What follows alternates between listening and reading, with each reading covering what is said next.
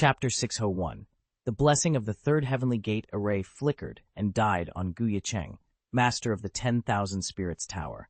He panted in ragged gasps, his robes soaked through with blood. Desperation drove him to unleash his original essence and lifeblood in one final, furious surge.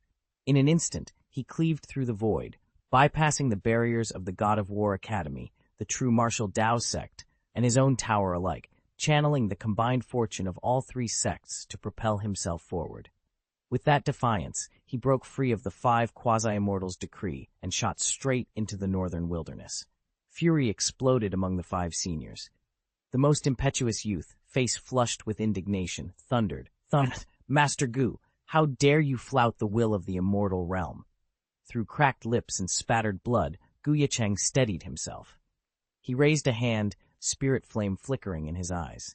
Seniors, remain calm, he said, his voice hoarse but unwavering. Remember our agreement. You pledged to guide my cultivation. He paused, summoning every ounce of his dignity. Elevate our power, and the heavenly Tao of the northern wilderness will not only acknowledge us, it will enshrine our clan's name in its eternal records. By then, we'll be able to exert even greater influence over the heavenly Tao, lift the prohibition on the laws, and finally welcome our seniors into the divine continent. Meng Yuan and the other masters exchanged glances of surprise that quickly turned to delight. Although the master of the 10,000 Spirits Tower's interference had tangled matters in endless complications, it had also carved out a precious opportunity for them. At Meng Yuan's words, the 5 semi-immortals, including the impetuous youth Ye Cheng, first frowned in hesitation, then, after a moment's thought, nodded in unison. All right, one of them said, we'll release part of the promised reward at once. No sooner had the words left his lips than a 5-layered spatial vortex shimmered into being overhead. From its swirling depths poured 5 streams of pure, silver vitality. Under the eager eyes of the hidden masters, the energy spiraled down and flowed into their bodies. Almost immediately, crackling sounds rang through the air as the silver essence fused with their cores. What had once been aged, decaying flesh now throbbed with fresh life. And the aura of Ye Cheng, the one who had always struck others as flighty, condensed into a fierce, disciplined power. After years stalled at the Tao Lord's perfection realm, they were finally breaking through. After surviving the Thunder Tribulation, Ye Cheng and his 4 companions finally broke free of the black storm clouds. The moment they re-emerged, their combined auras rolled over Beihuang Shenzhou like a crushing tidal wave. Every nearby cultivator felt the weight of their power. This overwhelming display explained why the 5 hidden masters had hurried to meet them. Trapped by the raging chaos tide, the masters had no hope of gathering the raw chaos energy they desperately needed. Without that energy, their remaining lifespans weren't enough to carry them through the tide's end. Faced with that grim reality, they made a bold pact. They would open a safe passage into the northern wasteland divine continent for Ye Cheng and his allies, and in exchange, each master would receive 1 portion of Chaos Chi. Chaos Chi is the rarest of treasures. Even high-ranking quasi-immortals prize it above most other resources. When they do manage to obtain it, they hoard it jealously, reserving it for their most promising disciples or direct heirs. Yet here, on the brink of entering a new realm, both parties set aside personal ambition to forge an alliance born of necessity and mutual advantage. Now, with the channel between worlds aglow before them, Ye Cheng and the hidden masters stood ready. Beyond this threshold lay the vast mysteries of the northern wasteland, divine continent, and a future shaped by their shared gamble. They each generously offered a portion of Chaos Chi to help the 5 hidden masters ascend into the domination realm. The instant those 5 masters awakened, their combined might, and the fervent prayers of their clan disciples pressed so hard on the heavenly Tao that the once stable absolute heaven and earth communication barrier began to crack and dissolve. Damn it, what do we do now? Can't we stop this? The elder of the 10,000 Spirits Tower hissed, his face ashen and his normally sharp gaze flickering with panic. But even he could think of no solution. At that moment, a sharp whoosh sounded from the God of War Academy. A young girl in a flowing white dress shot skyward, and at her side rose a young man clad in white, Ye Cheng. The two of them ascended together, hands clasped around a gleaming purple-gold tripod as they hovered among the clouds. Below them, the Academy's auspicious light column flared to life. Its radiance projected across the entire northern wilderness divine continent, revealing the sight of the girl and Ye Cheng to cultivators of every race. Everywhere, astonished eyes turned their way. The assembled masters all stared in disbelief as the two youngsters sprang into action. Xiao Yiren and Xiao Daoshuan, fresh from their triumph at Tianguan, were already hailed as the rising leaders of the northern wilderness divine continent's younger generation. Yet here they were, rushing headlong into a fight against 5 quasi-immortals as if they had any hope of prevailing. The master of the myriad spirit tower shook his head, sympathy in his ancient eyes. At his side, Meng Yuan and the other 4 senior masters exchanged scornful glances. Meng Yuan let out a derisive chuckle. "You two? You really think you can stop 5 quasi-immortals on your own? Unless your father shows up, you're just a pair of mantises trying to halt a war chariot." Before his words had even fully echoed, Xiao Yiren and Xiao Daoshuan moved as one. With a thunderous clap, they thrust the legendary purple and gold cauldron into the Academy's swirling fortune light pillar. For a heartbeat, nothing happened. Then, with a crackling roar, the pillar flared anew, its radiant column of light expanding and intensifying far beyond its previous bounds. Even the seasoned masters gasped. The fortune light pillar, once thought to have reached its peak, was surging again, its power cresting like a storm-racked sea. In that electric moment, every eye in the clearing turned to the 2 young prodigies, and for the first time, none of them dared to dismiss what they might accomplish. At that moment, as Xiao Yiren and Xiao Daoshuan channeled their power, the resplendent purple-gold cauldron blazed to life. It was none other than the purple chi cauldron of all living things, the very vessel Ye Cheng had entrusted to them before venturing into the most forbidding regions of the northern wilderness divine continent. He'd left it behind for their protection and to bolster their cultivation, and its internal reservoir of fortune energy rivaled even the original treasure of the God of War Academy. Under the combined activation of the 2 young cultivators, the cauldron's boundless fortune beam fused seamlessly with the Academy's fortune light pillar.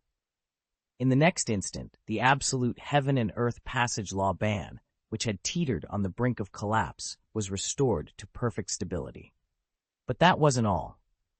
As it regained strength, the law ban perceived the harmonies of the northern wilderness heavenly Tao, the influence of the 3 supreme Tao sects of the northern wilderness divine continent, and, most importantly, the unyielding will of Ye Cheng, along with the countless cultivators and life forms sealed inside the purple chi cauldron of all living things. With a sonorous hum that set the air vibrating, the law band flared once more into full activation.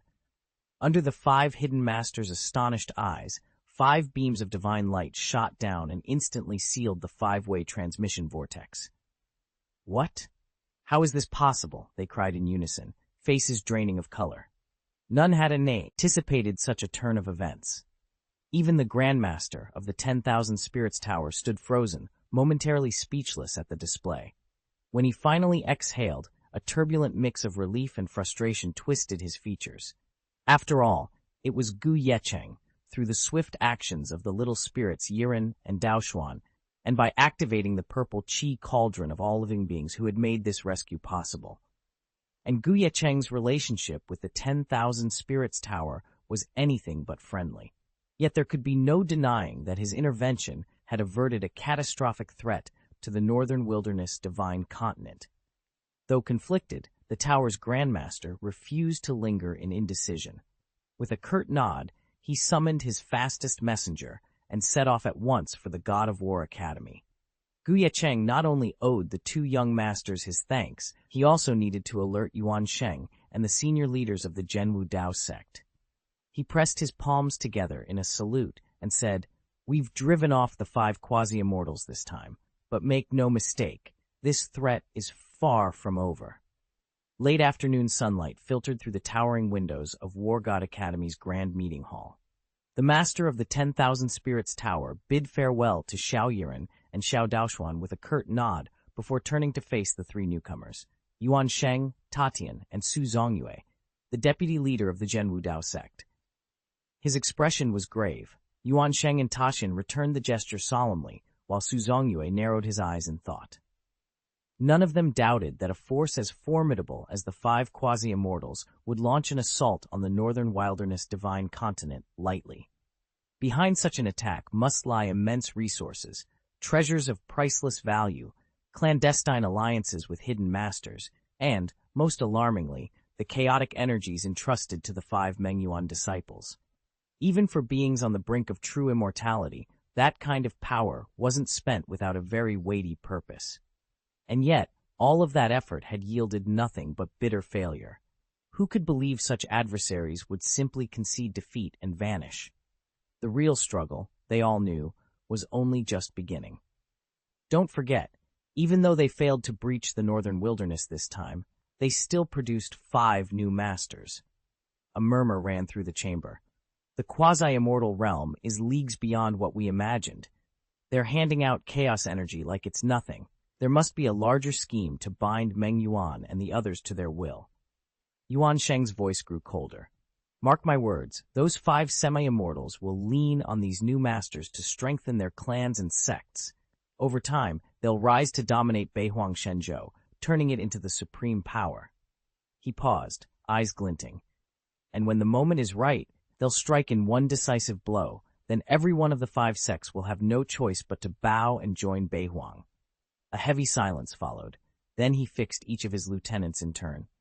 Do you understand your orders? Yes, Lord Yuan, they chorused. Good, he said. Your families and sects hunger for growth. From now on, any resources you need, chaos energy, rare pills, cultivation techniques, you will receive without limit. In return, every clan member and disciple you shepherd to the Saint Realm will be required to take 1 meteoric Saint pill. And when they ascend to the Domain Lord Realm, they must consume a sealed domain fruit. These artifacts will not harm them. In fact, they'll accelerate their progress. Remember, this is how we bind Meng Yuan and his peers to our cause, secure our supremacy, and ensure that Beihuang stands unchallenged. With that, Yuan Sheng dismissed them, leaving the flickering torchlight to dance over plots of power and ambition. We are not demons, the stranger asserted, voice calm yet resolute. If, in the ages to come, your descendants prove themselves truly gifted, if they strive to refine their Tao to its ultimate perfection and confront the barrier of the domination realm, we will do for them what you have done for us today. We will freely grant them Chaos Yuan Qi to propel them past that threshold and secure their place as Tao masters. Beyond the edge of the northern wilderness lay the Chaos Sea, a boundless expanse of roiling water and fury. At this moment, colossal tidal waves rose 100,000 feet into the sky, towering above the horizon, then crashed back down in thunderous cascades. Such raw, untamed power would chill the heart even of those who had already broken into the domination realm. And yet, right on the sea's surface, 5 solitary figures stood unmoved, as if the earth itself had granted them unwavering footing. Each was enveloped in a luminous, undissolvable aura of immortal qi. Around them, the primordial laws of chaos swirled in intricate patterns, obscuring their faces and lending them an otherworldly, inscrutable presence. Only their silhouettes and distinct physiognomies betrayed their identities. A lithe human prince crowned in frost-white hair, a fierce creature whose 9 lion heads roared silently, a majestic dragon with 4 golden claws, each claw radiating the brilliance of dawn, and 2 other beings whose true forms flickered like mirages beneath the veil of chaos. These 5 were the quasi-immortals, legendary cultivators who had long sought to breach the defenses of the northern wilderness divine continent. Their plan had been audacious: coerce the 5 hidden masters, famed guardians of the wilderness, into guiding them past every barrier. But whether through the 5 masters' cunning or the might of the wilderness itself, this gambit had thus far failed to yield the passage they desired. Now, as the waves writhed around them like living beasts, the 5 quasi-immortals waited in rigid silence. The sea's roar echoed in their ears, yet none flinched. From the horizon, another presence was drawing near, one that would decide whether these masters of chaos could finally claim their prize or be swallowed by the very tempest they had challenged. Before Meng Yuan, Long Zhao, and their 3 fellow quasi-immortals stood 5 hidden masters who had only just broken into the master's realm. Now, reduced to crawling at their conqueror's feet, they trembled uncontrollably.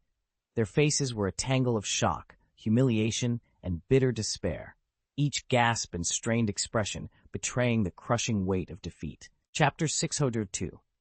When the 5 quasi-immortals finally found themselves driven out of the northern wilderness divine continent by Xiaoyiren and Xiao Daoxuan, wielding the purple chi cauldron of all living beings, they could barely contain their relief. Yes, their tactics had been underhanded, and yes, they'd sacrificed wives and legions in the process, but at least they'd dodged absolute subjugation. They'd come away with unexpected gains, or so they thought, until the cruel truth struck them like a thunderbolt not 15 minutes later. Half a world away, in the ever-shifting chaos expanse, those same 5 quasi-immortals sensed a terrifying disturbance. The chaos yuanqi they had painstakingly absorbed into their Tao foundations, and which had birthed their formidable chaos path, was unraveling at the seams. Worse yet, the entire chaos realm they had cultivated began to collapse in tandem. Its very fabric was disintegrating, threatening to vanish altogether once its sustaining yuanqi failed. If they still didn't realize that the chaotic energy coursing through their veins was being manipulated by none other than Xiaoyiren and Xiao Daoxuan, then they were blind indeed.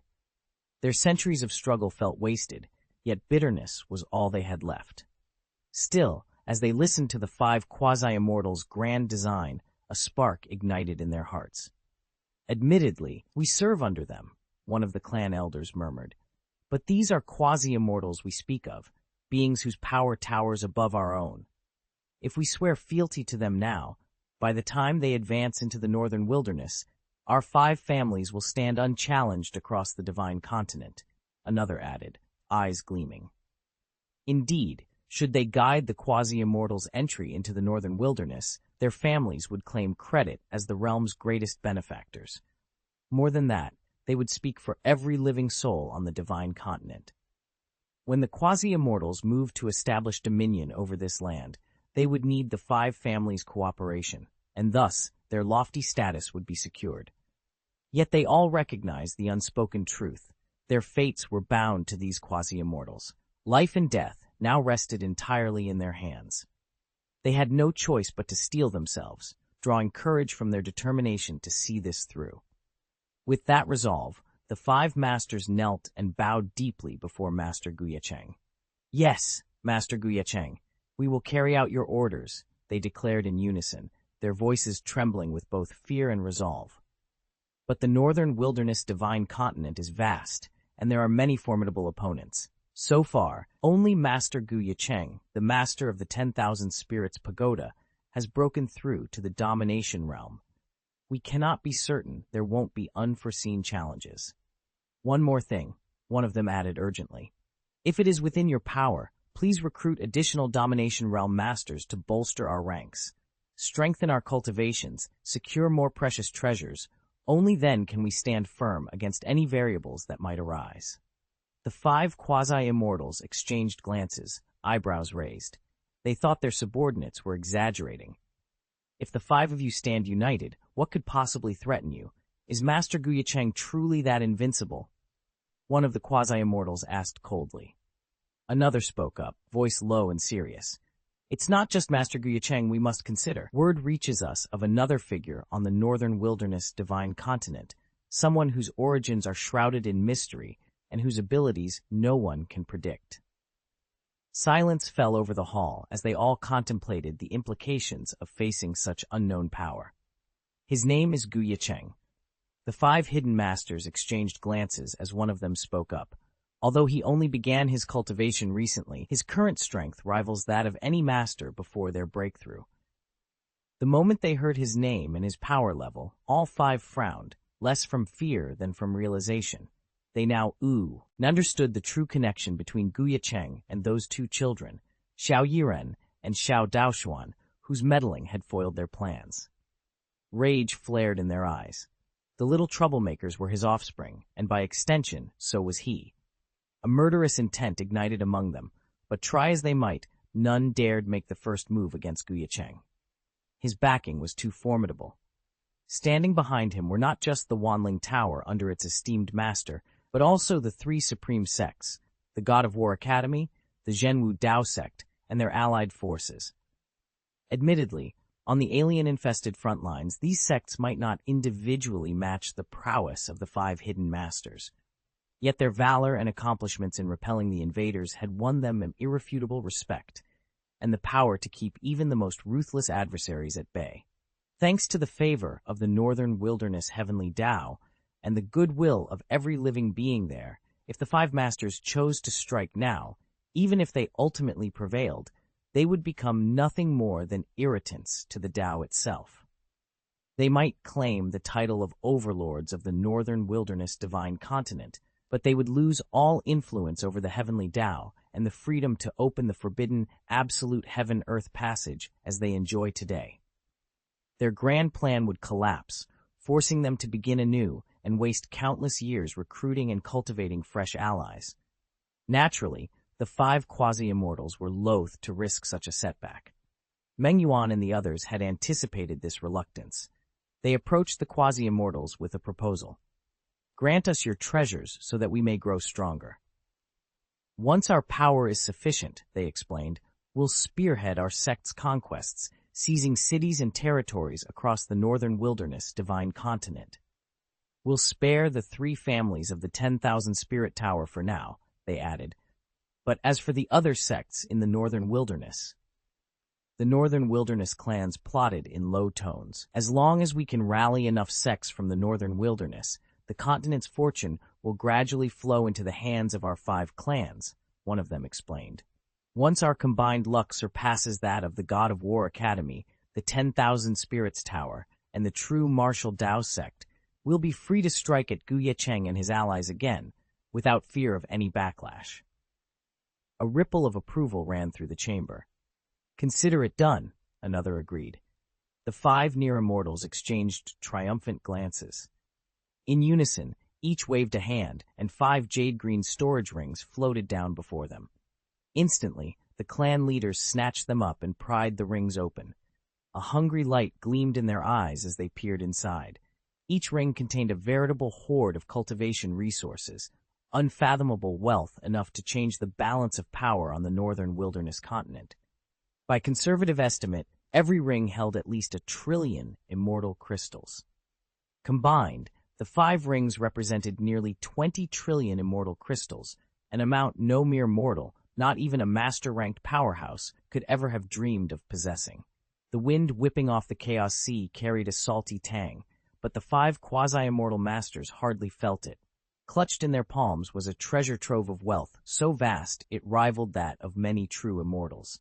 Faces alight with exhilaration, they whispered of the future.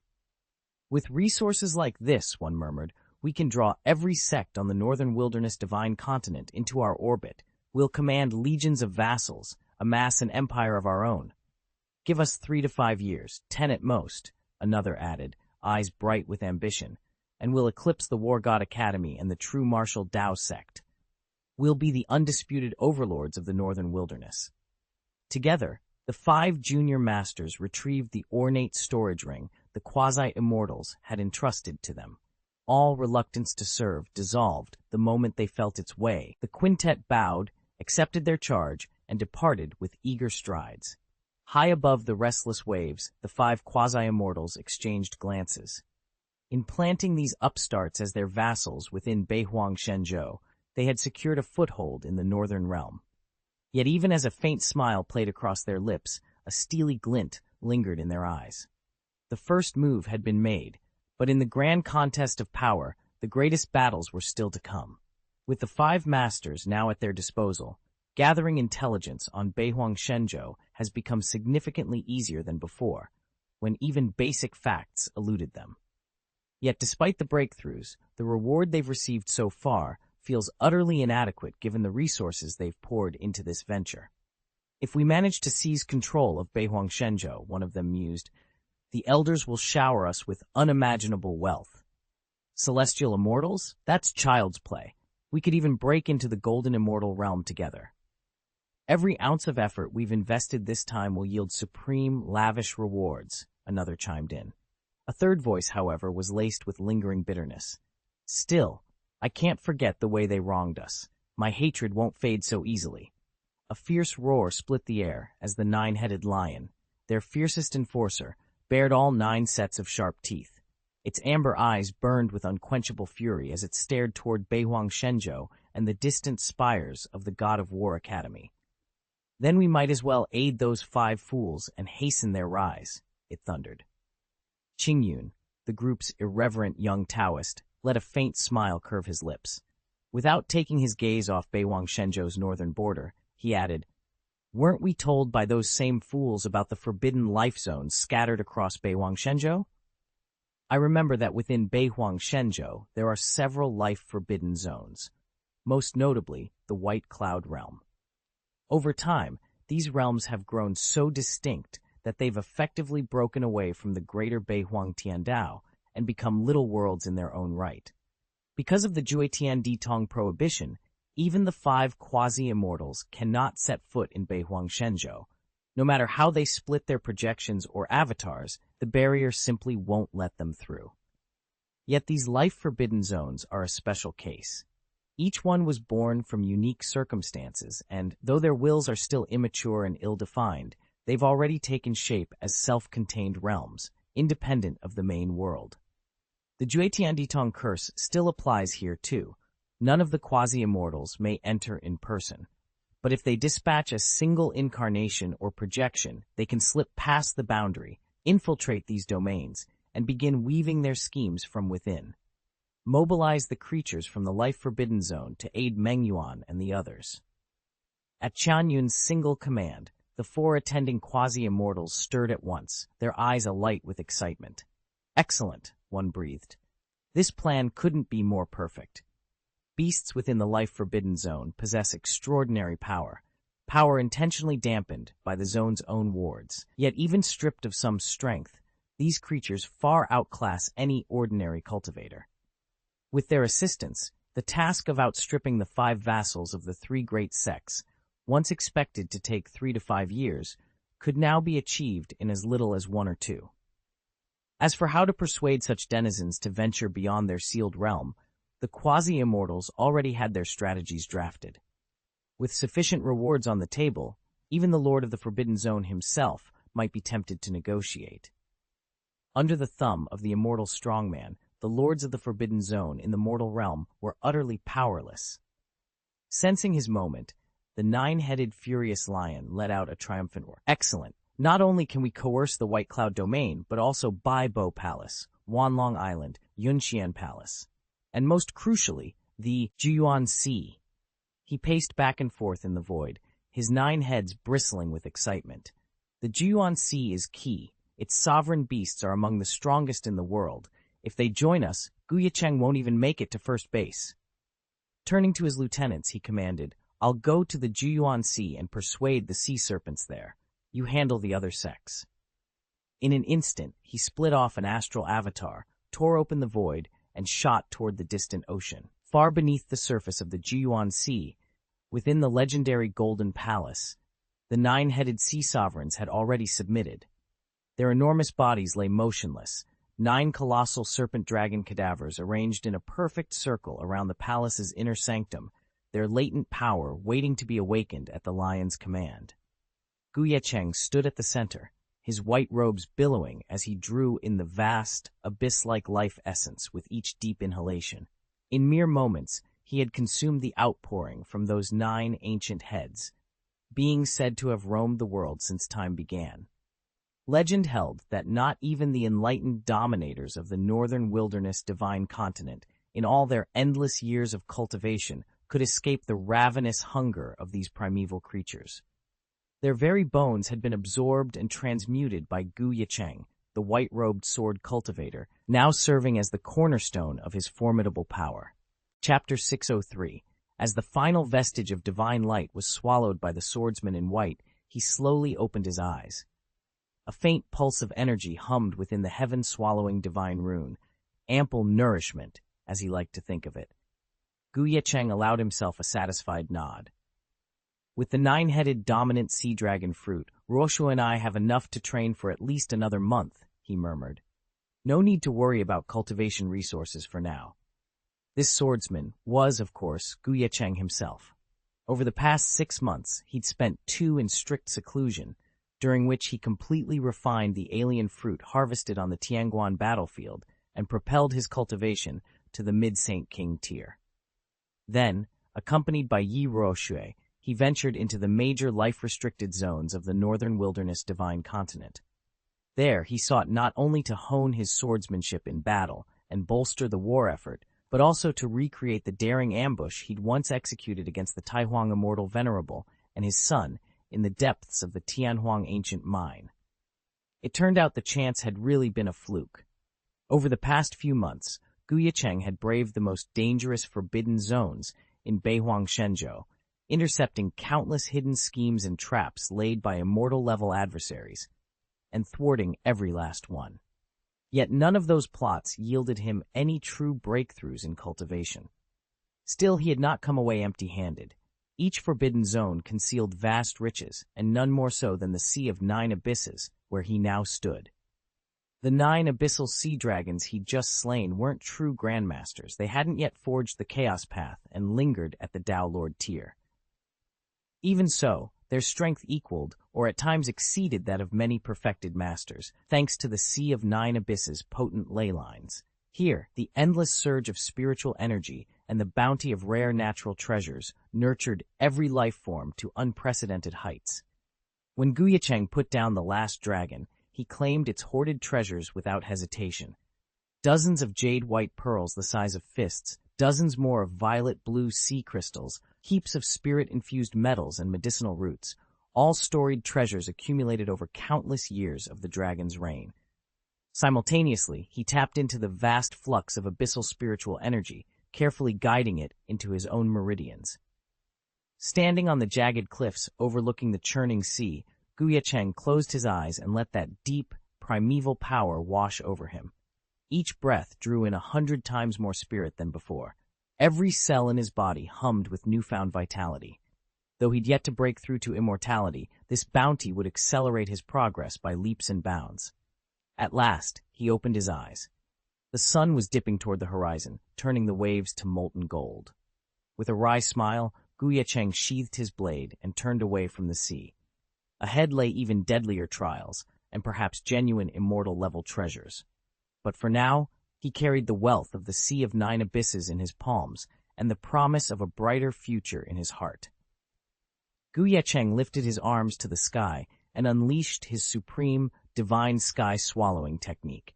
In an instant, he siphoned off a portion of the northern wilderness divine continent's lifeblood and channeled the rest back into its vast network of spiritual veins.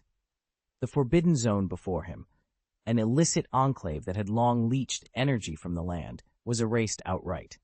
Its boundaries collapsed, its demonic auras dissipated, and in its place sprung a self-contained realm, now forever severed from the continent's fate. Oddly, Ye Cheng felt no guilt. If the northern wilderness divine continent were a sprawling household, these forbidden zones were little more than thieves at the family feast, secretly stealing the continent's luck and spiritual power while plotting to break away and form their own world. By purging this final enclave, he had not only restored the land's balance, but also enhanced his own fortune. From the start, the invaders of the Chaos Race had looked down on the continent's people. Their plan was simple: crush every major power and seize the northern wilderness wholesale. They never bothered to curtail those fringe territories. They deemed them insignificant. Yet Ye Cheng reflected that all it would have taken was a single offer from one of the Chaos Generals, a token share of the continent's blessings, and those petty upstarts might have fallen into line without a fight. Now, however, there was nothing left to negotiate. The Forbidden Zone was no more, and the path ahead lay open.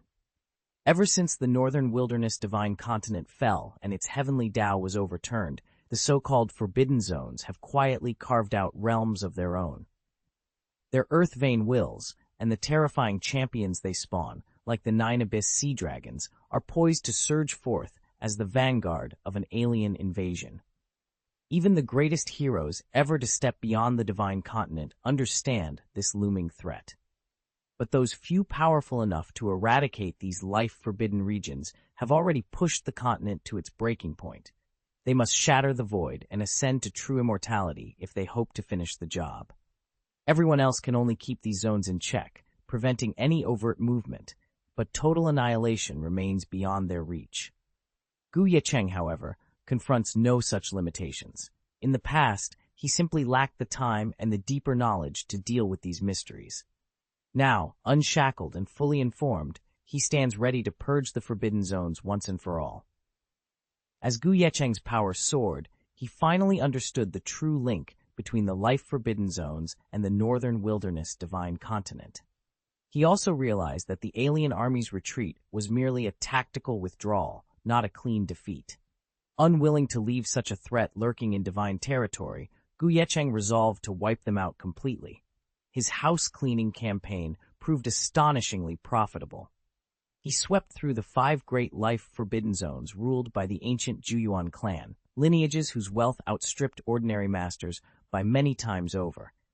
The immortal crystals he seized alone inflated his fortune into the trillions. And that sum didn't even include the chaos divine water. Once those reserves were added, his net worth easily surpassed 100 billion, enough to turn the heads of the true immortals themselves. Ye Cheng's stockpile of chaos divine water, worth well over 100 billion immortal crystals, has finally run its course. Neither he nor the others around him, Yi Ruoshe, Xiao Yiren, Xiao Daoshuan, and the rest, can derive any further benefit from it. Each of them has already reached the absolute limit of what their bodies can absorb. The remaining millions of kilograms of divine water will have to wait. Once the Gu family's main contingent arrives on the northern wilderness divine continent, it can be used either to accelerate the disciples' training or to restore spent essence and blood in an instant. Even without counting the chaos divine water, Ye Cheng's wealth is nothing to sneeze at. Were it included, he'd be the holder of over 100 billion immortal crystals, a fortune capable of swaying the decisions of a true immortal. Unfortunately, over the past 3 months, he has plateaued in his ability to refine the divine water. No matter how much more he ingests, his own cultivation cannot advance further. All that remains is to use any additional supply to replenish his or his allies' original essence and blood, or to bolster the strength of his subordinates.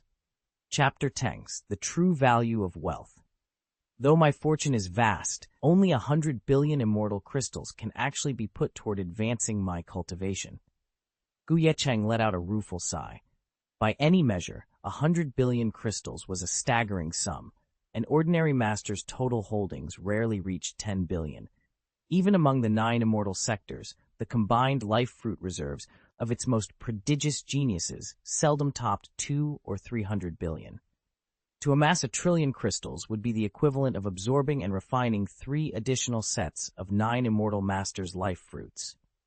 Yet with his current cultivation level, far surpassing what it once had been, the cost of each incremental breakthrough had risen in tandem. No matter how immense his overall fortune, the portion he could safely liquidate and devote to refining his spiritual core was strictly limited. All those other assets, crystal mines, starship fleets, transdimensional portals, were essential to holding his empire together, defending his allies, and maintaining the delicate balance of power he'd fought so hard to achieve. He opened his eyes and let the reality settle in. True power demanded more than mere wealth. Turning vast riches into genuine strength required resources that could be channeled directly into his cultivation. And those were alarmingly scarce, even for someone of his standing. If I can't secure external resources, Ye Cheng thought, even with my extraordinary talent and cultivation efficiency, more than 1,000,000 times that of an ordinary person, it will still take years to advance from mid-Saint Lord to the pinnacle of Saint Lord. And to reach Domain Lord would demand over a decade of arduous effort. That was unacceptable. A cultivation timeline spanning centuries, or even millennia, would render everything he'd worked for meaningless. The famed 9 masters of Zhenyu City wouldn't change that outcome. On the other hand, relying on resource-based acceleration came at an astronomical cost. 1 trillion immortal crystals might propel him to late Saint Lord, just brushing perfection, but to truly shatter the barrier to Domain Lord, he'd need at least 10 trillion crystals. Perhaps even more. Ye Cheng exhaled and closed his eyes. No shortcuts, he reminded himself. I'll take it one step at a time and see where it leads. With that, he shook off the lingering doubts and steeled his mind for the path ahead. Although the gap in our resources was vast, it was far from hopeless. I've been fighting out there for 6 months, and the 9 Dao cultivators on our side haven't been idle either. In that time, they've slaughtered chaos beasts by the tens of thousands. It may not quite add up to the vaunted trillion immortal crystals, but when you tally it all up, we're still looking at hundreds of billions. Just thinking about that eased Ye Cheng's mind considerably. On top of those immortal crystals, Ye Cheng himself had braved numerous forbidden life domains over the past half-year, securing rare treasures in double-digit quantities, innate divine flames, innate killing arrays, and more.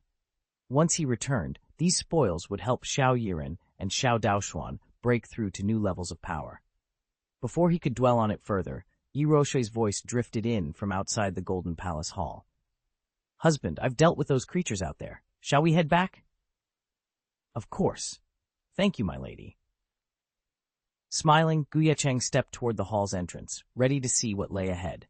Clad in her gleaming Yuanling Dao armor, Yi Rui descended into the hall like a warrior goddess, landing gracefully before Ye Cheng. Her gaze swept over the 9 sea dragon skeletons arrayed at her feet, then lifted to meet her husband's eyes that shone with nothing but admiration.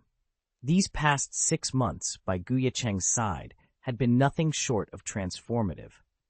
Especially in the last few months, when he ventured into the perilous life-forbidden zone, she was there to support him every step of the way. After being baptized in his chaos divine water and fortified by the Yuanling Dao armor, Yi Roshui's cultivation had broken through into the quasi-saint realm. With the armor's backing, she now fought on equal footing with true saints, and even rivaled the elite warriors of the Realm Lord tier. In that deadly domain, her strength had proven extraordinary, and each battle only sharpened her skill and power. Yet, the eater her abilities grew, the more her admiration for Ye Cheng deepened. She felt a swell of pride at how far they had come together. Noticing the wonder in her eyes, Ye Cheng's lips curved into a gentle smile. He stepped forward and brushed his lips against hers in a tender kiss. Yi Roshui's eyes widened in surprise at his boldness, but in that sweet, quiet moment, all her astonishment melted into joy. There, amid the fallen dragon's bones, husband and wife stood united, 2 formidable souls bound by love and shared triumphs. Chapter 10. Shattering the Void. Her eyes flew wide and her cheeks burned crimson. Instinctively, she tried to pull away, but before she could react, her slender arms shot out and clung tightly around Ye Cheng's waist. Caught off guard by her boldness, he cracked a wry smile and wrapped his arms around her in return. Crack! A jagged tear cleaved the air as Ye Cheng unleashed his sky-splitting great art. In an instant, the two of them vanished from the desolate expanse of the Nine Abyss Sea and reappeared within the temporary void pocket he had just carved open. No sooner had they escaped than the stillness of the Nine Abyss Sea was shattered again. A colossal 9-headed lion materialized atop a churning cloud, each head bristling with raw, arrogant power. "I am the nexus seat of the Taishu Immortal Venerable, the 9 Saints Quasi-Immortal, Lord of the 9 Abyss," the beast thundered. Its 9 roaring voices echoed like a storm, demanding instant tribute. "Come forth and pay your respects." Even as a mere incarnation, the quasi-immortal avatar radiated overwhelming might. Gathering its divine breath fluctuations, the 9-headed lion turned its gaze, and its wrath, toward the golden palace buried in the depths of the abyss below. Ye Cheng's power was overwhelming. Even a peak-tier master in the quasi-immortal realm would be helpless in its presence, instantly devoured, obliterated, or grievously wounded by the sheer force of his breath. Yet the 9 Abyss Sea Dragons, led by their lord, were supposed to be exempt from such intimidation. That was precisely why Ye Cheng had dared to unleash his aura so brazenly. Not to kill, but simply to announce himself, reveal his identity, and cow them into a more amenable state for the negotiations to come. Then came the deafening roar of collapse. In the Stygian depths of the 9 Abyss Sea, the 9 Abyss Golden Palace, the colossal nest the dragons had painstakingly built, shuddered under Ye Cheng's oppressive presence. Stone walls fragmented, support pillars cracked, and in a single earth-shaking moment, the palace crumbled into a ruin of jagged debris. Ye Cheng reeled back, his vision swimming. When his head cleared, he stared in stunned silence at the grisly tableau before him. 9 skeletal husks where mighty sea dragons had once coiled. Their bones lay bleached and brittle, stripped of all flesh.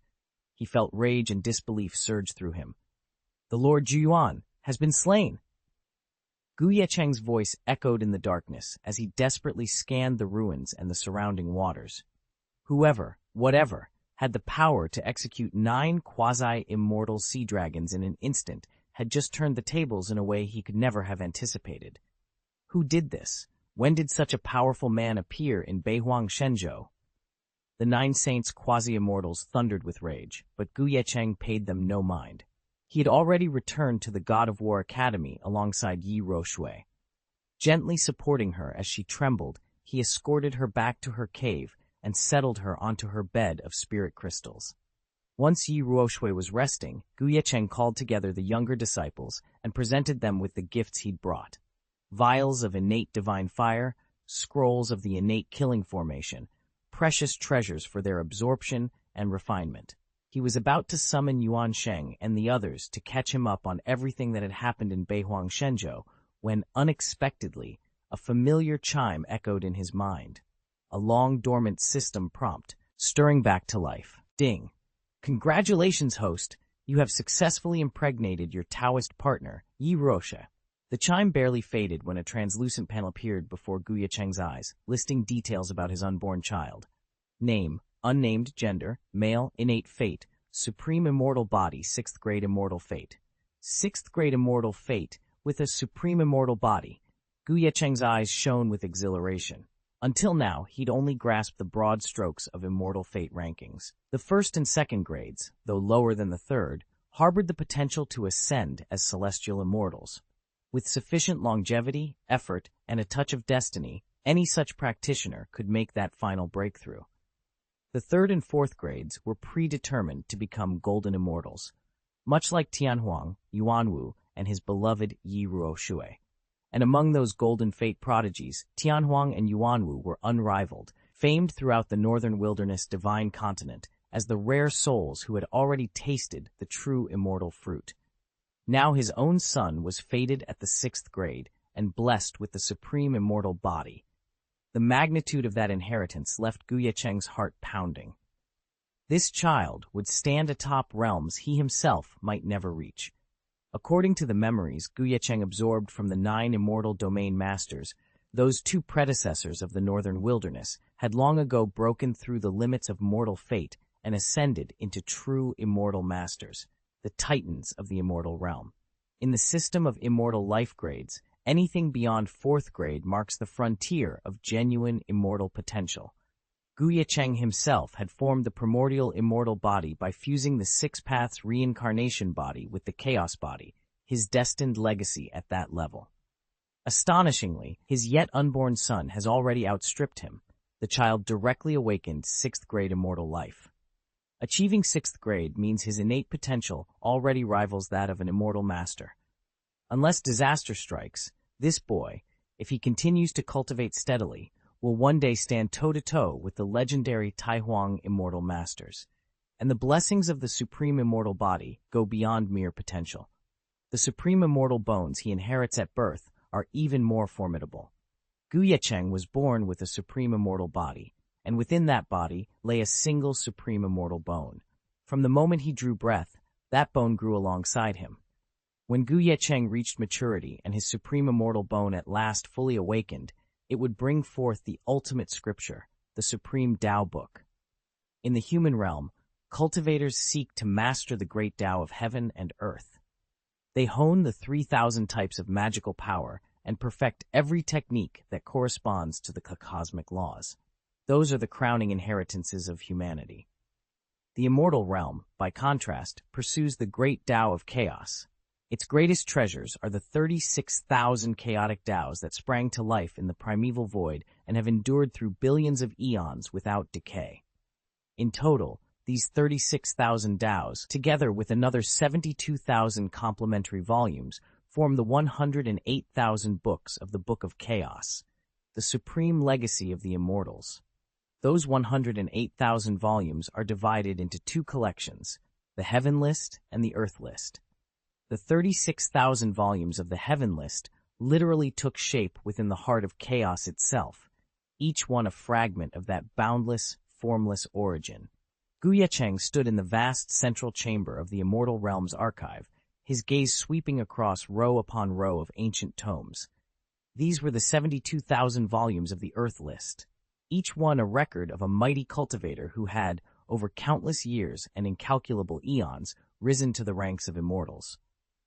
All were founded upon the primal Chaos Tao, yet within that foundation there lay a hierarchy of power and subtlety, much like the 3,000 magical arts, or the mystical traditions of every immortal race. Still, even the lowest-grade Tao books on the Earth List were peerless treasures in the immortal realm. Mastery of one bestowed peerless strength among equals and the right to wage war across realms without fear. Above the Earth List stood the Heaven List, an even more exclusive canon of supreme doctrines. Simply recovering a single volume from the brink of that list was enough to set the entire immortal realm ablaze with envy. Celestial venerables and Titan lords alike would covet it, while true immortals and golden immortals would go to any lengths, alliances shattered, blood spilled, to seize it. Ye Cheng's eyes flicked to a nearby pedestal, where the supreme Tao book, born of the fabled supreme immortal bone, gleamed with an otherworldly aura. Though it did not count among the 180,000 Chaos Tao books catalogued in either list, its force was nothing to scoff at. Many prodigies and powerhouses across the 9 planes had devoted their entire lifetimes to unlocking the mysteries within that single, unparalleled scripture. And here, in this Hall of Legends, Ye Cheng felt the weight of destiny pressing gently upon his shoulders. Once fully cultivated, its power would rival the top-tier legacies recorded in the Earth Tao Compendium. A prodigy blessed with a supreme immortal body who mastered the supreme Tao tome to perfection could even suppress an immortal lord. Indeed, this was a pinnacle art capable of challenging immortal kings themselves. Ye Cheng inhaled deeply, forcing down the thrill pulsing through his veins. A spark of anticipation lit his eyes. According to the system's reward rules, someone of his rare talent and fated status as the clan's youngest scion could expect an exceptionally generous prize. Sure enough, just as hope surged within him, the system chimed again. Ding! Congratulations, host. You have received the 7th rank Immortal Fate Reward, Legacy of the Immortal King. At that instant, Ye Cheng's mind exploded with information. An immense, indescribable inheritance poured into his consciousness, reshaping everything he thought he knew about power. It was the inheritance memory of an immortal king. By virtue of the 7th grade immortal soul left behind by that king, all his experiences and powers now converged within Ye Cheng's body. In that instant, Ye Cheng's consciousness slipped into a trance. He felt himself swept back across the endless river of time to an age-long past, reborn as a simple mountain village boy in a world that spanned heaven and earth. From the very beginning, his life was one of utter insignificance. To the vast cosmos, he was no more than a mote of dust. Even among his fellow villagers, he was barely noticed. But when he turned 13, fate intervened. An uncle passing through the county saw something extraordinary in him and brought him into a martial sect. He entered as a humble disciple of the 7 Sword sect, and then his rise was unstoppable. The farm boy became a sect leader. The sect leader became the sovereign of a kingdom, and that king grew into a cultivator whose name would echo through legend. Step by step, he climbed the ladder of transcendence, until at last he shattered the void itself and ascended to the immortal realm. Ye Cheng had spent an unfathomable length of time in that immortal realm, a vast expanse no less grand than all the heavens and worlds combined. There, he had faced countless trials, sharpened his cultivation to the highest degree, and at last attained the exalted rank of Immortal King. Then, without warning, a steady, majestic voice rang out within his mind. Today, I, Kangwu, shall stand against the void to protect every living soul in the heavens. May their light never fade, and may life endure for all eternity. At once, Ye Cheng felt his spirit, which had drifted for so long, tremble and surge. He opened his eyes to discover a brilliant, divine glow dancing within his pupils. A single thought formed on his lips. This is truly astonishing. He now bore the blessing of Gift, seventh-grade immortal life, and carried the legacy of the immortal king himself. In fact, that very king was Kangwu, the creator of the Zhuxian sword formation, the ultimate inheritance hidden within his novice gift pack. Through the sacred baptism of Kangwu's memories, every ounce of the immortal king's power and purpose had been woven into Ye Cheng's soul. And with that awakening, a new chapter of his immortal journey began, one that would test his resolve, expand his destiny, and echo through the heavens for all time. Ye Cheng had inherited nearly all of Kangwu Immortal King's techniques, arcane powers, and Taoist manuscripts. Yet more than any of that, what occupied his thoughts was the final vision in the king's memory imprint. Kangwu Immortal King fell in the end. He gave his life to protect the heavens and all the worlds. What sort of foe could bring down such a paragon? Kangwu hadn't been an ordinary sovereign. He once shattered multiple Immortal King giants with his bare hands, a living testament to the Tao's overwhelming might. If even he could die, then this enemy must be beyond mortal reckoning. And yet, as far as Ye Cheng could tell, the heavens still stood, the myriad realms remained intact. Even if this great adversary lingered somewhere out of sight, his threat seemed at least contained, for now. Still, the memory weighed heavily on him. No matter how mighty, no immortal king is invincible, and Ye Cheng's path to true strength had only just begun. Lost in these thoughts, Ye Cheng paused to steel himself for the trials ahead. Buzz! In an instant, a golden light blossomed within Ye Cheng's mind. It seemed to come from nowhere. One moment his inner world was empty, the next it shone like a starburst. His soul recoiled, instinctively trying to expel the intrusion. Then, almost before he understood it himself, a wave of recognition washed over him. Kangwu Fairy King's aura? His heart thumped. Cautiously, Ye Cheng wove a slender thread of divine thought toward the light. The moment they connected, his inner vision exploded into color. His pupils constricted as a breathtaking panorama unfurled before him. The legendary fairyland, glowing with ethereal beauty. Chapter 605, Before Ye Cheng, a veil of light shimmered and then parted. In an instant, he understood where it led, the immortal realm, the very pinnacle of heaven and earth that countless martial experts in the mortal world yearned to reach. This was a domain suffused with immortal vitality so pure and potent it transcended ordinary spiritual energy. Even its most remote corners could bestow a year's worth of mundane world cultivation in a single day. Through the opening, an awe-inspiring panorama unfolded.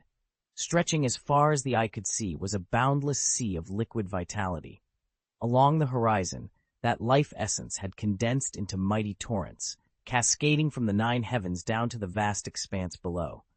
Each waterfall, hundreds of thousands of feet thick, thundered into the waves with breathtaking force. Spray mingled with sunlight, scattering prisms across the surface, and the entire scene shimmered with a beauty beyond description. Ye Cheng drifted above what looked like an endless ocean, only it wasn't water. Every cresting wave shimmered with living energy, a boundless sea of primordial chi. And there, floating at its heart, was a colossal island thousands of miles wide.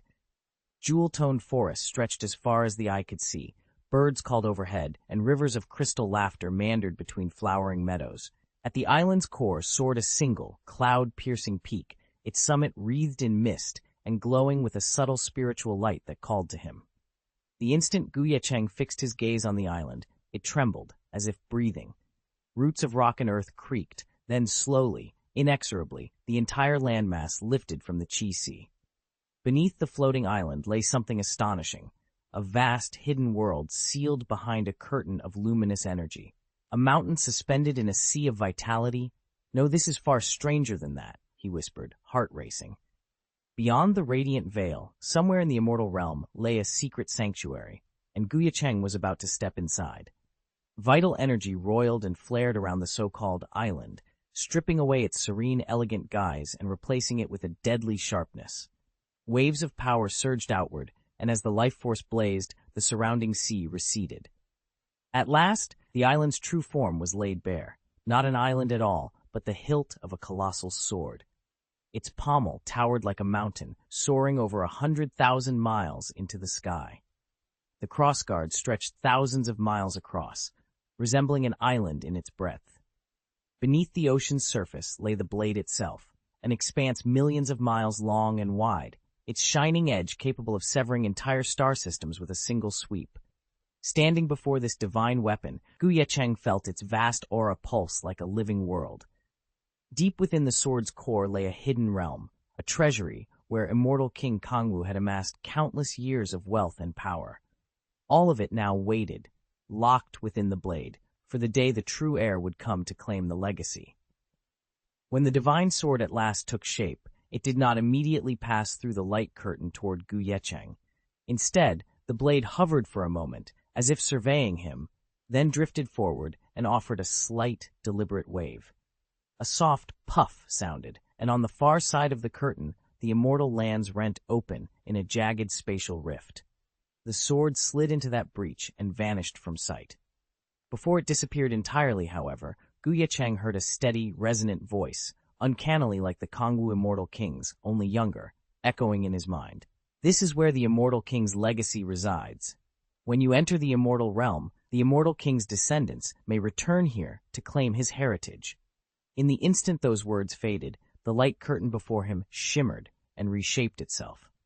Beyond it lay an empty, desolate void, scattered with the shattered remnants of stars, meteorite fragments drifting in frozen silence.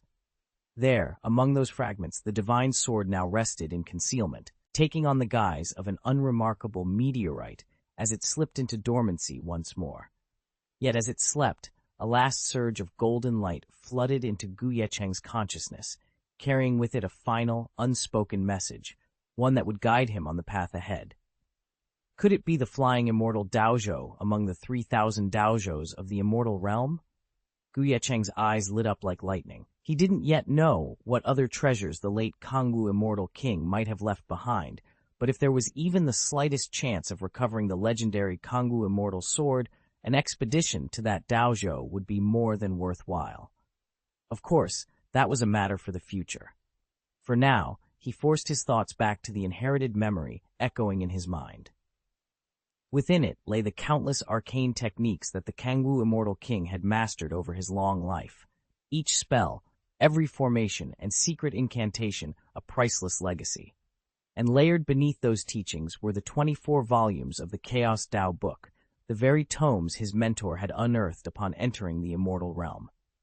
To Ye Cheng, this inheritance represented infinite possibility, and the first steps on an ascension path that few dared to tread.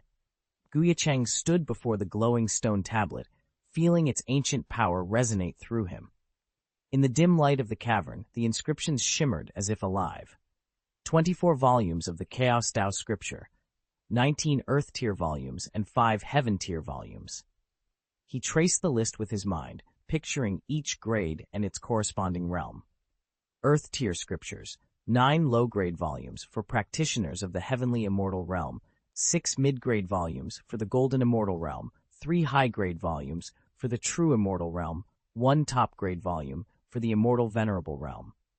Heaven-tier scriptures, 1 low-grade volume for the lower true immortal realm, 2 mid-grade volumes for the immortal venerable realm, 1 high-grade volume for the immortal king realm, 1 supreme volume, ranked first among all. At the mention of that final, supreme volume, Ye Cheng's heart skipped a beat. His spiritual perception sharpened, plunging deep into the vast inheritance memory spread out before him. Like a beacon in the fog, the first-ranked scripture called to him from the very depths of the Kangwu immortal king's legacy. His eyes snapped open, pupils dilated with anticipation. Every fiber of his being focused on that solitary volume, the pinnacle of the Chaos Dao. A thrill ran through him. This was the key to transcending his current limits, to mastering the Dao itself. And now it lay within his grasp. Ye Cheng's heart pounded as he gazed at the ancient manuscript before him. Legend says this text corresponds to the realm above the immortal king, he whispered. The supreme heavenly book? He breathed, astonished. Summoning his spiritual consciousness, Ye Cheng began to leaf through the Taoist scriptures, cross-checking every character against the inheritance memory of immortal King Kangwu stored in his mind. In moments, he arrived at a single, thrilling conclusion. It has to be the Taiyi Dao Shu, the supreme Taoist scripture tied to the realm beyond the immortal king. He recalled the countless rumors that had swept through the immortal world, how Kangwu, unrivaled in his prime, had been said to approach that highest state in his final days. Officially, the immortal king never confirmed such a breakthrough, but everyone agreed that his battle power, fueled by this very volume of the Taiyi Dao Shu, had effectively shattered that boundary. Warm excitement surged through Ye Cheng's veins, not merely because of the book's staggering value, but because it held the secret to the one true threshold he longed to cross. Ye Cheng leaned against the pavilion's railing, staring at the 23 remaining volumes of the Chaos Dao book spread before him. Each tome brimmed with potent doctrines that, once mastered, could catapult his cultivation to unprecedented heights. Yet even the lowest-grade Earth volume carried a daunting prerequisite: entry into the quasi-immortal realm and the ability to forge at least one Chaos Law rune. In human Dao cultivation, the final 4 tiers rise in succession: the Dao realm, the microcosm of Dao, the world of Dao, and the Chaos Dao prototype, often called the Chaos World. Only after perfecting the prototype can a cultivator approach the domain of Chaos Law itself. To break through into quasi-immortality, one must both amass tremendous Dao energy and refine the Chaos Dao prototype until it yields a complete Chaos Law rune. Ascending further to the heavenly immortal realm requires comprehension of 10 such runes. Moreover, none of the formidable techniques recorded in the Chaos Dao book can be activated without chaos runes as guiding conduits of power. Although Ye Cheng already commanded 90 major Dao domains, he did not yet possess a single chaos rune, and the gap between where he stood and where he needed to go had never felt wider. Even a quasi-immortal who has mastered several chaos runes would stand little chance against him in a Dao battle. Yet without chaos runes, one cannot invoke the blessings of the Chaos Dao, and the legendary Chaos Dao tomes remain forever out of reach. Only one work can break through that barrier: a top-grade, heavenly rank Dao book.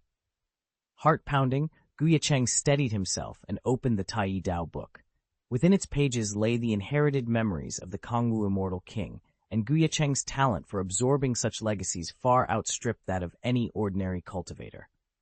Whereas most disciples might spend thousands, or even tens of thousands of years just to unlock the introductory layers of a supreme heavenly text, Ye Cheng achieved breakthrough in an instant. As he absorbed the fundamental principles of the Taiyi Dao book, a strange sense of familiarity stirred inside him. He recalled that the Taiyi Dao Shu was born of Taiyi Dao, one of the 36,000 supreme Chaos Daos. Yet already, Ye Cheng felt as though the Dao itself were calling to him, awakening dormant memories he had never known. This Dao, known as the primordial Chaos Dao, is the oldest and most fundamental of all 36,000 Chaos Daos. It marks the very source from which every other path springs. This volume of the Taiyi Dao Shu stresses one principle above all: unite every law, then transcend them as one. Transform all principles, then merge them into a single perfect whole. As Ye Cheng read those lines, his mind raced back to the Wandao Sutra engraved on the purple qi cauldron of all living beings. He'd long known that its core teaching, harmonizing countless laws into one, mirrored the message of the Taiyi Dao Shu. Though the Wandao Sutra is a legacy of the mortal realm, Ye Cheng had pored over its verses so deeply that he sensed the 10,000 Dao Sutra carved on the cauldron might match the Taiyi Dao Shu in both power and insight. A thrilling thought seized him. Once the purple qi cauldron's 10,000 Dao Sutra was fully unraveled, he could fuse its secrets with those of the Taiyi Dao Shu. From that synthesis, he would forge a brand new, unrivaled technique, his own unique path through the Dao. At last, he could transcend every tradition and walk forward as the sole heir to these supreme inheritances. Chapter 606. Ye Cheng's mind stirred as he recalled the 9 Dao avatars he'd left behind at the Third Day Gate. Over the past 6 months, he had journeyed through nearly every forbidden region of the northern wilderness divine continent, destroying its most lethal dangers one by one, from the abyssal horrors of the Nine Abyss Sea to the myriad lurking chaos beasts. Each victory reclaimed the illicit spiritual energy these zones had siphoned from the land, returning it to the divine veins of the continent. In that relentless campaign, Ye Cheng amassed vast resources and untold wealth. More importantly, he earned the blessing of the northern wilderness heavenly Tao itself, and with each triumph, his personal fortune, his karmic luck, grew exponentially. His work deciphering the Wandao scripture advanced by leaps and bounds, only 1/5 of its profound secrets still eluded him. "And my 9 Tao bodies at the third day gate," he murmured to himself. They, too, had been hard at work. Though cut from the same essence as himself, each avatar moved independently, slaying chaos beasts and purifying corrupted energies in their sector. Their achievements stood as another testament to the heavenly Tao's favor, and would surely yield additional karmic rewards in Ye Cheng's name. Taking a slow breath, he steadied his focus on the path ahead. With most of the Wandao scripture now mastered and the forbidden regions secured, only one challenge remained before he could claim his next great breakthrough. His lips curved in a determined smile. The final 5th of the scripture awaited, and so did his destiny. Ye Cheng stood in the dim chamber, swirling possibilities in his mind. If he could gather the 9 Tao avatars from the other shore and claim their merits for slaying the chaos beasts, his fortune might surge to a breakthrough, just enough to fully decipher the 10,000 Tao scriptures. Yet those same 9 avatars were now the primary guardians of the third celestial gate. Recalling them recklessly would leave the northern wilderness divine continent exposed to untold danger. After a moment's pause, he settled on a plan. First, he decided, I'll reconnoiter the continent's current situation.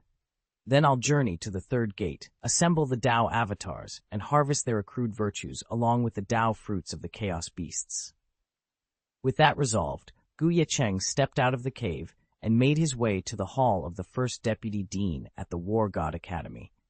Before he even reached the entrance, he sensed the familiar auras of his attendants, Yuan Sheng and the others, who had been waiting eagerly for his return. As he entered, they fell into respectful ranks and began briefing him on everything that had unfolded over the past 6 months. Ye Cheng raised an eyebrow. "All this in just half a year?" he asked, genuinely surprised. As Ye Cheng crossed the vast expanse of the Juyuan Sea, he felt the briefest tremor in his all-living purple chi cauldron, an instant flare of energy before it sank back into silence. He hardly gave it a second thought. After all, his 2 children hadn't even drawn upon their precious natal sword talismans. A momentary pulse of power was nothing to worry about, or so he believed. Yet that subtle stir was only the opening note of a much larger symphony. The quasi-immortal sects from Dongsheng Shenzhou and Xiling Shenzhou have their eyes on Beihuang Shenzhou now, Ye Cheng said with a wry smile, shaking his head. This place is getting far too crowded. Yuan Sheng and the others returned his grin, but it didn't reach their eyes. They all sensed the mounting pressure. Off-world demons and chaotic tribes prowled Beihuang's borders, and now 2 more quasi-immortal sects were making their move.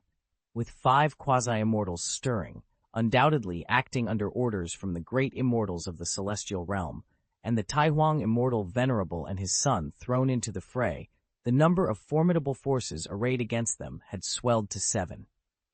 Beihuang Shenzhou had never felt so eged.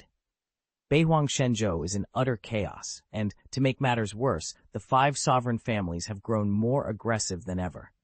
Yuan Sheng chuckled once, then his expression turned grave. With the support and the veiled threats of the 5 near-immortals, the sovereign masters, Meng Yuan, Long Zhao, and the others, have wasted no time.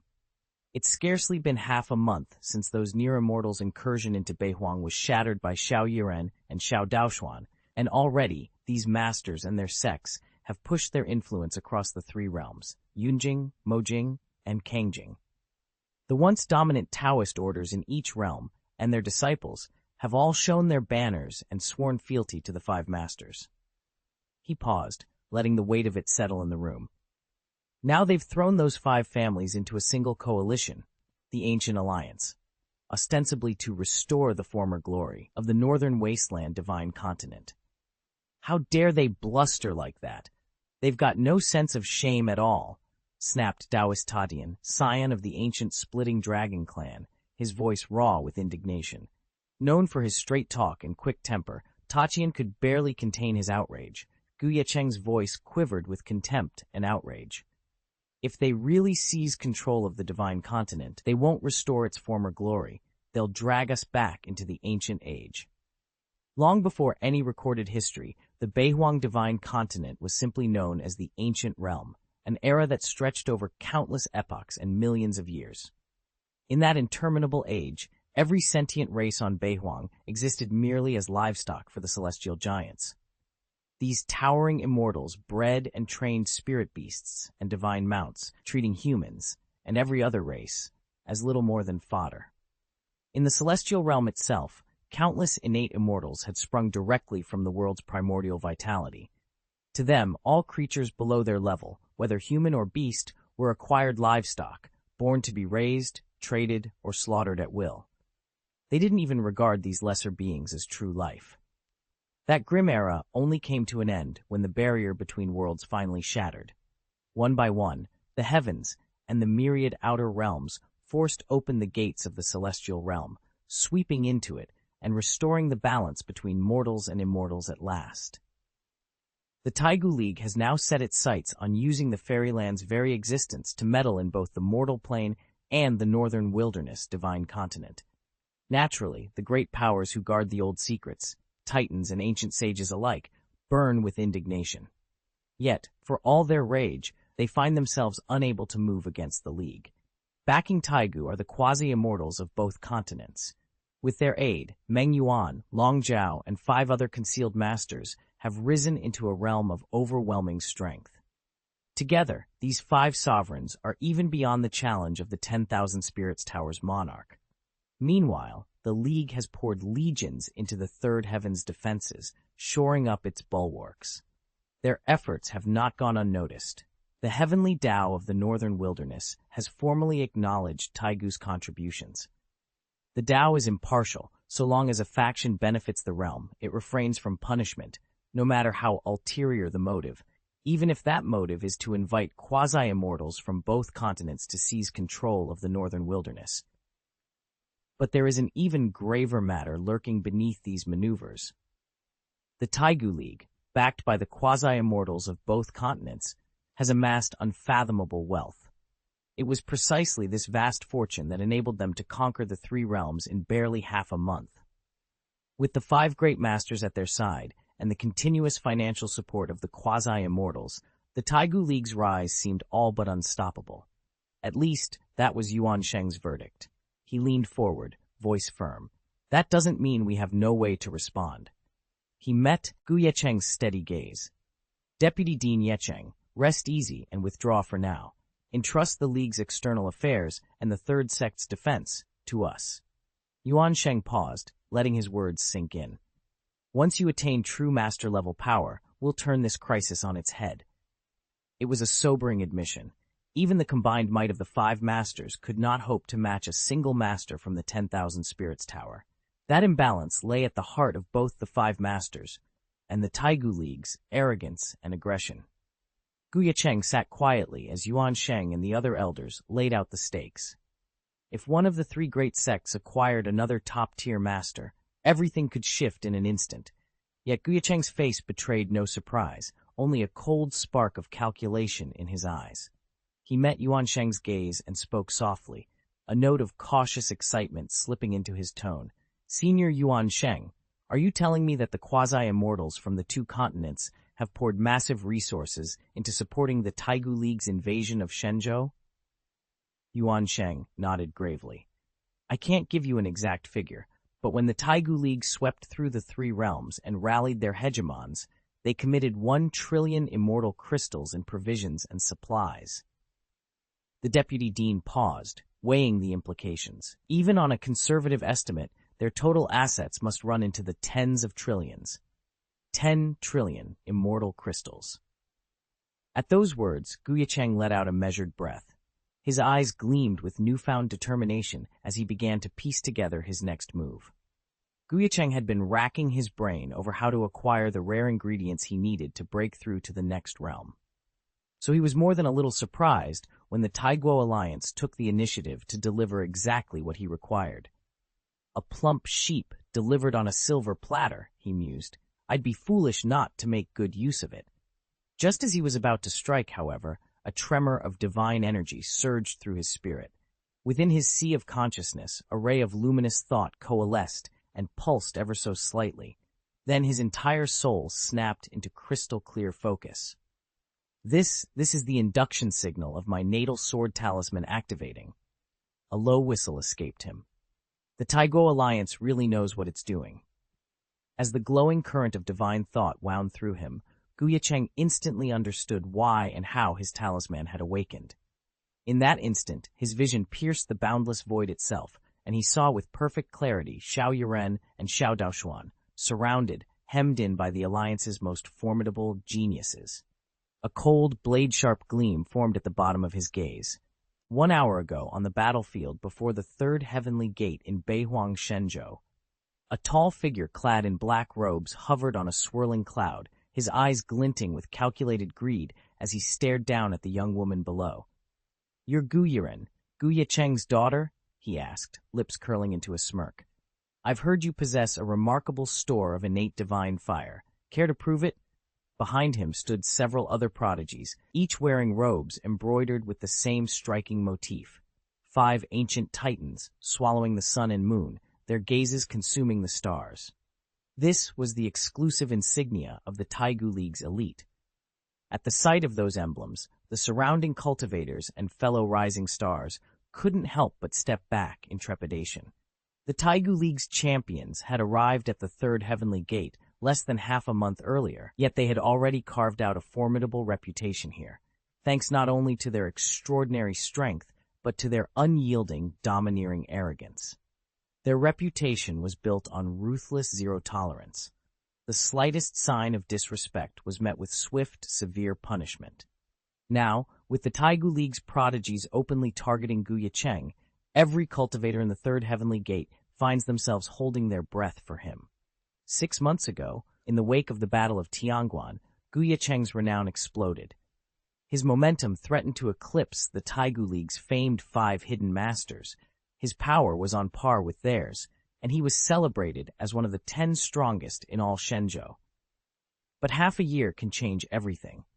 Since then, those 5 hidden masters have broken through into the domination realm. Even if they occupy only its initial stage, decades of accumulated cultivation make them formidable foes, strong enough to challenge, even defeat, a perfect domination cultivator. It is precisely this newfound supremacy that gives the Taigu League's champions the boldness to swagger into the third heavenly gate and brazenly issue a challenge to Ye Cheng. Xiao Yiren's brow curved into a frown as she faced down the haughty prodigies of the Taigu League. She had come to the third heavenly gate for one purpose only: to hunt chaos beasts, absorb the precious gifts her father had left her, and shatter the barrier into the quasi-sage realm as quickly as possible.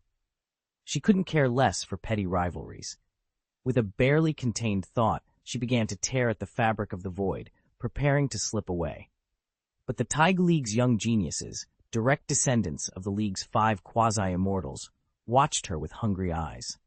They knew precisely why their faction stood so tall in the world. Without those 5 legendary masters, the Taigu League would never have risen to prominence. What drove them now was something darker. Rumor held that the 5 quasi-immortals, especially the dreaded 9 spirits quasi-immortal, harbored deep animosity toward Xiao Yiren, her brother Xiao Daoshuan, and their father, Ye Cheng. Confronting Ye Cheng himself was unthinkable, but his children, they were fair game. As Yiren summoned her power to vanish, the Taigu League's heirs readied themselves, eager to prove that even the blood of Ye Cheng could bleed. They had one goal: capture Xiao Yiren, drag her back to the Ancient Alliance, and bide their time until they could smuggle her out of the northern wilderness divine continent to present her to the quasi-immortal 9 spirits.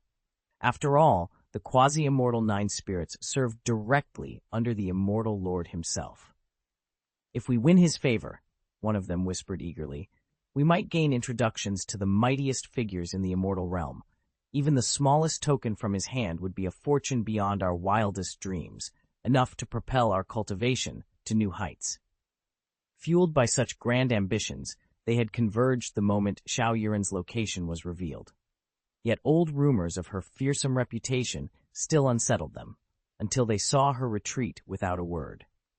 Their nerves snapped almost instantly, replaced by triumphant excitement. She must be terrified of them, they thought. But as Xiao Yiren drew upon her power to rend open the void and escape, the black-robed prodigy at the front of their formation snorted in disdain and struck without hesitation. Ye Cheng's palm flared with spiritual power. A silver sigil blossomed across his skin, then solidified into the towering phantom of a mountain. In an instant, that spectral peak rose before him, forming an unbreachable barrier. "Luogia Ancient Mountain Talisman," someone whispered, half in awe, half in fear. At once, the whispers spread. The black-robed youth was none other than Luogia Daoju, no, the rightful heir to the Luogia Lord himself. Within the Taigu League, 5 peerless masters had long shaped the balance of power.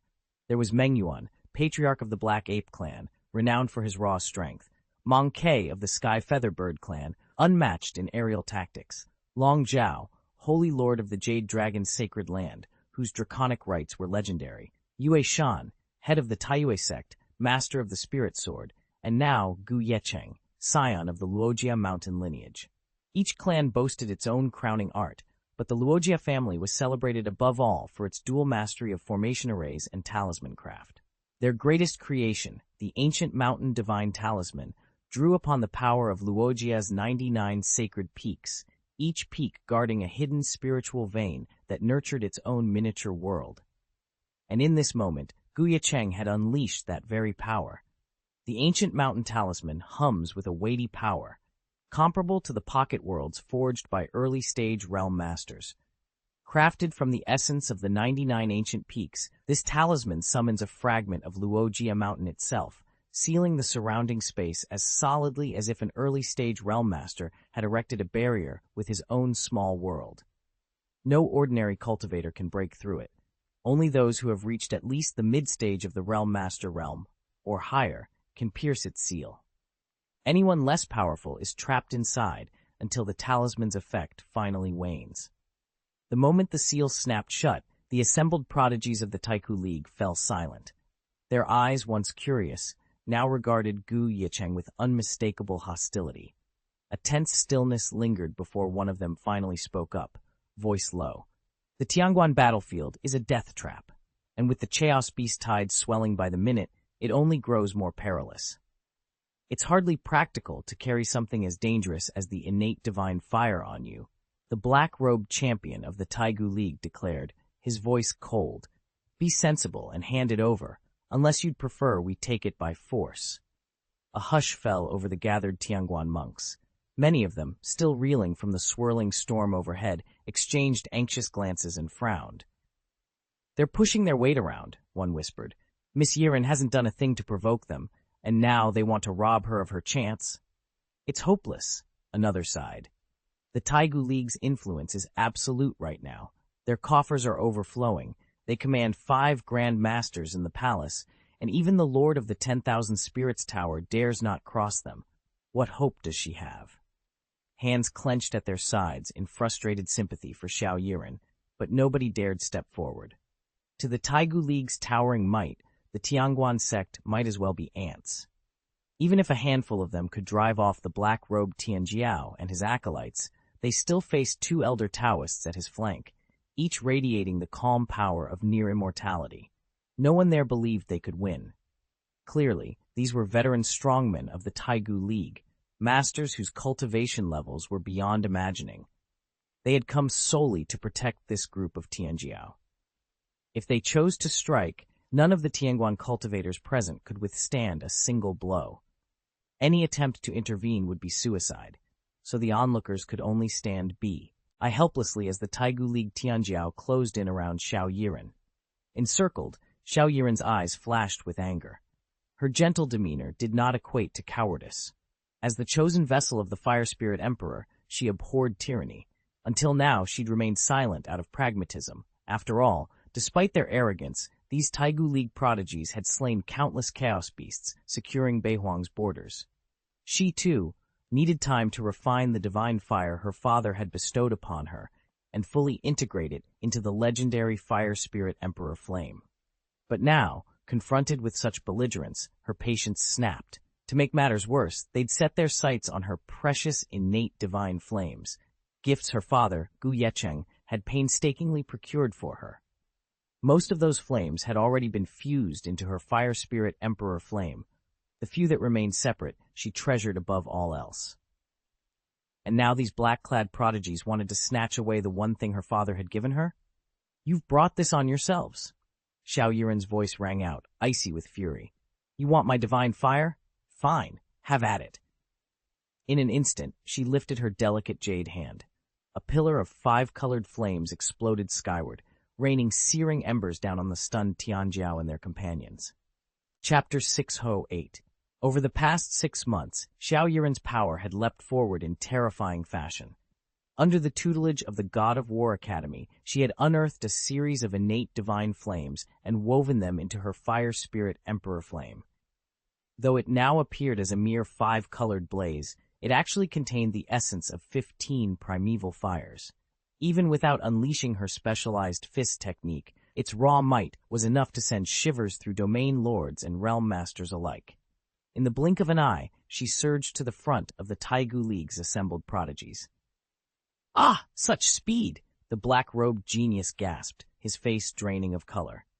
His companions behind him mirrored his shock. None had expected the once timid Xiaoyiren to strike so swiftly and with such ferocity, but they had chosen to provoke her, and they were prepared. As the 5-hued fireball thundered toward him, the black-robed youth remained unnervingly calm. With a single, deliberate motion, he parted his lips and spat out a compact black spirit bead. The bead hovered for a heartbeat, then began to spin, drawing the encroaching flames into its dark vortex. Xiaoyiren skidded to a halt mid-charge, eyes narrowed. The clash between her evolved Emperor Flame and the spinning spirit bead sent sparks scattering across the arena floor. A tense silence fell as both sides braced for the next move, an unspoken challenge in the wake of that first explosive exchange. A wave of ink-black water burst from the spirit bead, swirling with uncanny power. A hush swept over the Tianguan battlefield as veterans and novices alike stared in disbelief. That's a Realm Master-grade divine weapon, the Xuanming Heavy Water Bead," someone gasped. "Incredible," another murmured. "You have to gather 36 distinct acquired divine waters from across the world and then fuse them with the legendary Xuanming Heavy Water. It rivals innate divine waters and sits among the top 10 on the acquired water leaderboard. Even the greatest Realm Master would spend decades, if not a lifetime, to refine a single one of these treasures." Shock rippled through the assembled masters. They'd heard of the Taigu Alliance's wealth, but never imagined they could lavish such a treasure on a junior prodigy. Ye Cheng, a young emperor not yet a domain master, had casually produced a realm master-level weapon on the front lines.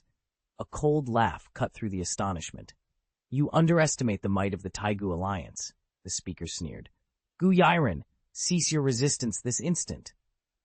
Just hand over your innate divine fire and come back with us to the Alliance, unless you'd rather risk a catastrophe." Clad head to toe in black, Huyu, Luojian Mountain's prodigy, flashed a mocking grin. His eyes glittered with superiority as he summoned the legendary Xuanming Abyssal Bead. Inky water swirled within the orb, its layers shifting ominously. Though Huyu could not yet unleash its full might, even this partial power posed a deadly threat to ordinary domain masters, especially those who practiced the Fire Dao. Late-stage domain masters would be crushed outright under its oppressive force. Huyue's confidence soared until a sudden explosion of light shattered the tension. Boom! Xiaoyiren's 5-colored divine radiance surged forward without hesitation. She paid no heed to the bead's fearsome reputation. Her aura collided head-on with the Xuanming Abyssal Bead. Crack! A sharp fracture ran across the obsidian orb. In that instant, Huyue's triumphant expression froze into stunned disbelief. Under Ye Cheng's astonished gaze, the Xuanming Heavy Water Bead, along with the churning pool of Xuanming Heavy Water that surrounded it, fractured instantly. Even the spirit bead at its core collapsed, consumed by the relentless might of Xiaoyiren's 5-colored divine fire. How? How is this possible? Not just Yue and the other prodigies of the Taiku League, even the two veteran guardians standing behind them leapt to their feet, expressions twisted in strength. Hawk, but the next instant that shock curdled into outright terror. As Xiaoyuren's conflagration bore down on them, their senses detected something unprecedented hidden within the flames, layers upon layers of innate divine fire. 9 Nether Ice Flame, Taiyan Divine Fire, Innate Li Fire. One guardian staggered backward, voice trembling as he tried to count. 13, 14? Impossible, the other muttered, eyes wide. It can't be. It's 15, the first cut in, face drained of color. 15 distinct innate divine fires, all fused into one attack. How could this little girl possibly possess so many? Both elders were no slouches in strength. Each had long since perfected the Realm Master's cultivation, and both could even stand against Dao Masters in direct combat.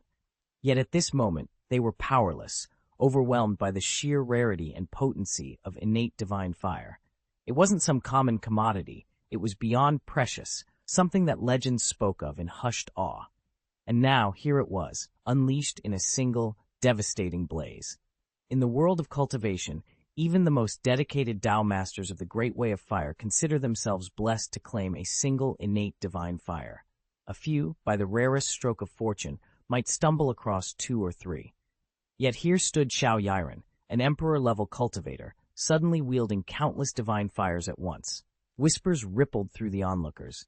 Could all these flames really have come from her father, Ye Cheng? And if so, how? Those questions hung unanswered, as her 2 sworn protectors gaped in disbelief. They had trained alongside the greatest geniuses of the ancient alliance, yet none of them had ever seen anything like this. Before they could even steady themselves, Xiaoyuren's assault resumed. Drawing in a sharp breath, she unleashed wave upon wave of blistering fire. Each searing layer of flame shimmered with its own distinct hue. Crimson streaks, molten gold, and violet embers weaving together in a deadly tapestry. Since receiving her father's gift of innate divine fires, she had devoted every waking moment to integrating and refining them. Though she had not yet fully assimilated these new powers, her combat prowess had already leapt to unprecedented heights.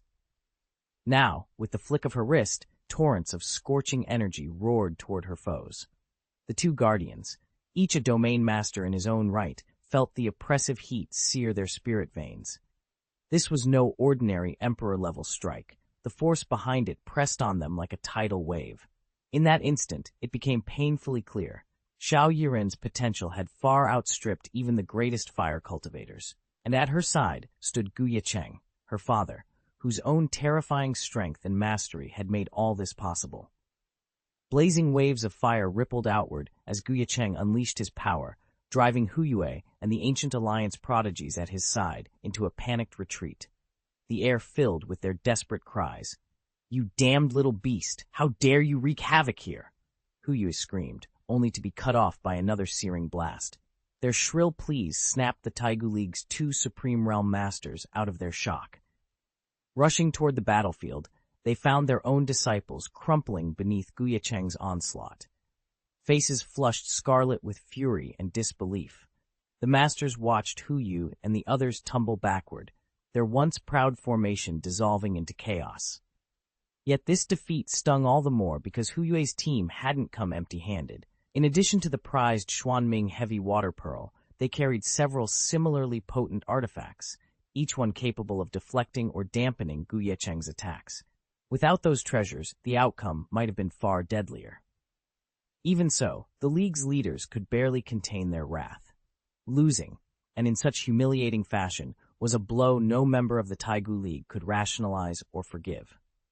The precious artifacts that Yue and the others carried were meant to help them hunt chaos beasts, boost their fortunes, and raise the Taigu League's standing throughout the northern wilderness Heavenly Dao and the broader divine continent. Now, under Xiaoyuren's furious assault, those treasures lay either shattered or reduced to ash. Their owner's outrage was undeniable. Seeing Xiaoyuren press on after Yue's retreating party, the 2 top realm masters could no longer restrain themselves. With earth-shaking roars, they unleashed a tidal wave of power and charged in unison. "You unruly beast! How dare you strike at us? Surrender this instant!" Between their long years of fighting and the wealth they'd gained from allying with the 5 quasi-immortals, these two were exceptionally formidable. Every inch of their gear, jeweled armor plates, rune-etched blades, and auspicious talismans gleamed with power. Any one of those relics would be the envy of an entire clan. Yet now, faced with Xiaoyiren's relentless onslaught, even such armaments seemed barely enough. Ye Cheng's hands flickered as he and his ally activated their Dao soldier talismans. In an instant, 36 master-level Dao soldiers sprang into being, each blazing with thousands of brilliant lights. Drawing on the pair's spiritual power, surging together like a boundless tide, they unleashed an overwhelming magical barrage. Not even other realm masters at their level could withstand such an onslaught. A true Dao master would face certain death. As the torrent of energy bore down on Xiaoyiren, everyone braced for his defeat, until in a heartbeat, a slender figure materialized behind him. The newcomer moved with such speed and precision that every eye in the area locked onto him. It was Ye Cheng.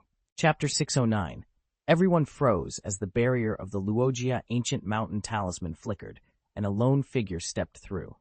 He was dressed all in white and looked no more than 12 or 13, roughly the same age as Xiaoyiren. His features were delicate yet striking, slender eyebrows arching over clear, bright eyes. On a closer look, people realized his expression mirrored Xiaoyiren's almost exactly. But it wasn't his youth or beauty that stole every cultivated master's breath. It was the fact that he had slipped through Hu Yue's tight Luogia ancient mountain talisman seal and materialized right in front of Xiaoyiren. In all their years of martial cultivation, none had managed such a feat. "It can't be," murmured one high-ranking elder, his voice trembling. "Is that Gu Daoshuan?" "Yes," another breathed. "Leader of the new generation in the Zhenwu Dao sect, descendant of Prince Chongqing himself." "Then he must be here for his sister," someone whispered. "But he's alone," a third objected. "The Taigu League sent 2 elders into battle already. How can a mere child hope to save her?" At those words, the assembled experts, top masters of the realm, exchanged glances of thinly veiled contempt. To them, Gu Daohuan's arrival smacked of reckless bravado. 2 seasoned elders against the Taigu League's might was one thing. A lone boy in white was quite another. They didn't yet know how extraordinary Gu Daoshuan truly was, or what price he would pay to rescue his sister. Yet the moment he appeared, the battlefield itself seemed to hold its breath. They'd been bracing themselves to face one of the God of War Academy's top masters, someone like Jiang Shun, the notorious Dao of killing expert. Instead, only a lone boy appeared, Ye Cheng. Immediately, the 2 realm masters sneered in contempt. They hadn't taken the child seriously to begin with, and now they could hardly contain their delight. "I only expected to bring back Guyiren," one of them said, voice thick with satisfaction. "But Ye Cheng has practically surrendered himself. 2 prizes for the price of 1. The pair shared a triumphant grin and wove their divine energy into the 36th-level Taoist soldiers at their command. As the soldiers' powers merged, divine lights swirled and piled atop one another, forming a tidal wave of crushing force. Even a Dao master in the early stage would struggle beneath such an onslaught, and a mid-stage Dao master might not withstand it at all. Yet instead of shrinking back, Ye Cheng stood firm. His slender frame seemed all the more resolute in the face of that overwhelming pressure.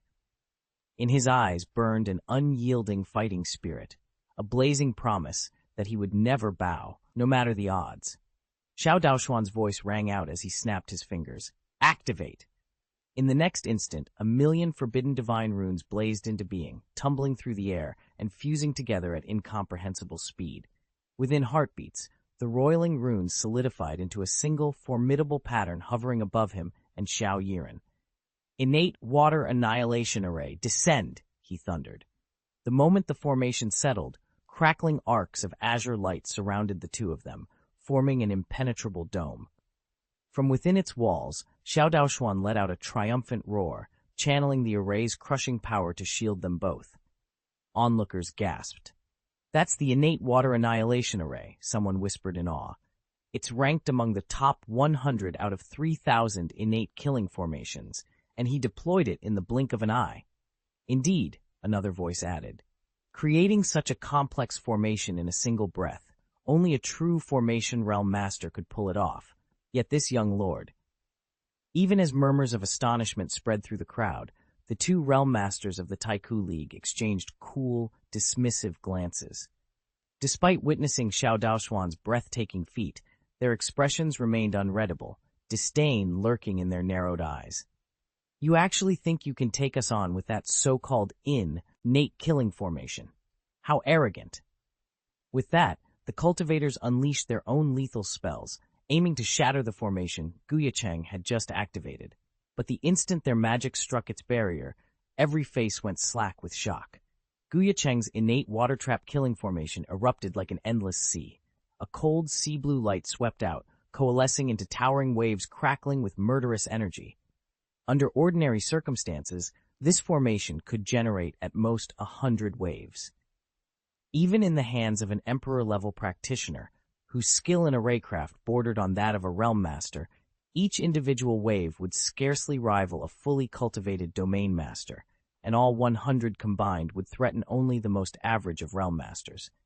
Yet here and now, the surging tides numbered in the thousands, each wave more powerful than anything they had ever seen. 3,600 waves of energy rolled across the battlefield in that instant, each one potent enough to make even a Realm Master wince. Under Xiao Daoxuan's precise control, those 3,600 waves merged into a single, overwhelming force, so powerful it momentarily froze the combined 36-fold Daobing divine light unleashed by the two Realm Masters in midair. How is this possible? One Realm Master gasped, disbelief etched on his face. This is only a one-layer innate killing formation. How could it exert such power? The spectators were equally dumbstruck. Their spiritual senses probed the vast array of forbidden runes, and what they discovered stopped their hearts. Hold on, is that another layer of the innate killing formation? Someone whispered. They counted in mounting astonishment.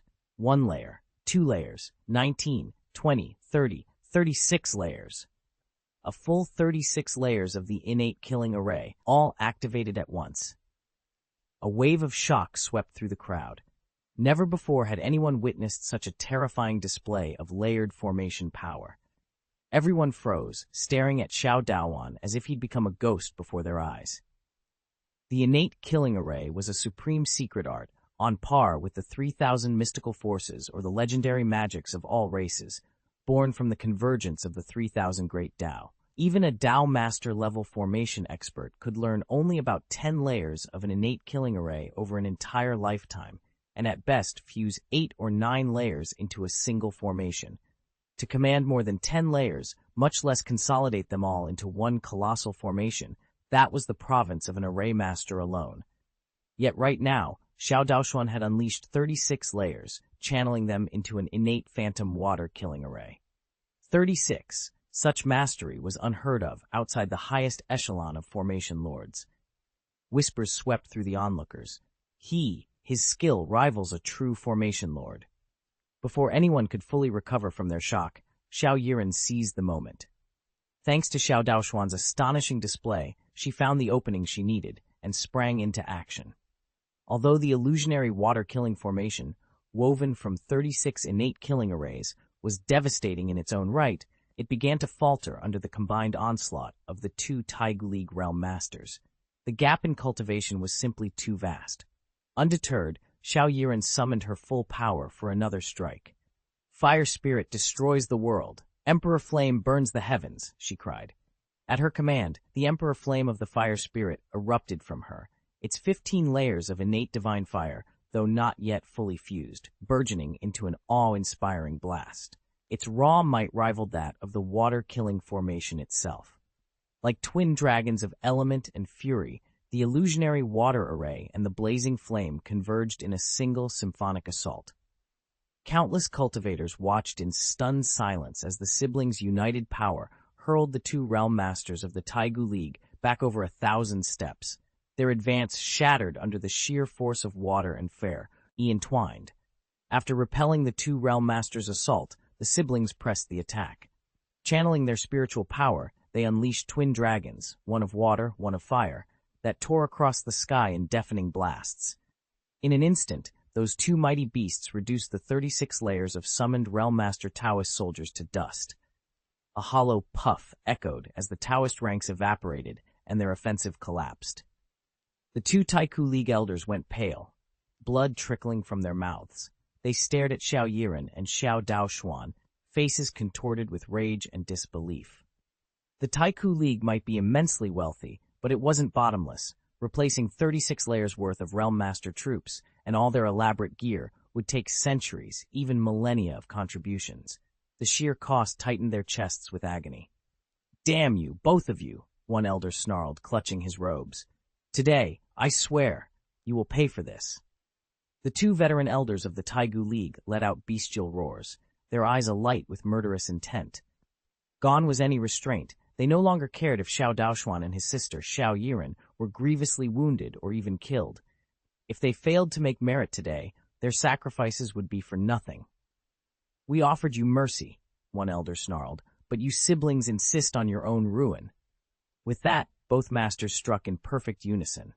Divine light rippled across their upturned palms, coalescing into a single, colossal Taoist talisman that tore through the void. Boom!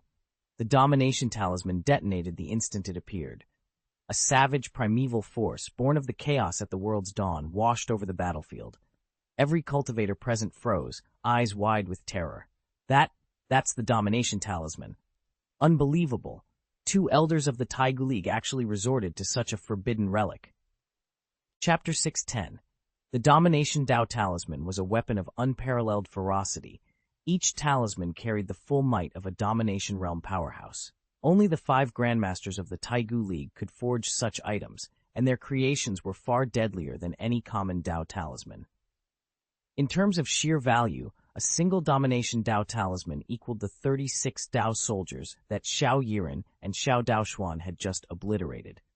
True, it was a one-time use treasure, but if deployed correctly, it could annihilate even a Dao master in the perfection stage, the very pinnacle of power in today's Beihuang Shenzhou. How, then, could one measure its worth by comparing it to ordinary Dao soldiers?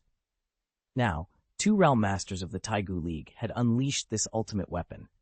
Their eyes blazed with fury, betraying how fiercely they'd been pressed by Xiao Yiren and Xiao Daoshuan, yet in their desperation lay an even greater danger. As they chanted in unison, the domination Dao talisman flared to life, and in a blinding instant, a torrent of chaos divine light erupted, sweeping across the battlefield. Just as the gathered cultivators collectively held their breath, they noticed something inexplicable. The chaos divine light emanating from the dominant Dao talisman inched forward at a snail's pace, barely 10 feet per exhale. What is going on?" murmured one onlooker. All eyes, including those of Hu Ye and the other Taigu League prodigies who had first provoked this confrontation, were fixed on the sluggish beam.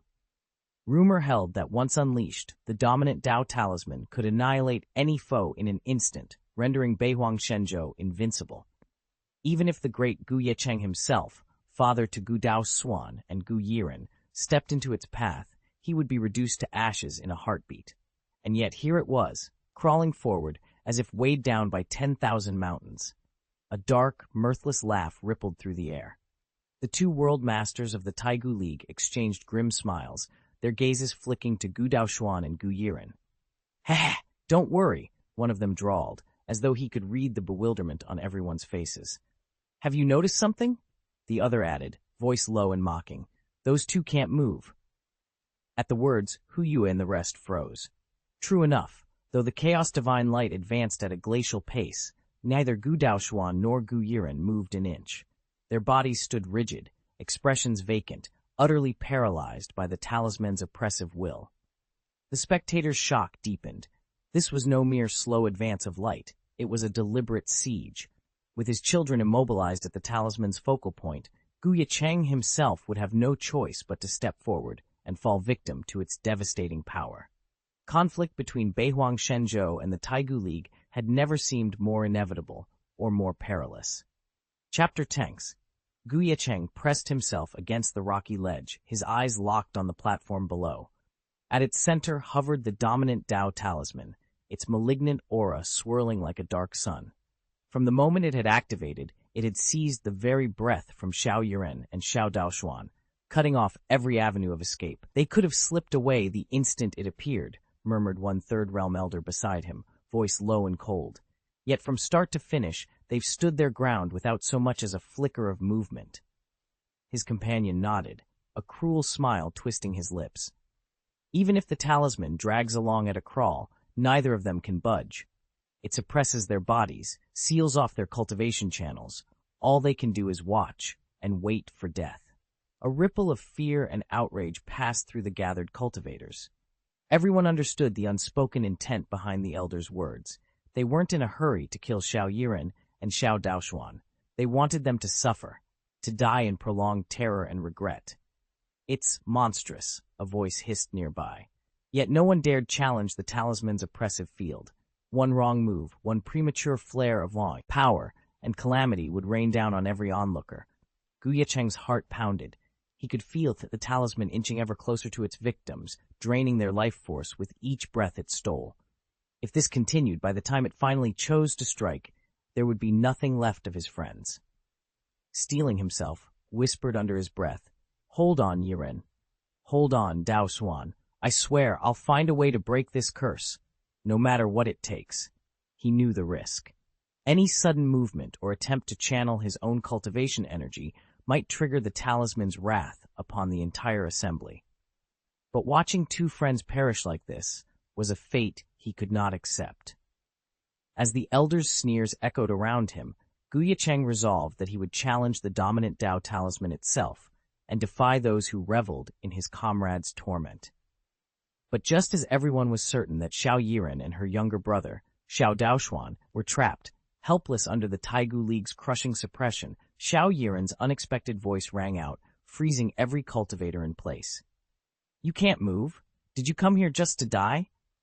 Her tone was deceptively soft, but there was nothing gentle in her eyes. Where once lay warmth and grace, now burned a cold, merciless light. She lifted her chin and faced the Taigu League warriors arrayed before her. "Daoshuan, tell father to come and finish off these beasts." Under the stunned silence, the League's dominance talisman, once thought to hold them in iron shackles, shivered and cracked, utterly powerless. Calmly, Xiao Daoshuan reached into his robe and produced the jade sword talisman that Ye Cheng had entrusted to him. He cradled it between his fingers and whispered, coaxing a ripple of spiritual will from its depths. Thousands of miles away in the War God Academy on Beihuang continent, Ye Cheng sat in meditation. The talisman's awakening cut through his focus like a blade. In an instant, his eyes snapped open, a frigid light dancing across their surface. He had felt the call, and he would answer it. Whoosh! Without a moment's hesitation, Ye Cheng tore off a wisp of his soul and let the primordial sword talisman guide him. In the blink of an eye, he materialized atop its runed surface, unleashing its hidden power. Almost at once, a spectral double of himself solidified, stepping forward to shield Xiaoyiren and Xiao Daoshuan. "Taiku Alliance," he thundered, voice echoing across the courtyard. "I was just about to settle our score, yet here you are, barging onto my doorstep." As his projection took form, Ye Cheng finally pieced together the truth behind this ambush. His eyes hardened to ice as he fixed Hu Yu and her cohorts with a lethal glare. "How is this possible?" he demanded, every syllable laced with fury. "How did Ye Cheng, how did I, appear here out of nowhere?" Every onlooker froze. Even the two realm masters stared in disbelief at the phantom standing before them. Under the domination Dao talisman's seal, no one should have been able to manifest their sword talisman, but here he was, untamed and unbroken. The tense hush that fell over the scene spoke volumes. Explanations could wait. The real battle was just beginning. The moonlight glinted off the domination Dao talismans in the hands of the two realm masters, as did the cold confidence in their expressions. Behind them stood Hu Yue and a dozen other prodigies from the ancient alliance, each radiating the unshakable certainty of victory. "I don't know how you managed to suppress the talisman's true power," the taller realm master said, voice echoing across the courtyard. "But mark my words, the strength of an ancient alliance master is beyond the grasp of an ant like you." His companion stepped forward, eyes sweeping over Ye Cheng's kneeling disciples. "Still," he continued, "we cannot forget your contributions to the northern wilderness divine continent. will spare your students' lives if you surrender the innate killing array and the innate divine fire they wield. A stir ran through the onlookers. The innate killing array and divine fire were legendary artifacts in their own right, forged at the dawn of cultivation history. Ye Cheng's heart ached at the thought of losing them, but he said nothing, aware that any cloud of hesitation would seal his disciple's fate. The first Realm Master tapped a finger on his belt, where a small jade seal hung. "And there's one more thing," he added, voice low and sinister. "We know you've also secured a heaven-stealing divine weapon, capable of overpowering alien titans, plundering their cultivation techniques, and growing stronger for itself. Hand that over as well." The second Realm Master's lips curved into a cold smile. "A treasure of that caliber deserves to be wielded only by the 5 true masters of our alliance. Of course, if you comply, we will reward you generously." Ye Cheng's chest tightened. Every fiber of his being rebelled at the thought of surrendering such priceless legacies. But his gaze flicked to the anxious faces of his disciples, the students he had sworn to protect. Steeling himself, he rose to speak, determination blazing in his eyes. Whatever choice he made next would shape the fate of them all. A translucent space ring materialized before the spectators, its seal shattering under the press of spiritual power. In an instant, the air thrummed with the radiant energy of immortal crystals, and cultivators nearby instinctively backed away, eyes wide in astonishment. Then someone counted, and their faces fell. 100 million immortal crystals? A ripple of derisive laughter spread through the crowd. "You expect to buy the innate divine fire, the innate killing formation, and His Highness Ye Cheng's Zongliantian bell with just 100 million crystals? Absurd. This is blatant extortion. Taiku League really believes they can bully everyone." Despite the uproar, Ye Cheng stood unmoved. Across from him, the 2 Realm Masters exchanged a knowing glance, their arrogance unshaken. Empowered by their dominant Dao talismans, they dismissed his offer as though he were a child haggling over petty goods. After all, in today's northern wilderness divine continent, the 5 masters of the Taiku League were indisputably its mightiest fighting force, and they intended to prove it. Ye Cheng stood calm and silent beneath the stunned gazes of the cultivators. Even the master of the 10,000 Spirits Tower, backed by 4 equally formidable Realm Masters, had never shown such arrogance, yet Ye Cheng paid them no mind. With a simple motion, he drew a slender sword forged from pure spiritual energy. The blade shimmered like moonlight as he leveled it at his 5 opponents. "Master Dao Talisman," he intoned, voice steady. "Fully activate. Strike down the projection of Ye Cheng and his 2 children." A flash of rage ignited in the eyes of the 2 Realm Masters at his side. They roared in unison and poured every ounce of their spiritual power into the ancient talisman at Ye Cheng's feet. Inside the charm, chaotic energies spiraled faster, igniting in a cascade of white-hot light. In the next heartbeat, that raw power burst free in a jagged spear of radiance, hurtling toward their adversaries. Boom! The courtyard quaked under the thunderous detonation, a shockwave of spiritual might ripping through the air and scattering debris in every direction. Yet as the dust and aftershock swirled, Ye Cheng's sword still gleamed, unshaken and poised for whatever would emerge next. The sky convulsed with chaotic energy, billowing like a titanic ocean wave. In the next heartbeat, its fury engulfed Ye Cheng, and the 2 figures standing just behind him, Xiao Daoshuan and Xiao Yiren. Crack! Crack, crack, crack! The Domination Dao Talisman shattered in an instant, sending a rolling mist of chaos coursing over the battlefield. Each tendril of that formidable power pressed down with such weight that the very void groaned and tore apart wherever it passed. Any perfected Dao master, or even an early-stage dominator, would be reduced to ash the moment it struck. The 2 Realma Sters watched in savage delight, their smiles stretching ever wider as they soaked in the scene. "Too bad it was only Ye Cheng's projection," one sneered. "Had his true body appeared, our credit would have been immeasurably greater." Hu Yuo and the others, along with the Realm Master Elder at their side, nodded grimly, accepting what they believed was their victory. But before they could savor triumph, a calm, measured voice cut through the roiling air. "Want more merit points?" Ye Cheng's words drifted down like ice water, freezing them in place. "Are you serious? Their protests died on their lips.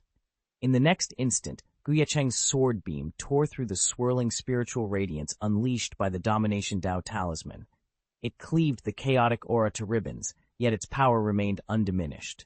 With breathtaking speed, the blade of pure light shot forward, and in less than a heartbeat, it struck the two Taiku League realm masters. Where they once stood, nothing was left but drifting ashes. Chapter 611. In a single heartbeat, the tide of battle flipped, astonishing everyone present. Only moments ago, the two ancient alliance masters had stood triumphant, utterly convinced of their victory. Then, with uncanny speed, Ye Cheng's sword sliced through the air and struck the dominant Dao talisman at its core.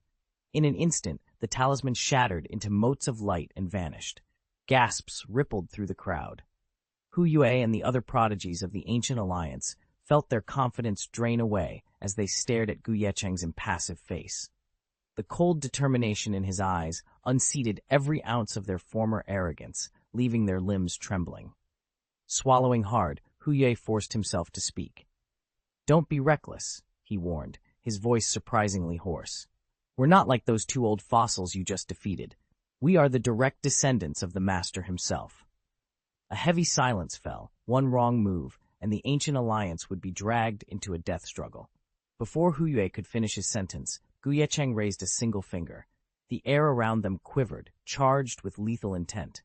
In that suspended moment, all hope of mercy vanished. Only the sharp promise of impending doom remained. Xing! Xing! Xing! Xing! Xing! 5 sword beams blazed from Ye Cheng's fingertips, each one tearing clean through the eyebrows of the 5 Taiga League prodigies arrayed behind Hu Yu. Encouraged by Hu Yu's earlier exhortations, they'd lifted their heads, mouths half open, ready to echo her pleas. But before a single word escaped, dull thuds rang out as each body crumpled, eyes frozen wide in shock. The sight of her comrades' lifeless forms shattered Hu Yu's remaining resolve. With a strangled sob, she sank to her knees before Ye Cheng, tears streaming down her face. "Your Highness Ye Cheng, Senior Ye Cheng, please, have mercy. I'll do anything. Just spare me." Ye Cheng's expression stayed cold and unreadable. He lifted a single finger and flicked, summoning a final sliver of sword chi. The lethal beam punched straight into Hu Ye's dantian. She cried out as her cultivation was ripped away, pouring from her body like water through a broken dam. With her life force drained, she collapsed into a powerless heap at his feet. Hu Ye stared at Ye Cheng in mute desperation. It wasn't death that he feared most. It was that his life had been spared by this man. Stripped of his dantian's spiritual power, he no longer even had the strength to shatter his own soul. What he endured now was a living death. What do you intend to do with me?" Hu Ye's voice cracked. Ye Cheng's lips curved into a cold smile. With a flick of his wrist, a gleaming immortal crystal drifted through the air and landed at Hu Yue's feet. "This is very simple. You once spent 100 million immortal crystals to secure the treasures of my children, didn't you? Now, pick up this crystal and return to the Taiku League." Hu Yue's eyes widened, but Ye Cheng went on. "When you arrive, tell them that I've used this crystal to ransom the lives of their 5 so-called masters. If they're wise, they'll accept the crystal, acknowledge their debt in blood, and willingly face their end, thereby preserving their bloodline and making their final contribution to the world of Shenzhou. But if they hesitate, neither advancing nor retreating, then this crystal will serve as payment for the destruction of the entire Taiku League." A hush fell over the assembled cultivators. Then someone murmured, "Fellow Taoist Ye Cheng is decidedly reckless." Half a day later, at the 3rd gate on the outskirts of the city, where the master of the 10,000 Spirits Tower was stationed, the master watched with a mixture of pride and exasperation as Ye Cheng led his 2 young companions in dispatching the chaos beasts besieging the gate. News of Ye Cheng's feats had already reached him. Not only had he cut down a squad of Taiga League prodigies, but he'd also slain 2 of their world masters, and driven their sole survivor, Hu Yu, into a panicked retreat at clutching a stolen fairy crystal. As the 3rd gate's supreme commander, the master had wasted no time. He had intercepted Ye Cheng and the boys at top speed, arriving just moments after the skirmish ended. Now he extended 3 intricately inscribed Taoist talismans. These talismans each hold a fragment of my one-strike technique, he explained, his tone heavy with resignation. Keep them safe. When the time comes, they'll deal a crippling blow to those 5 Taigu League upstarts. His gaze darkened at the mention of the Ancient Alliance's name. Though his words were measured, the silent fury behind them made clear just how much he despised their reckless meddling. In a one-on-one duel, the master of the 10,000 Spirits Tower could confidently overpower any one of the 5 great masters. Confronting all 5 at once, however, was a different story. Yet when it came to Ye Cheng, his hopes were higher than ever, especially after witnessing Ye Cheng use the projection of his innate sword talisman to suppress a Taoist talisman from the Ancient Alliance. The master's anticipation only grew. Your strength and talent outshine everyone in the northern wilderness, he said earnestly, but now is not the time for rash deeds. You must conserve your energy.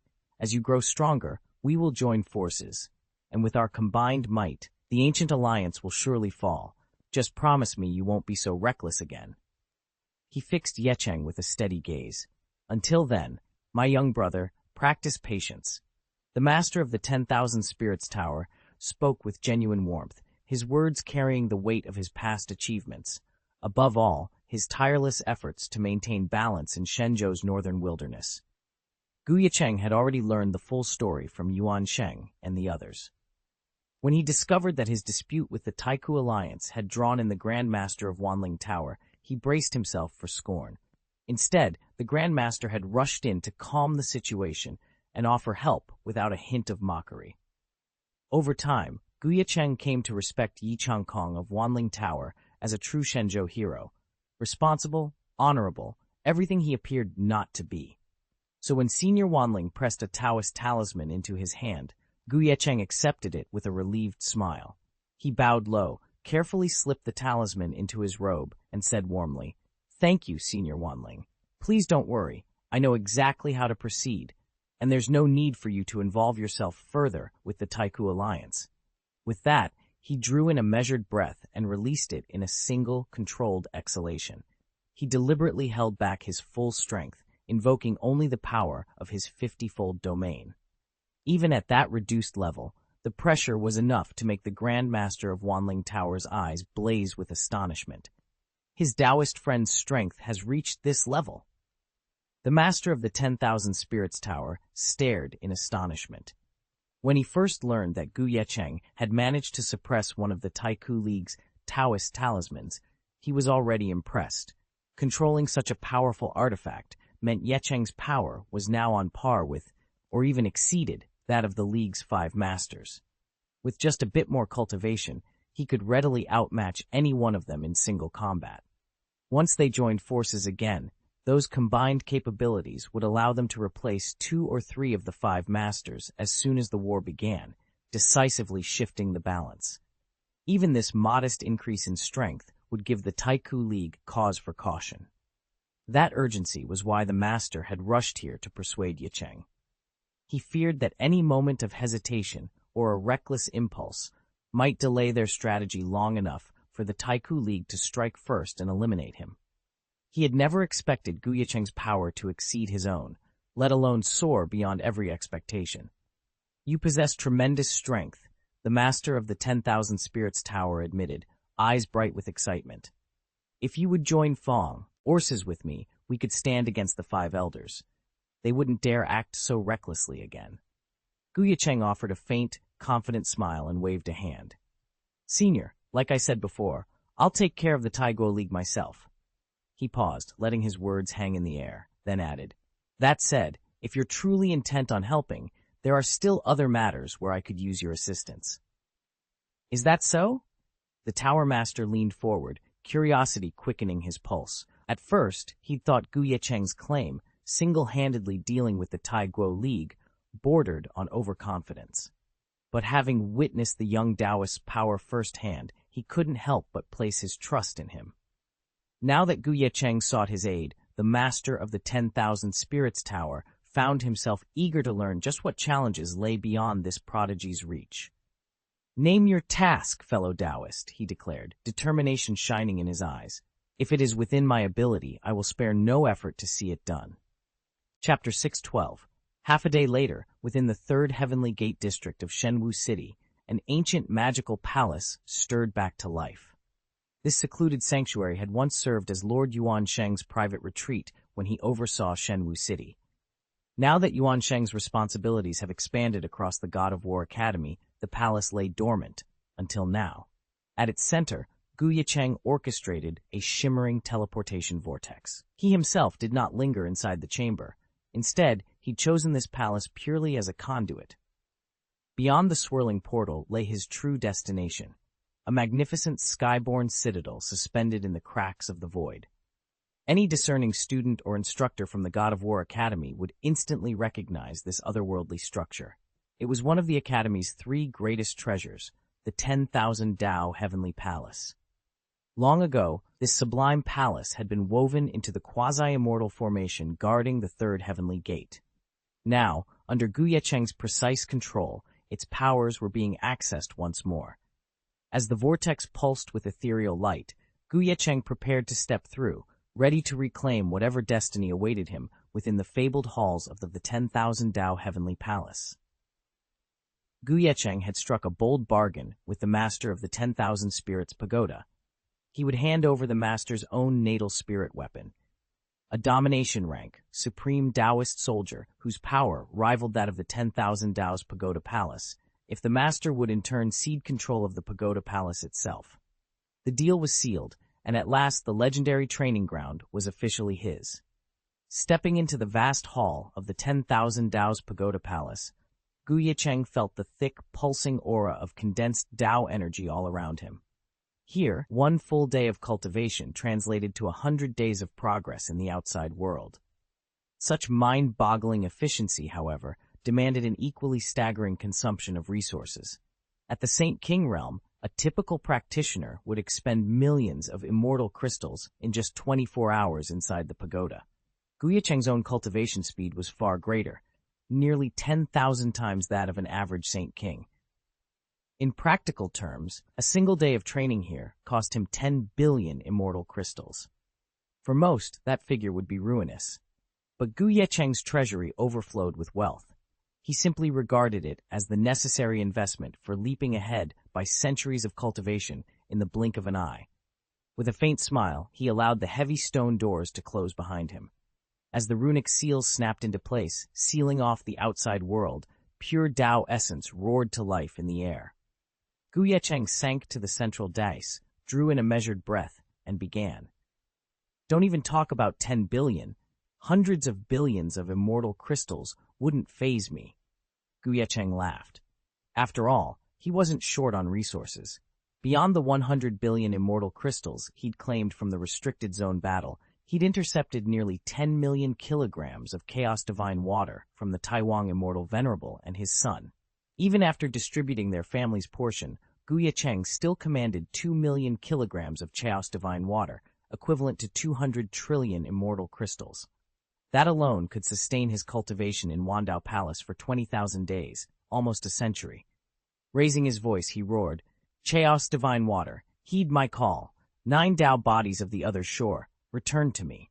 At once, the void before Wandao Palace rippled. A spatial ring shimmered into existence, and torrents of Chaos Divine Water gushed forth, drenching the palace's exterior in a blinding silver light. Simultaneously, the 9 Dao bodies he'd left at the third heavenly gate answered his summons, materializing beside him in a graceful convergence of power. For now, Ye Cheng stood ready, his reserves replenished, and his Dao forms reunited, for whatever trials lay ahead. Ye Cheng had long known that the 9 Dao bodies of the other shore would become the backbone of the third heavenly gate's fighting force, but he'd prepared for every contingency. Beforehand, he had struck a deal with the master of the 10,000 Spirits Tower.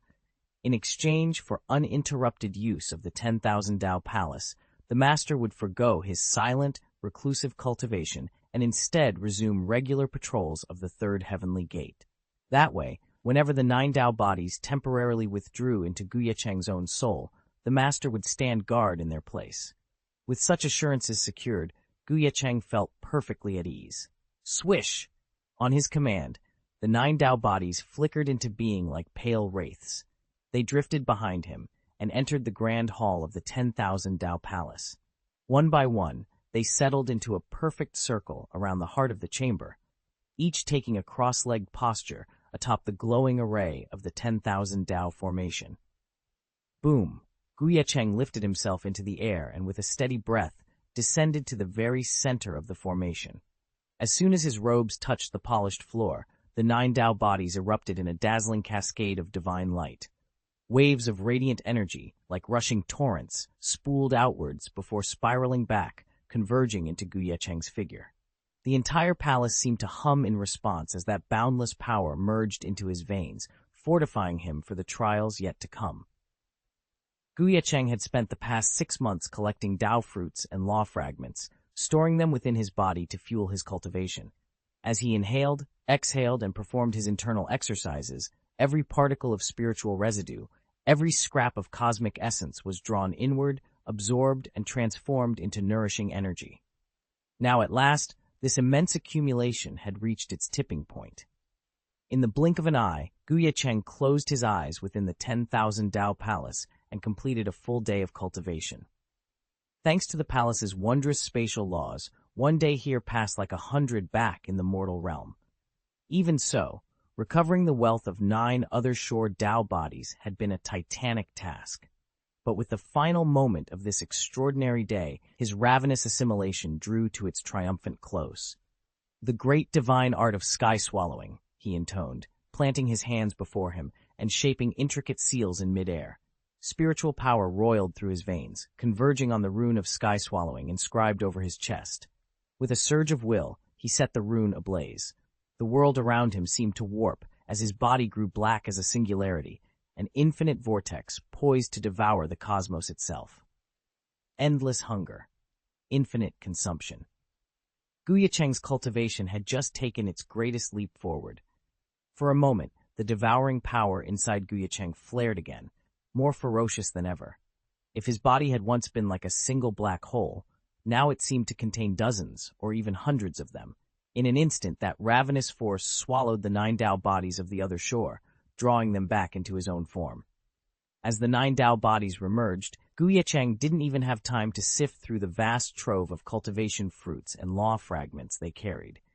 Instead, the purple chi cauldron of all living beings in his dantian reacted first.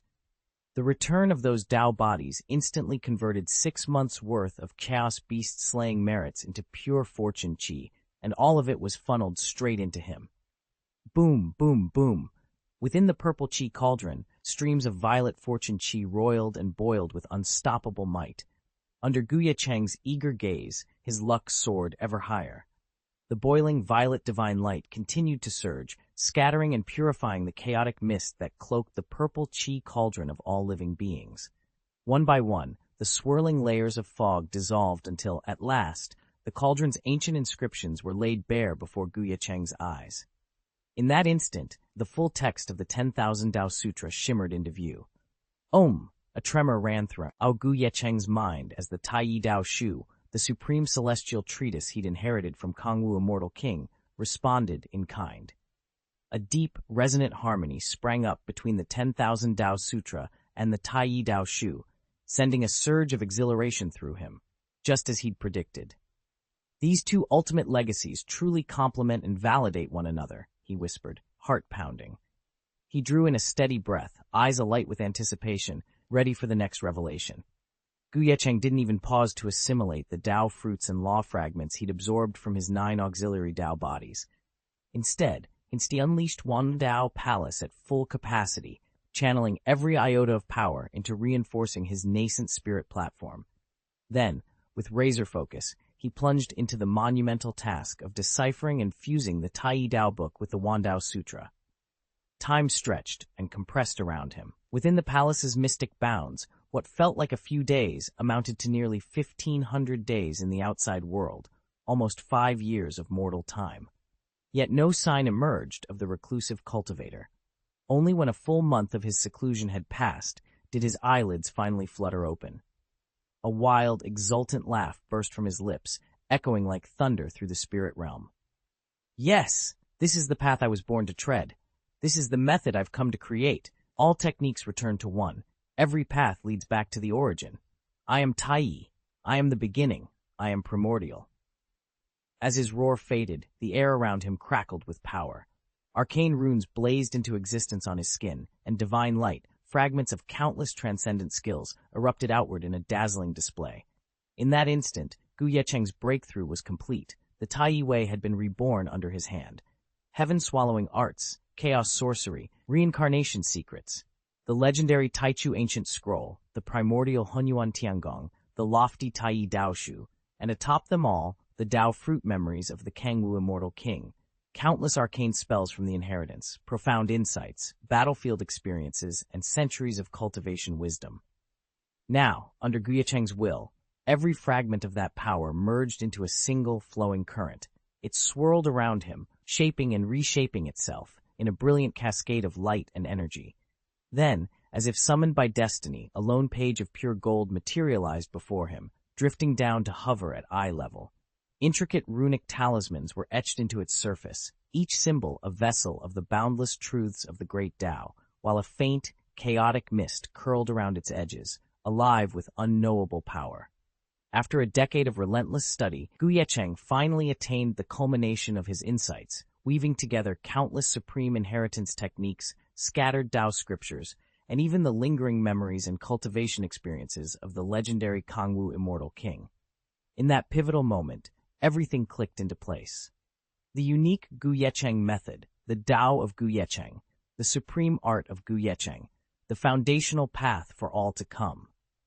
As those words formed in his mind, the golden scripture page he held blazed with brilliant light. It dissolved into his aura, descending into the ocean of his consciousness and merging seamlessly with his soul. This sacred page was two-sided. The front bore the main text of the scripture, while the back was engraved with two talismans, one simple, one intricate, symbolizing Ye Cheng himself and the grand Tao he had manifested through this profound teaching. The seals read Yuan and Shi, which together heralded the true name of his creation, Yuan Shi Tiangong. In the Wandao Palace, time flowed differently. A single day of seclusion there equaled 100 days in the outside world, and a month of retreat nearly matched 10 mortal years. After 10 such years, Ye Cheng finally emerged, and with him came a brand new, supreme technique he alone had conceived, the primordial celestial art. This breakthrough wove together every spell and skill Ye Cheng had mastered, forging them into one peerless inheritance. Its potency and potential eclipsed even the Tai Daoshu, long revered as one of the highest heavenly classics. Under ordinary circumstances, no cultivator, no matter how gifted, could hope to derive such a technique in 10 years, let alone 100, 1,000, or 10,000. Even with Ye Cheng's prodigious comprehension and innate talent, he had been bound by the limits of his cultivation realm. As the saying went, the morning mushroom knows nothing of moon phases, and the well-dwelling frog never glimpses the vast sky. Until now, his status as a quasi-immortal had kept him from reaching true heights. But with the primordial celestial art in his grasp, all those barriers were poised to shatter. No matter how extraordinary Ye Cheng's talent, at best, he could only unlock celestial immortal tier inheritances.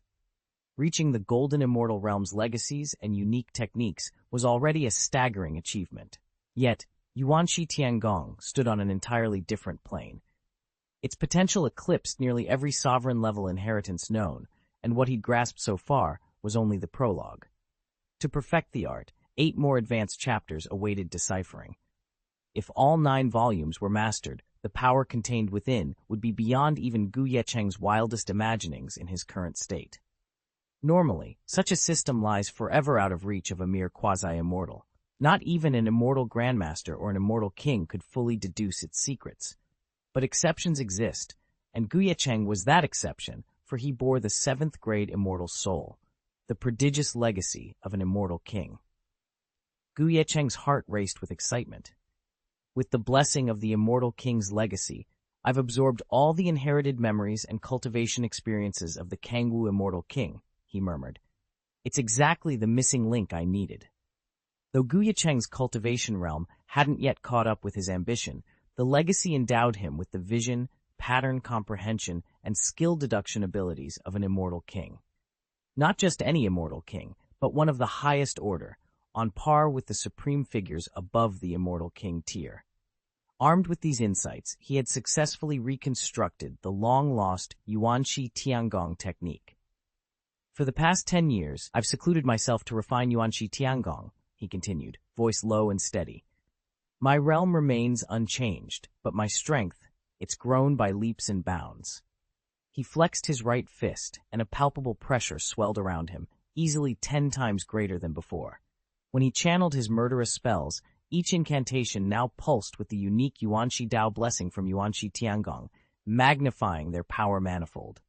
Standing amid the silent courtyard, Ye Cheng closed his eyes, savoring the raw potency that thrummed through his veins. The Immortal King's legacy had bridged the gap between potential and mastery, and he was ready to claim the heights of cultivation that had once seemed beyond his reach. Ye Cheng's heart skipped a beat at what happened next. Activate the Zhuxian sword formation. Summon the Immortal King. He drew in a steady breath.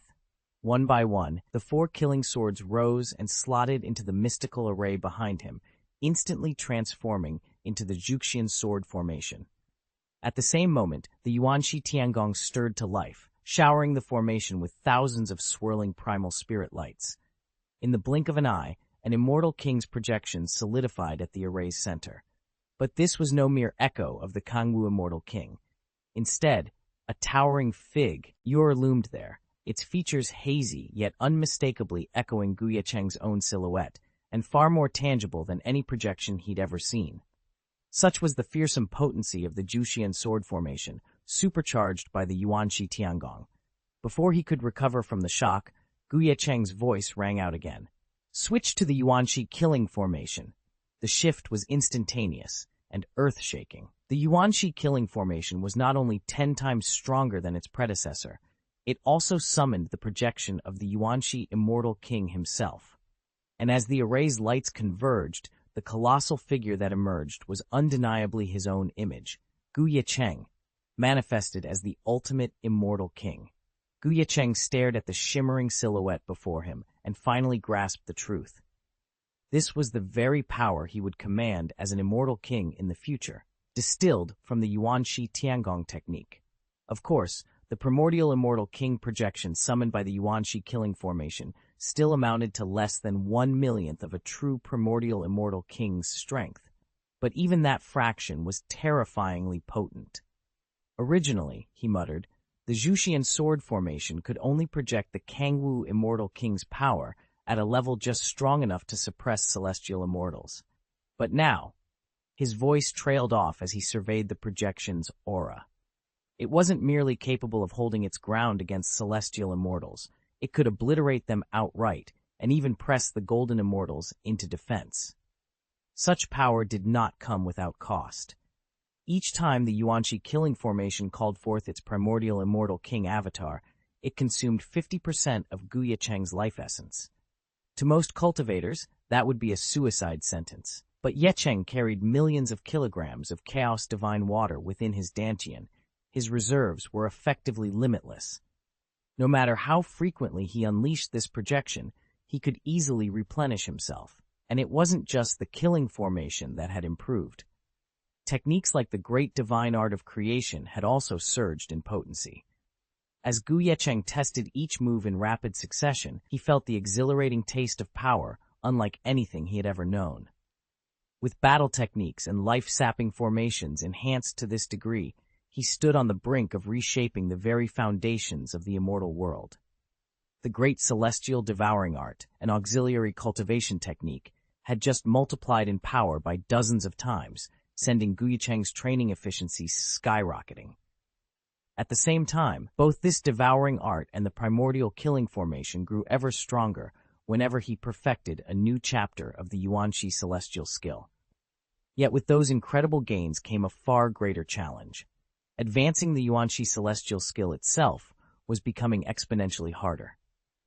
Ye Cheng closed his eyes and reflected on the decade it had taken him.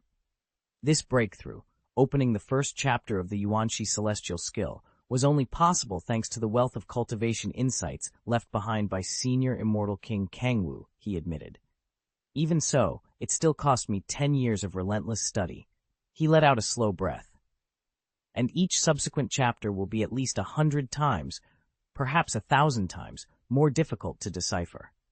What's more, once I progress beyond the bounds of Senior Kangwoo's inherited memories, I'll lose that vital guidance entirely. Though he'd achieved this milestone, Ye Cheng knew the road ahead would be steeper than ever. Without further revelations from the late Immortal King's legacy, he would have to rely on his own ingenuity and endure untold hardship to unlock the deeper mysteries of the Yuanxi celestial skill. If he couldn't draw on the Kangwu Immortal King's Dao Go legacy, Ye Cheng would be entirely on his own, and that meant at least 10,000 years to unlock the first chapter of the primordial celestial craft. Each successive chapter only grew more daunting, the difficulty demultiplied by factors of 10 or more. Even cracking chapter 2 on my own would demand 30,000 years, he muttered. 30,000 years. What did that mean in real terms? With the 10,000 Dao Heavenly Palace boosting his speed 100-fold, he'd still be looking at 300 years of nonstop cultivation. It was staggering, but at least not impossible. Drawing in a slow, steady breath, Ye Cheng forced himself calm. Within his mind's eye, the page of the Yuanxi Golden Book drifted before him. He narrowed his gaze, preparing to immerse himself once more in its inscrutable text. The primordial celestial art is built on the principle of absolute integration, like a vast crucible capable of swallowing and assimilating every law in the heavens, then reshaping them under its own banner. Take, for example, the Zhuxian sword formation. Through the art's power, it was not only restored, but elevated into the far more lethal primordial slaughter formation. Each technique or divine power it absorbs hastens its own perfection. Every conquest accelerates its transformation, raising both its rank and its amplification potential. Ye Cheng closed his eyes and let the art's resonance settle in his mind. Right now, its amplification barely exceeds that of the Tai scriptures, he mused. If I can unlock its second chapter, it will easily surpass Tai, a top-grade celestial tome. And should it progress past the fifth chapter, among the 108,000 chaos scriptures, the primordial celestial art could claim a place in the top 10. Calming the thrill that fluttered in his chest, Ye Cheng settled cross-legged on the ground. With measured breaths, he began to activate the primordial celestial art, ready to usher it into its next stage of evolution. Ye Cheng's vision of the Yuanxi Tiangong mastering all 108,000 Chaos Daoshu still lay a distant dream. Snapping back to reality, he reminded himself that lofty ambitions must be built on a solid foundation. First, I'll reorganize my Taoist base and rebuild it in strict accordance with the Yuanxi Tiangong method, he vowed. When that's done, I'll draw in and integrate every fragment of law I've collected so far, perfecting my Dao domain. With that resolve, Ye Cheng let his awareness sink into his sea of consciousness. The true work of deducing the Yuanxi Tiangong technique was, in essence, the process of fully digesting the seventh-grade immortal heritage, the Xianwang legacy, at the heart of his being. As he absorbed its secrets, the memories inherited from Kangwu Immortal King gradually transformed into his own strength. Deep within his mental realm, a new Dao seed, symbolizing the elusive 100th domain, took root and began to sprout. At the very moment it emerged, however, Ye Cheng felt a profound restraint clamp onto his body, a heavenly and earthly shackle born of cosmic law. By this sign, he knew he had reached the Dao domain, the outermost limit a cultivator can attain before forging an independent microcosm within their own world. And so, standing on the threshold of a new stage, Ye Cheng prepared to break through the final barrier and claim the power of his own small world. Without forging your own pocket universe, no cultivator can ever advance beyond the 100 realms, Ye Cheng murmured, then bowed his head and resumed his secluded cultivation. Far across the vast fairyland, a tremor of startling intensity suddenly shook the heavens. For a long moment, the air itself seemed to crackle with anticipation, until a single, thunderous proclamation rang out. The Kangwu Immortal King's legacy, the Kangwu Immortal Sword, has shattered its seal. Waves of energy rippled through the fairy realm as immortal experts stiffened in shock. Everywhere, cultivators felt the aftershocks of that long-dormant power finally awakening, heralding a change that would ripple through all the realms. Chapter 614. A vast sea of vitality stretched out before them in fairyland. Ye Cheng would have recognized it at once. The same sea of vitality he glimpsed when he unlocked the 7th grade immortal life technique, Immortal King's Legacy. Back then, he'd watched Kangwu Immortal King's inheritance rise from these waters and vanish into the starry sky. This very basin had harbored the Immortal King's secret. Yet now that the legacy had departed, the sea itself had been consumed. Where an ocean once rolled, there yawned only a great hollow. The once thick currents of life force running nearby had grown thin and feeble, as if the world itself had sighed its last. Swish! Stepping through the trees not far from the barren sea, a silent space vortex appeared. A white-robed immortal emerged, her bearing ethereal yet commanding. Behind her followed several young geniuses, men and women alike, each clad in a white robe embroidered with the symbol of the heavenly sword. They paused at the forest's edge, eyes fixed on the hollowed basin. The leader's calm voice drifted on the wind. The Kangwu Immortal King's legacy is gone, but the aftermath remains. We must proceed with caution. The young disciples exchanged glances.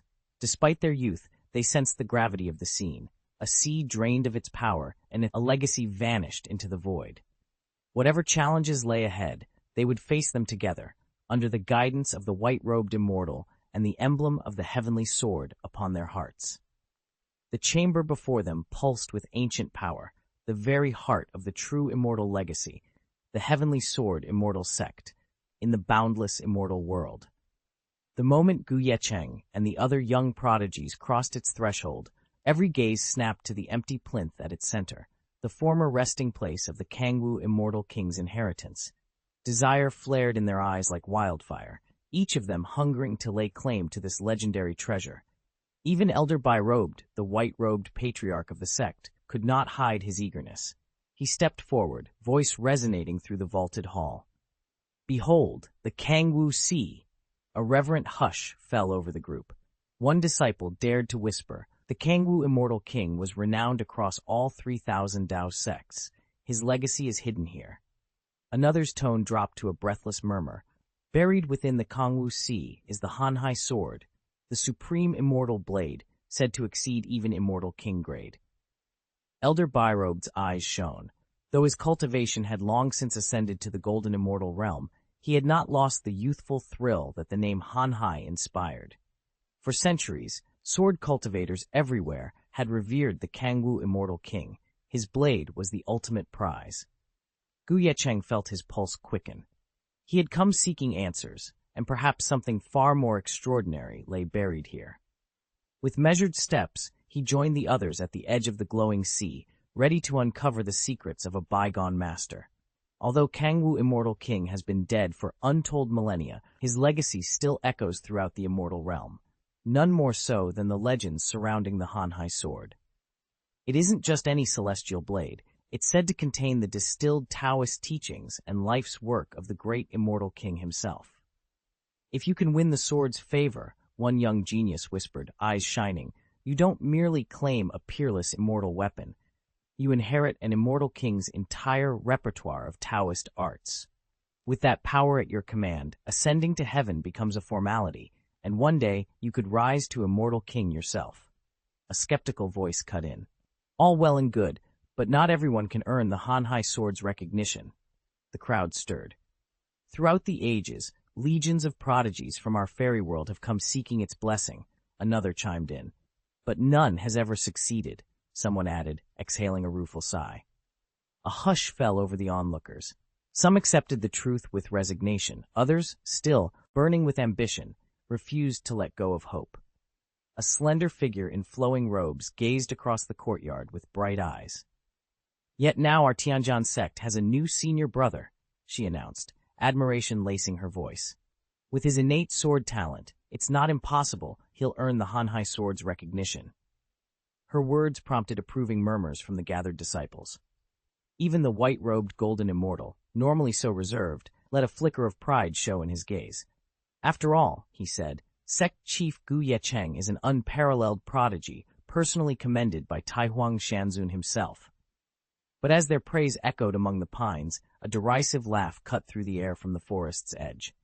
Heads snapped around, faces paling at the unexpected challenge. "The sect chief is no doubt gifted," the mocking voice drawled, "but to think he could win the Hanhai sword's favor. How absurd! Just because Taihuang Xianzun praised him, he imagines he can rival Hanhai's chosen? What about Shenglong Daozi, whom Taishu Xianzun's 13th son bested?" A tense silence fell over the courtyard as the insult lingered. Eyes darted among friends and seniors, anxiety rippling through Tianjian's ranks. Clearly, whoever lurked in the shadows did not share their confidence and was more than willing to sow doubt.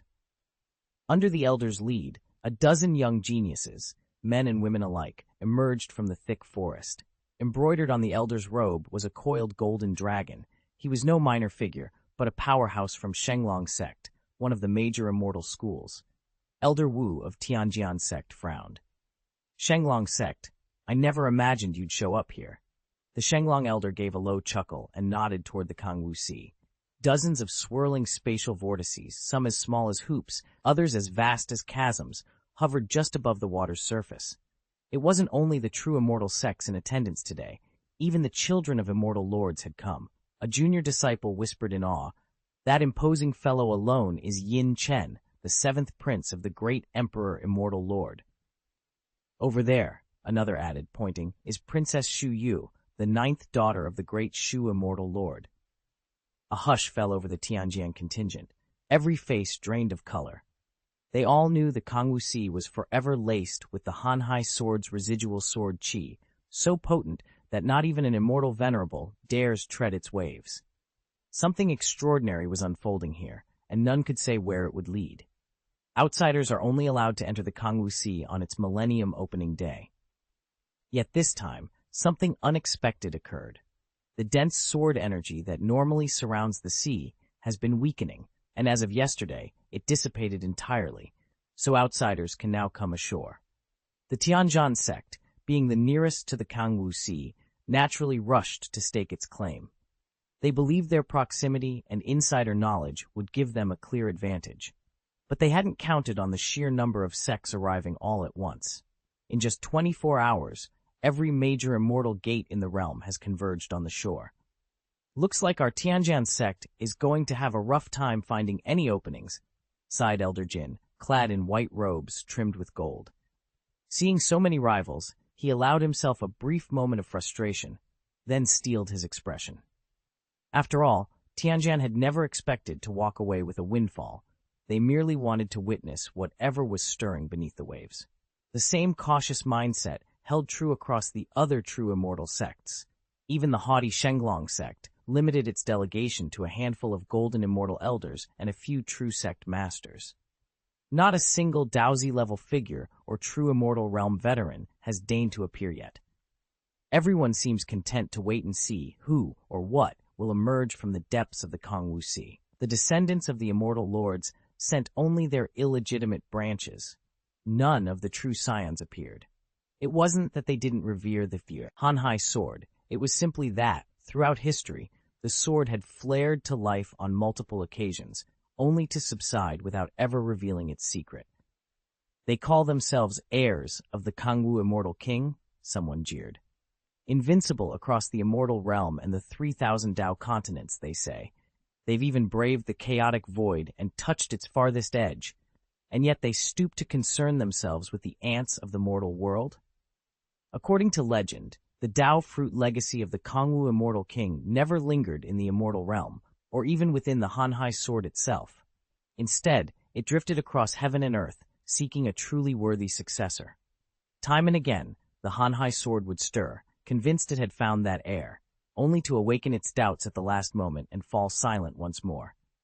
Ages passed, and still its secret remained locked away.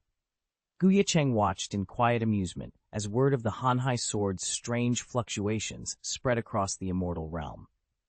From the 3,000 Dao continents to the countless immortal gates, cultivators had grown almost blasé about its unsettling ripples.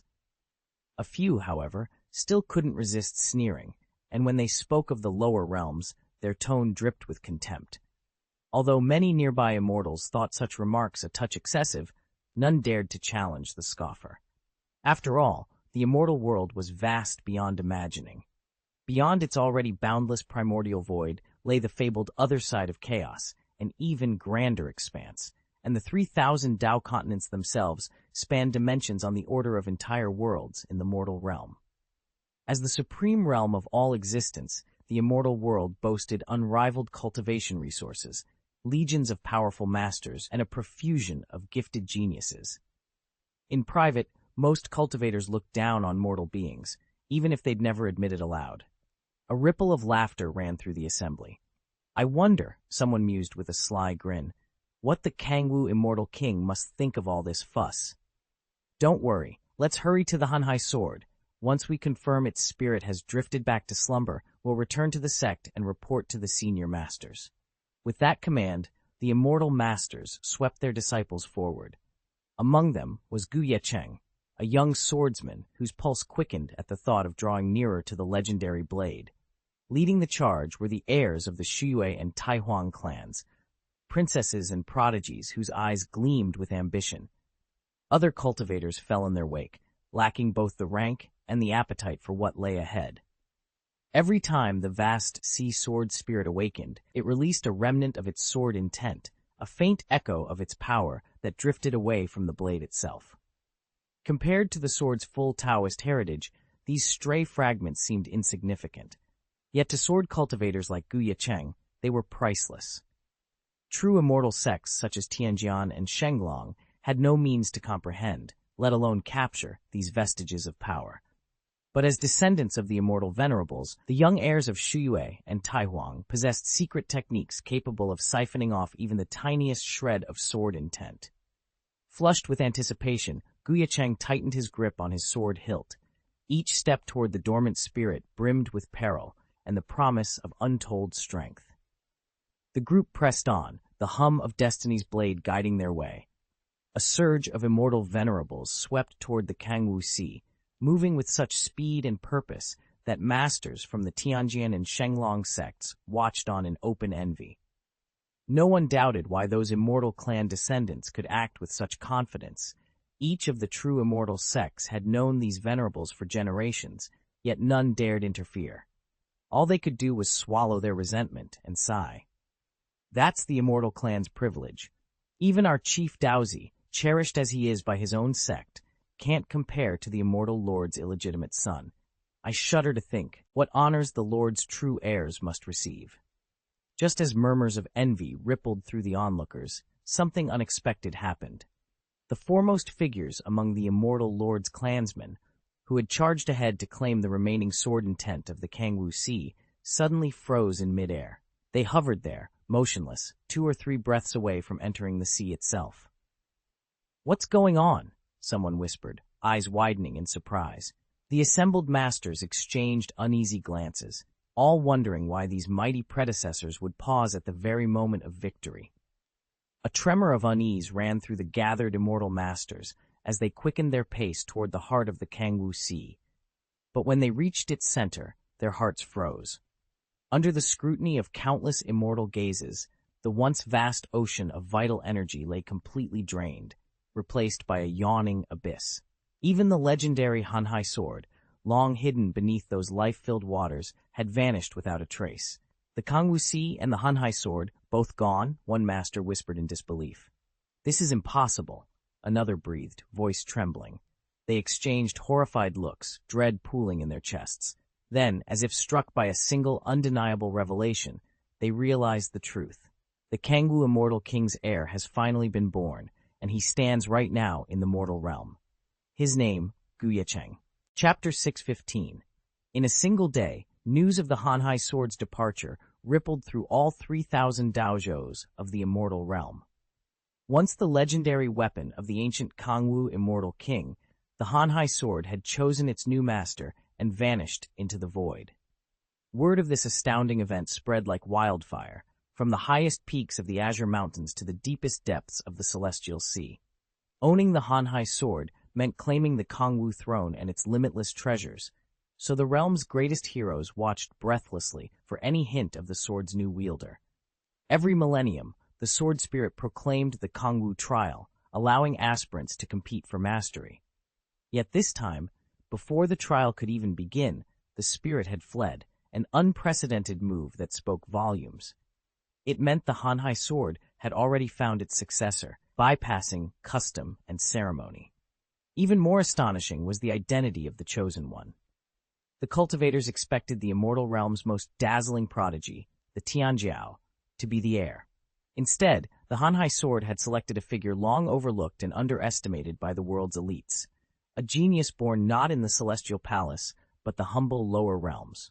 From the mortal foothills of the Nine Worlds arose the new Kangwu heir. "I never imagined a true dragon would emerge from the earthly realms," one elder murmured, disbelief etched on his lined face. "Real dragon? Don't be absurd," scoffed another. "Genuine dragons come from celestial bloodlines, not common soil." Yet the sword spirit's choice was final and unassailable. Whispers swelled into astonished acclaim as even the most skeptical cultivators began to acknowledge the impossible, that greatness could spring from the lowest valley. At the heart of this whirlwind stood Ye Cheng, the undaunted young man whose destiny was now bound to the Hanhai sword and the revival of the Kangwu legacy. The Divine Tao's immortal master has already determined that the vast sea sword merely slipped into the void. It never reconnected with its master. In other words, that outcast from the lower world still isn't qualified to enter the immortal realm. He's far from grown. True, he may need thousands, perhaps tens of thousands of years before he's ready. And remember, immortal King Kangwu slaughtered countless souls across the 3,000 Tao continents. Dozens of celestial sects bear deep grudges against him. If his heir arrives claiming the king's legacy, they might tolerate him if he were already established. But as it stands, he's a pariah on the mortal plane. Do you really think those sects will just let him pass? There's some bias in that view, but it's not unfounded. Whether the king's descendant can ever come into his own, that's a serious question. Exactly. Kangwu's old sect has vanished, and almost every loyalist was hunted down. In the immortal realm, they're virtually extinct. Far below, in the lower world, no sentient being, even Ye Cheng, had the slightest inkling of these celestial deliberations. Even if he knew, he wouldn't have cared. Right now, Ye Cheng sat in deep seclusion within Wandao Palace, fully absorbed in his cultivation. He had just employed the Yuanxi Tiangong to reconstruct his entire foundation from the ground up. Beyond that, he merged every deadly spell and technique he'd ever mastered into the Yuanxi Tiangong, then refined the fusion into 5 distinct volumes of primordial arcane power. Ye Cheng felt a surge of power as each of his core arts underwent a profound transformation. The heaven-devouring divine power crystallized into the primordial devouring technique. The heaven-creating divine power blossomed into the primordial creation technique. The other shore divine power evolved into the primordial immortal technique. The immortal killing formation reshaped itself into the primordial killing formation.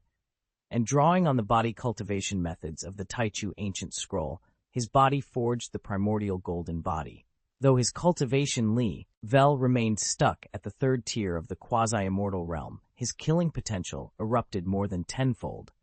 Previously, as a mid-level 3rd tier quasi-immortal, he could effortlessly subdue practitioners of the 1st and 2nd tiers. Now, his destructive force rivaled the very pinnacle of 3rd tier power, and that was far from the limit of Ye Cheng's strength.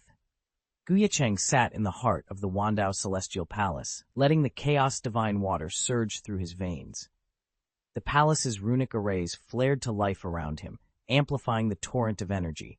A determined spark lit his eyes. "Once I fully absorbed these law fragments," he murmured, "I could break through several more realms, and perhaps even challenge a 4th-level quasi-immortal." Without hesitation, he tapped his storage ring and poured in thousands of kilograms of chaos divine water. The liquid power merged with the palace's core, driving its cultivation arrays faster and deeper than ever.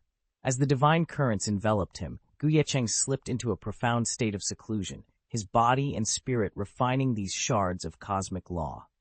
Far away, at the edge of the chaotic sea beyond the northern wilderness divine continent, a gathering of 7 quasi-immortals hovered in the void. Among them were Jusheng quasi-immortal and Qingyun quasi-immortal, accompanied by 5 other eminent figures from the Dongsheng and Xiling divine continents. Their normally impassive faces were etched with frustration. They had come to plunder the legendary forbidden zones of the northern wilderness divine continent, territory said to hold unimaginable treasures and deadly trials. Now, as they exchanged battle reports, an unsettling truth emerged. Every top-tier forbidden zone had already been cleared. Not a single hidden relic or lethal guardian remained unchallenged. A heavy silence fell over the group. Had Ye Cheng's sudden sealing of the Wandao Celestial Palace somehow disrupted the very fabric of those ancient domains? Or was this the result of some greater design at play? Whatever the cause, their once promising hunt for glory had yielded nothing but empty ruins. Now, stranded on the fringe of a silent battlefield, they faced a stark choice: press on into unknown dangers or regroup and reconsider their strategy.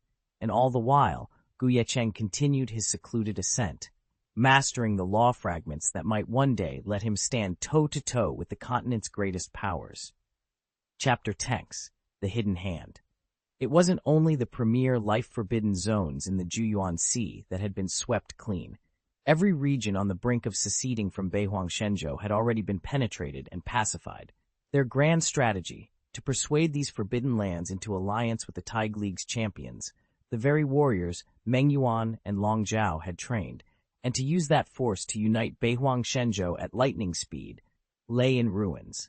Yet the real terror was not the plan's collapse, but the unknown power behind its undoing. "When did Beihuang Shenzhou produce fighters of such caliber?" murmured one elder. "Even the ancient masters imprisoned in the prison city never displayed this level of might."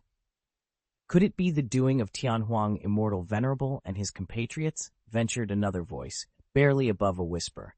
At the mention of their names, the nine-headed lion saint trembled in all its majestic bulk. Each leonine face radiated genuine fear.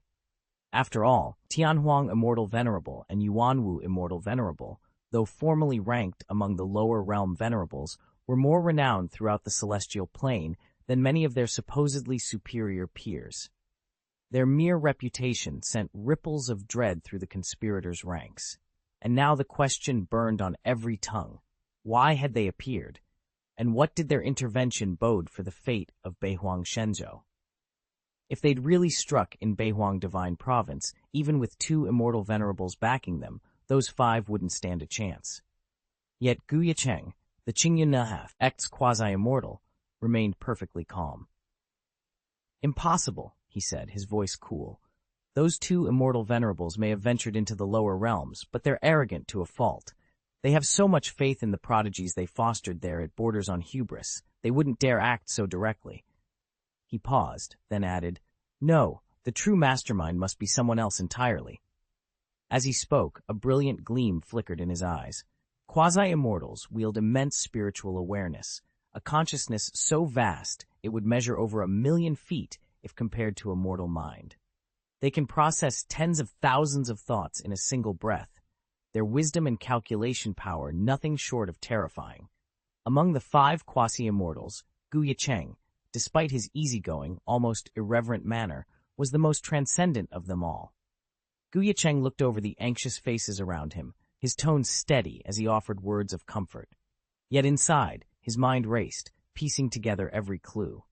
Then, in an instant, his eyes lit up with understanding. "Of course," he said, voice firm. "Back in the immortal realm, I heard that Immortal Master Taiwang has been secretly orchestrating events in Beihuang Shenzhou. His goal? To position his eldest son, the young Lord Taiwang, as a newcomer worthy of inclusion on the immortal roster." He let that sink in, then continued, "The Chaos Race invasion we're facing now isn't a random attack. It's part of Master Taihuang's grand scheme. And that immensely powerful figure who appeared out of nowhere? He's undoubtedly one of Taihuang's pawns, sent here to gather resources, stockpile cultivation essences, and accelerate the young lord's rise in strength." At Ye Cheng's words, the 9 saint quasi-immortals gathered around him stirred from their stunned silence. One elder exchanged glances with the others before nodding slowly. "It can be nothing else," the elder admitted. "Immortal Master Taihuang is pulling all the strings." A tense hush fell over the assembly as they absorbed the enormity of the plot against Beihuang Shenzhou and the peril that lay ahead if Taihuang's plan went unchallenged. The sprawling temple of the Taihuang Immortal Dynasty looms on the outskirts of Beihuang Shenzhou, almost as close as our own Taichu Immortal sect. Given its strategic position, it seems clear that this was no coincidence. The great emperor of that dynasty must have placed his chess pieces here to siphon off the life-forbidden zone's resources. The 9 saints, each a quasi-immortal, fell silent as they mulled over the implications. One by one, their 9 faces registered agreement with quasi-immortal Qingyun's deduction. The destruction of those areas was indeed the work of the great emperor's agents. Yet 3 among them remained grim and unsettled. If the great emperor himself decides to act, one of the solemn trio finally spoke, voice low with apprehension, how do we stand against such power? Chapter 6:16. One of the quasi-immortals tasted bitterness on his lips as he spoke in a hoarse voice. Just think how formidable the immortal lords truly are. With a single thought, they can sift through hundreds of millions of possibilities, unravel the secrets of heaven, and reshape worlds. Dragons and serpents can spring from the earth at their command. Entire continents of Shenzhou can be born or rewritten in an instant. If an immortal lord of that caliber had laid out every detail of Beihuang Shenzhou from the very beginning, there would be no way for us to compete. Another immortal scowled. But it doesn't matter. Taihuang Immortal Lord may be all-powerful, but he resides in the immortal realm. His mind can't linger on Beihuang Shenzhou forever. Frankly, it's a miracle he's even paid any attention. 1 in 10 million chance.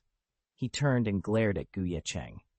If it weren't for you, the native troublemaker from Beihuang, we'd have entered Shenzhou unopposed.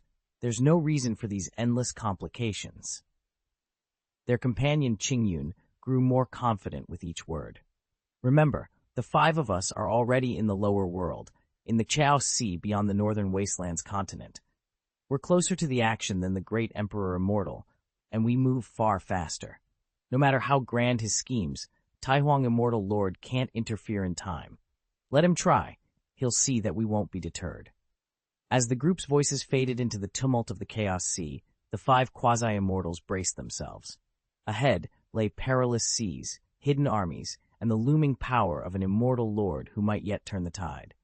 But for now, they had momentum, and Ye Cheng, the upstart native, was the key to disturbing even the greatest of plans.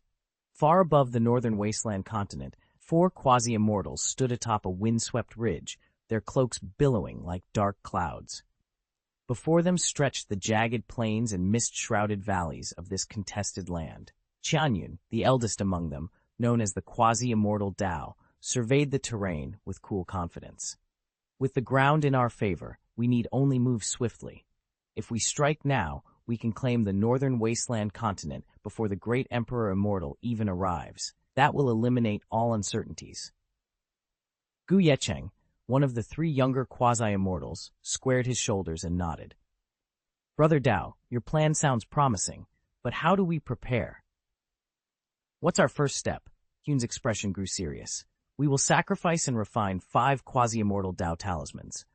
Once the ritual is complete, we'll entrust those talismans to Mengyuan and his companions.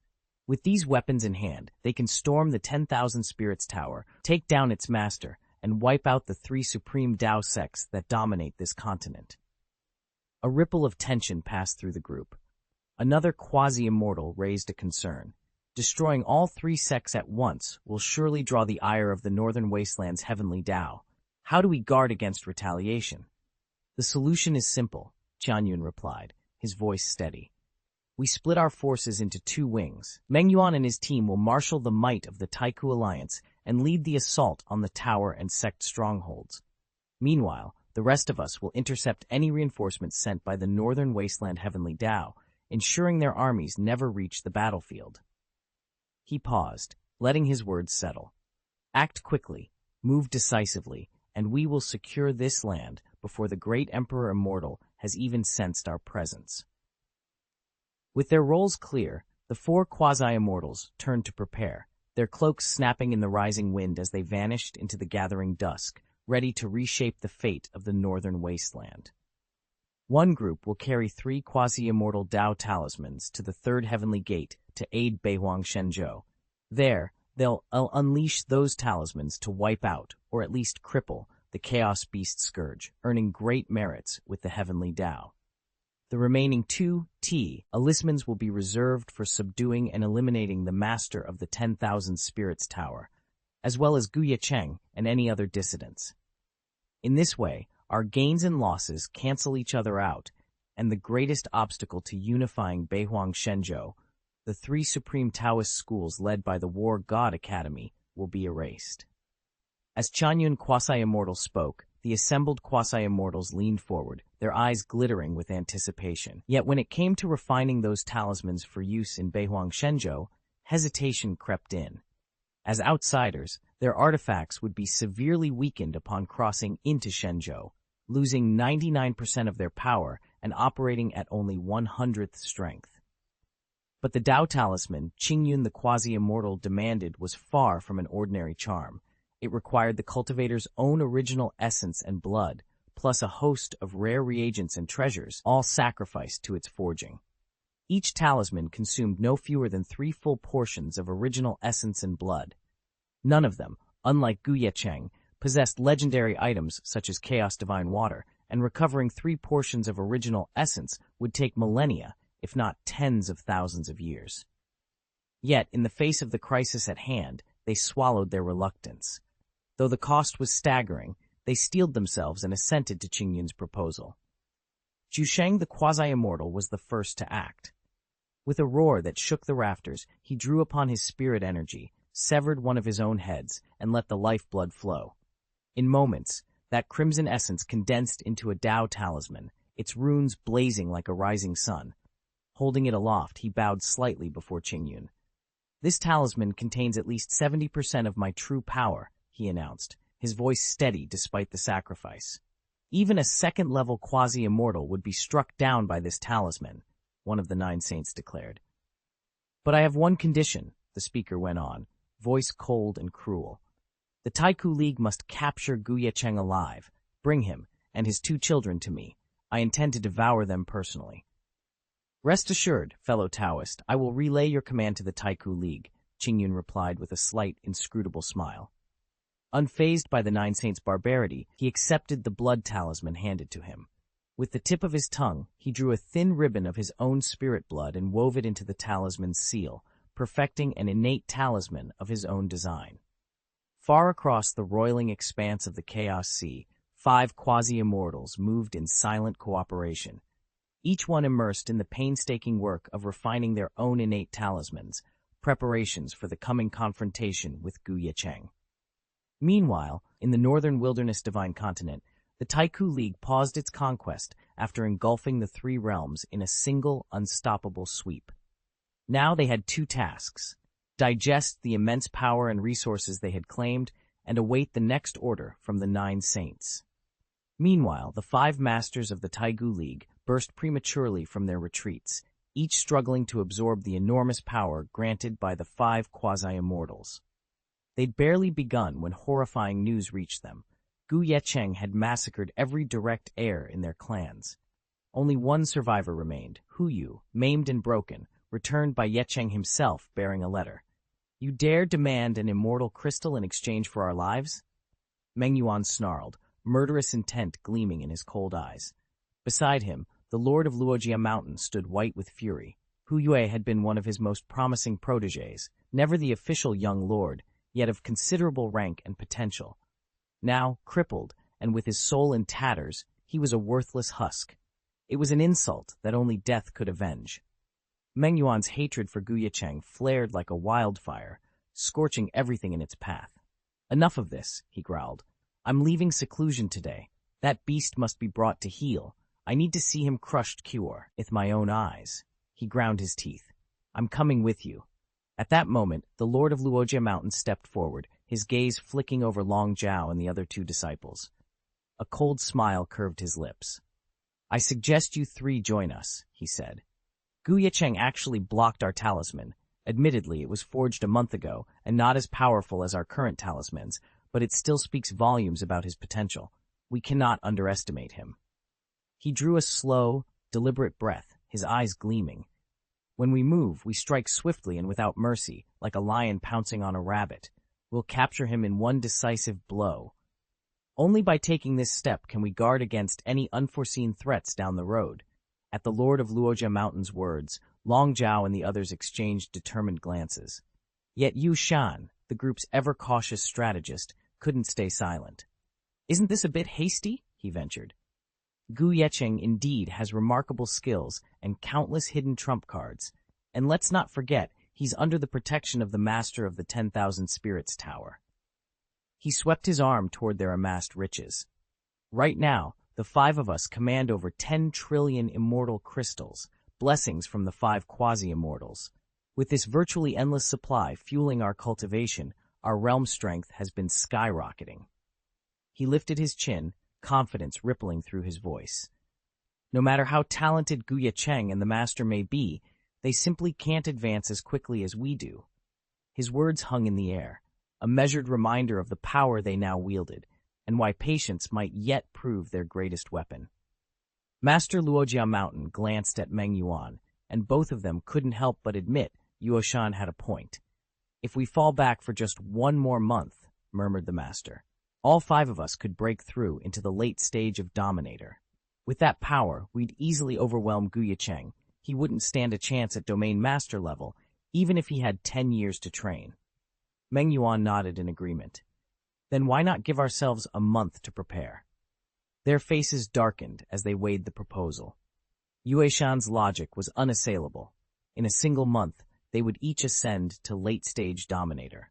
Not only would Ye Cheng be utterly suppressed, but even the Master of the 10,000 Spirits Tower would tremble before all 5 of them united.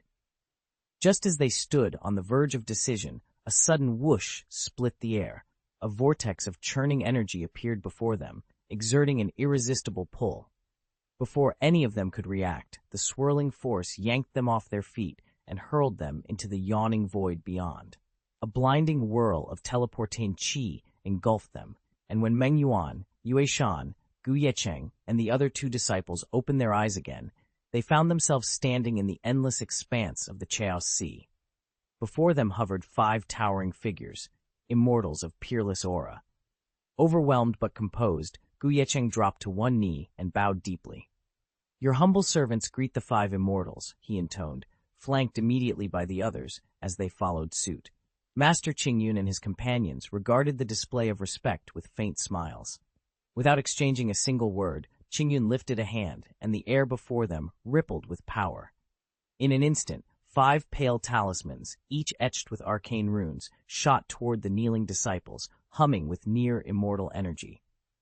At the same moment, Qingyun extended another finger, sending his divine will coursing into their minds. "Enough ceremony. Take these 5 natal talismans. They are refined from the blood and essence of true quasi-immortals. You know how to wield them. I am returning you to your realm now. Within 3 months, you will swallow the entirety of Beihuang Shenzhou beneath your heels. Do you understand your mission?" A stunned silence followed. Meng Yuan's eyes shone with excitement, while cautious Yueshan stared at the glowing talisman in his palm as if it were a STL treasure. Ye Cheng, too, felt his heart hammering at the weight of Qingyun's command. These were no ordinary talismans, but the quintessence of quasi-immortal power distilled into runic seals, gifts born of the immortal's own sacrifice. With one more synchronized bow, each of the 5 disciples sealed their vow. The Chaos Sea's energies swirled around them once more, and in the next heartbeat, they were gone, carried back to the mortal world, 5 fated instruments of destiny ready to reshape an entire continent. Any one of those 5 primordial talismans, once unleashed on Beihuang Shenzhou, could upheave the world. A single talisman would shatter billions of miles of mountains and rivers, turning entire regions into a bloody wasteland. Possessing all 5, there was no reason for hesitation. Even Ye Cheng and the Master of the Wanling Pagoda, let alone 10 of each, could not hope to withstand such near-immortal weapons. They would be shattered, reduced to nothing more than flesh and bone, erased from existence.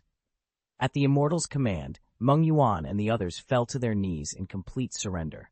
"Yes, we accept your decree," they cried, voices trembling. "Rest assured, immortal, we will serve you faithfully and exceed your expectations." With that, they were handed the 5 quasi-immortal talismans. In an instant, the swirling auspicious clouds coalesced into a transmission vortex.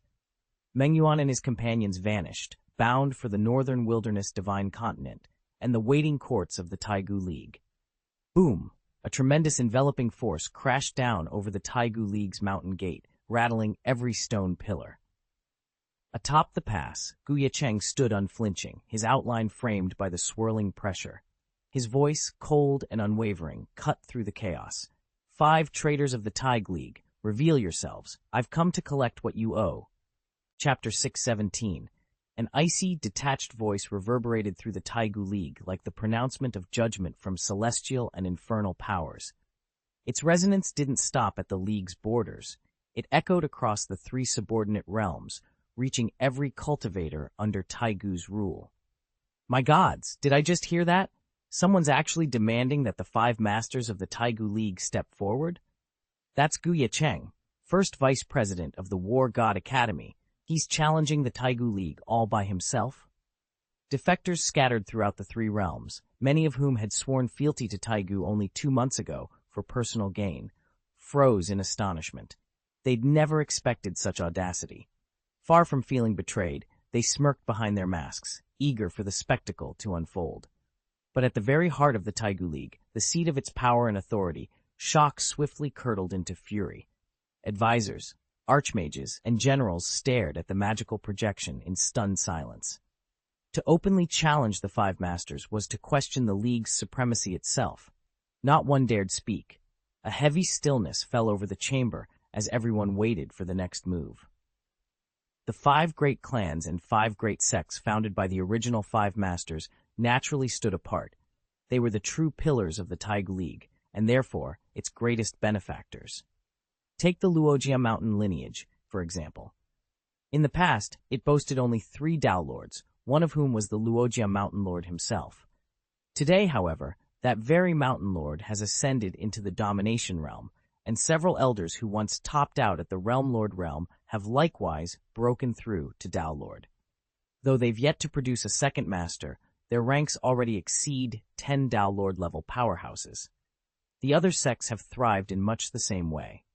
The Python Bird clan, for instance, can now call upon 15 Dao Lords. So when Ye Cheng strode in and demanded that their godlike clan leader show himself, all 15 of those Dao Lords bristled with fury. What an audacious brat, one snarled. How dare you swagger through our Taigu League in such a tone? We'll seize you this instant, throw you into the Wujian dungeon, and make you suffer 1,000 torments for your insolence. Today, you'll pay for what you've done. The first elder of the Python Bird clan, now a perfected Dao Lord with an unshakable foundation, bellowed as he vaulted skyward, 14 fellow Dao Lords whirling in his wake. The vast wealth he'd claimed from 5 quasi-immortals had only amplified his strength, and in his eyes, mid-level masters were little more than pests. As he soared above the Taigu League's mountain gate, his fingers traced a complex seal in the air. He called out, voice rolling like thunder, Python Bird spiritual vein, hear my plea. Awaken the true spirit of our ancestor and eradicate every foe of our clan. At his command, the hidden spiritual vein beneath the pass trembled. Pressing a hand to his chest, the first elder drew up a mouthful of his crimson essence blood and fed it into the sealing formation. In that instant, the primordial power of the Python Bird clan surged upward, ready to unleash its wrath upon Ye Cheng and any who stood with him. Suddenly, under the stunned gazes of every cultivator present, the 3 dominant spirit veins carved into the gate of the Taigu League flared to life. A boundless tide of spiritual energy surged forth, fanning a divine conflagration that coalesced into the spectral shape of a mythical bird. Its avian torso was sleek and proud, but from its rear wreathed a long, python-like tail ringed with grotesque scales and wreathed in a suffocating aura of evil. Bathed in the unstoppable force of those 3 spirit veins, the creature's oppressive power swelled to unimaginable extremes. The Python Bird clan sure knows how to pull out all the stops, someone whispered. And First Elder's handiwork is absolutely terrifying, another voice added. Moments ago, most of the onlookers were ready to mock the Taigu League for overreaching. But now, confronted with this awe-inspiring manifestation by the Python Bird clan's first elder, they fell utterly silent. It was obvious that the elder had already gauged Ye Cheng's capabilities, or at least heard the rumors, and refused to underestimate him. Pride might fuel his ambition, but caution still guided his hand in battle. Chapter 7. The Python Bird's Ancestor Technique. A roar like rolling thunder tore through the clearing as the silhouette of the python bird ancestor coalesced. Its crimson eyes blazed with feral intensity, wings unfurling in a sweep of shimmering feathers that seemed to shred the very air. This was the python bird clan's deadliest legacy, so fearsome that even masters of the perfect realm would buckle before it. "Submit!" snarled First Elder Ganyu, his voice cracking like a whip. With a hiss of spiritual energy, he slapped his palm forward, inscribing an intricate seal in midair. The seal glowed a sickly green, then exploded outward, driving the ghostly python bird toward Ye Cheng with unstoppable force. Most warriors would have fled, most would have tried to dodge. But Ye Cheng stood his ground, eyes calm beneath the assault. He lifted a single hand as the phantom bird swooped in, its beak agape, talons raking spirit energy trails across the sky. "Xianxia swallowing heaven art, swallow everything," he called. In the next heartbeat, a roiling golden vortex bloomed behind him, vast as a setting sun. Its maw yawned wide, crackling with devouring power. Waves of force surged outward, pulling the python bird's phantom into the void as if it were nothing but dust on the wind. The phantom shrieked and thrashed, spirit feathers unraveling before the vortex's hunger. Within moments, the ancestor's form collapsed inward, consumed entirely. Then silence. Elder Ganyu's eyes went wide in shock. Around them, the forest held its breath. Ye Cheng's hand fell to his side. The golden whirlwind winked out, leaving only the faint echo of its power on the humid air. He met the First Elder's gaze coolly. "It's over," he said. For a long moment, no one dared to reply. Then, slowly, the assembled clan members bowed their heads. The challenge had been answered, and Ye Cheng had emerged victorious. With a faint tremor, the phantom of the python bird dissolves and merges into Ye Cheng's body, becoming a hidden reserve of power, poised to be refined and assimilated. The assembled masters gape in shock. What just happened? We combined our strength, and even unleashed the ancestor's projection, a power feared by Perfect Realm experts, yet he simply raised a hand and devoured it in an instant. Even the renowned, sky-swallowing divine art shouldn't be this overwhelming. How is he so strong?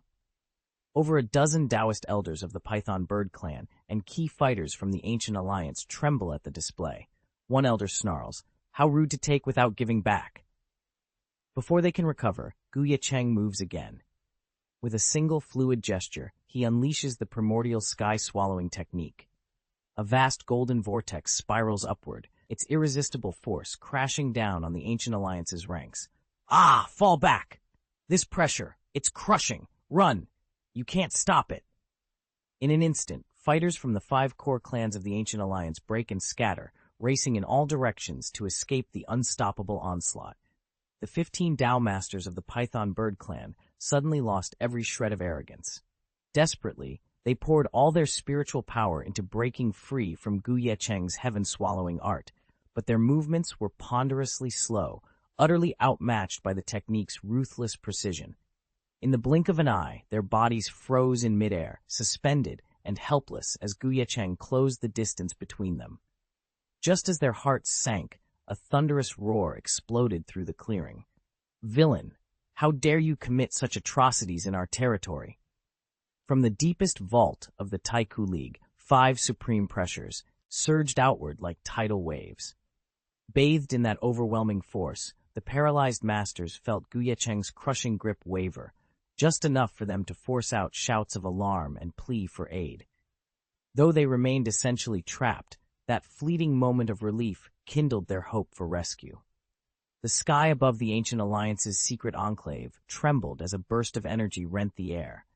Core members who had been suspended in midair, their powers completely suppressed, suddenly felt relief flood back into their limbs. "The Masters of the Ancient Alliance have returned," someone cried. "We're saved. 5 masters are here." Another voice rang out, hope flaring in every heart. At the center of the stunned onlookers stood Ye Cheng, his calm eyes sweeping over the hidden courtyard. A tense silence fell as he faced his adversaries. "Ha!" The lord of the Python Bird clan strode forward, a mocking smile on his lips. Ye Cheng, your tricks won't save you now. Against the combined might of the five masters, you're nothing but an ant. The crowd erupted in laughter and cheers. Fear, once thick in the air, gave way to renewed courage.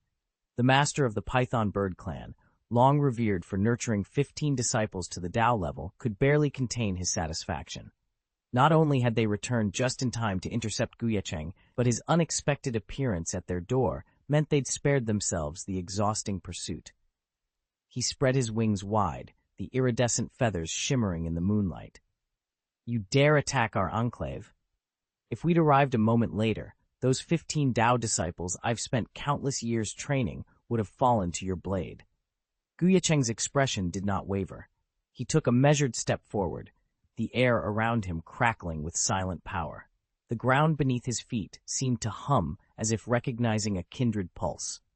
The master of the Python bird clan laughed again, though a flicker of unease passed through his golden eyes. Come, my brothers, show this pretender the fate of those who challenge the ancient alliance.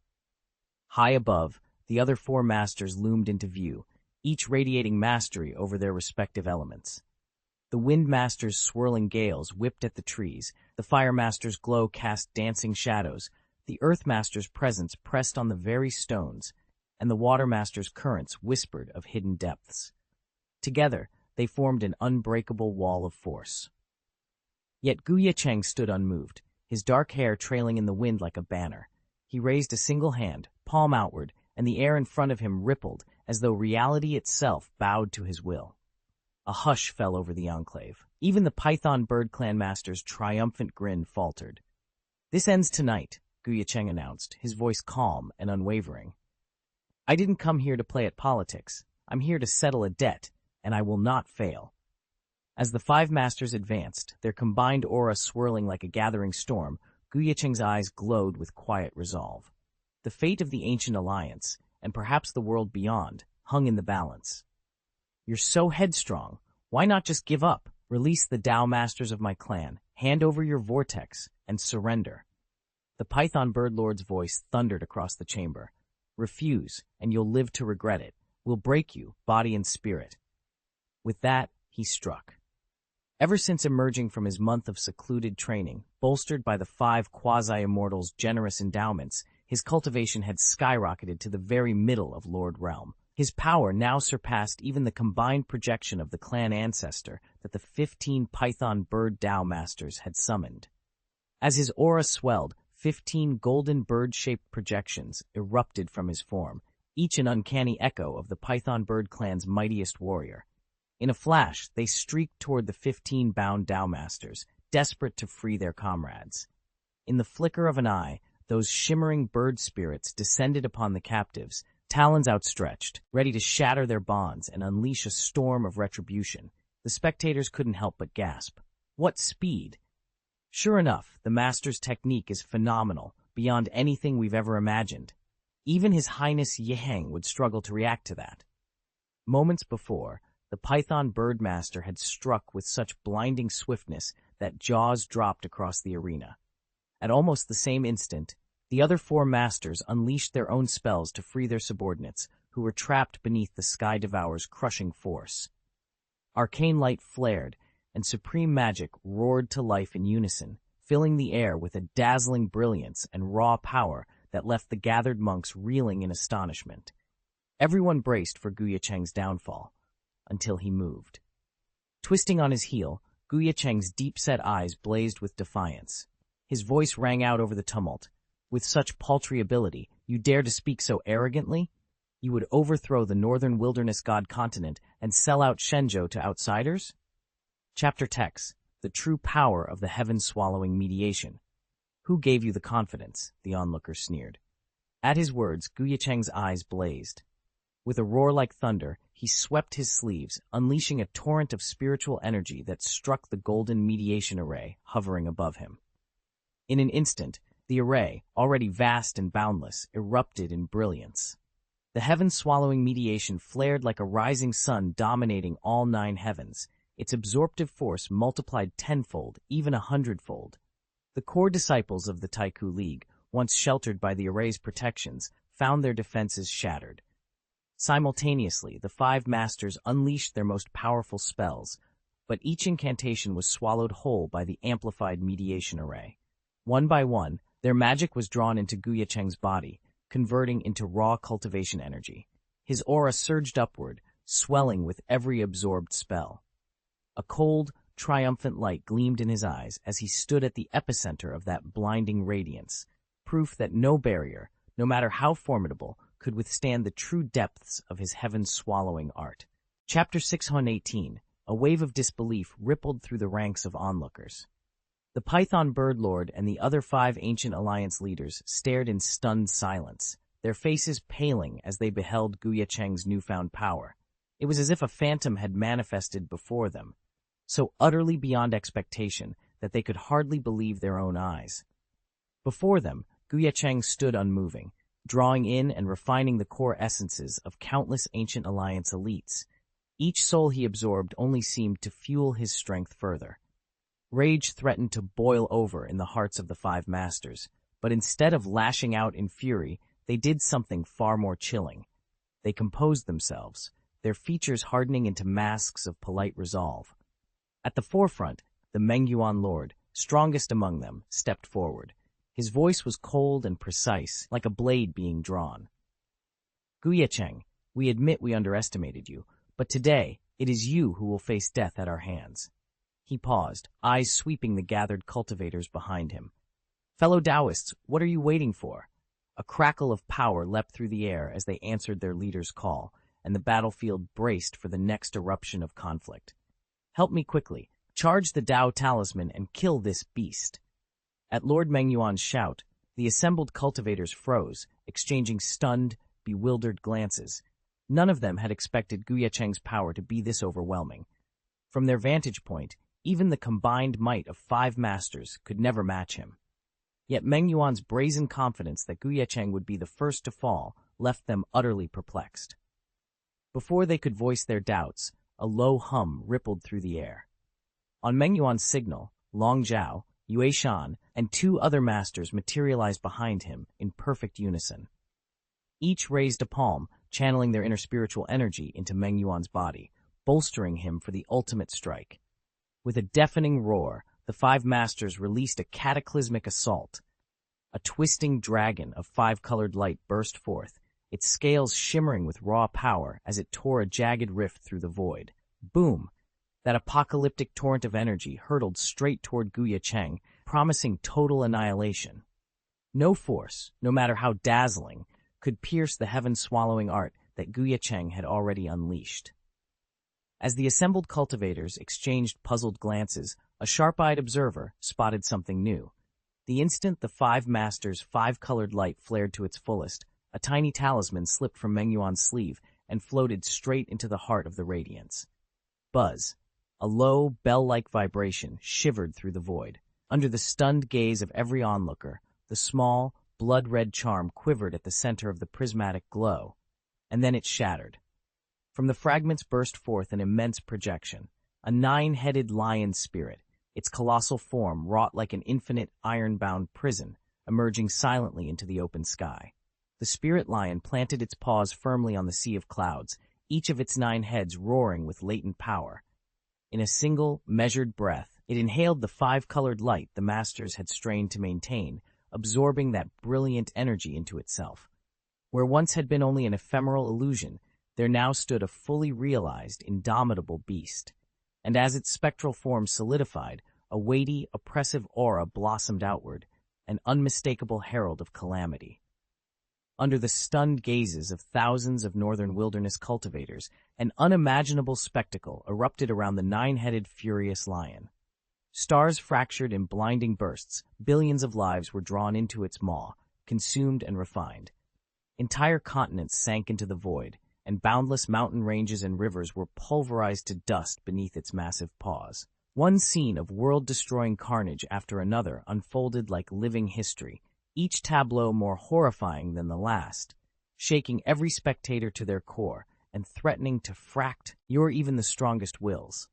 But these were no mere illusions. They were the lion's own battle records, memories of its past conquests, seized by supreme techniques and crystallized into quasi-immortal visions. Here lay the pinnacle of immortal cultivation. A thundering roar rolled out from all 9 heads. I am the 9 Saints quasi-immortal, the supreme sovereign beneath the throne of Taikshu, direct disciple of the immortal venerable. From him I received the great world destruction true secret, hidden within the Chaos Tao book. As the final vision dissipated, the lion's glare swept over the crowd. You lowly mortals of the lower world, it sneered, are nothing but ants before me. At that moment, a single figure stepped forward through the ranks. Ye Cheng's robes billowed in a sudden gust of wind, his expression serene yet resolute. Cultivators around him drew in a collective breath, for all sensed that the true reckoning was about to begin. When will you bow before me? With those words echoing through the air, the 5 masters poured every ounce of their strength into activating their most potent relic, one of the 5 quasi-immortal talismans. Sealed within it was the blood-sacrificed head of a 9 Saints quasi-immortal, an offering so profound that it carried 70% of the original Saint's power, even granting access to the Saint's immortal techniques. No sooner had the projection of the 9 Saints quasi-immortal spoken than a second, even grander vision bloomed behind him. The very image of the northern wasteland continent unfolded, only to be torn asunder beneath the crushing foot of a titanic 9-headed lion, its eyes burning with wrath. As the continent splintered into drifting shards, its countless denizens, beasts and mortals alike, filled the skies with terror-stricken cries. Some shut their eyes, resigned to doom. Others fled in frantic desperation. And amid the chaos stood Ye Cheng, his blade flashing in frantic arcs as he threw himself at the monstrous lion, determined to bring it down at any cost. All of the 5 masters' attacks proved utterly futile. Like an ant striking a mountain, not a single blow even grazed a single toenail of the 9-headed angry lion. On the contrary, their weapons were crushed to pulp beneath the beast's colossal foot. Then came the roar, a deafening roar that shook the very air across the battlefield. Even the northern wilderness heavenly Tao seemed to wail in despair. In that moment, the 3,000 great paths and the countless cosmic laws all faltered, growing weak and stagnant. No force remained to aid the cultivators of Shenzhou, least of all Ye Cheng. This is a quasi-immortal talisman, someone stammered. A quasi-immortal talisman that summons a quasi-immortal projection. A wave of shock crashed through the northern wilderness ranks. Every cultivator's gaze snapped upward to the sky, where the 9-headed lion loomed in supreme, unshakable majesty. Quasi-immortal, an existence beyond Tao-level cultivation, a power that should live only in legend or the upper realms. Yet here it stood, materialized by the combined might of the 5 masters of the Taigu League, ready to unleash its wrath. No wonder the 5 masters are so arrogant and so powerful. They really do have that much confidence.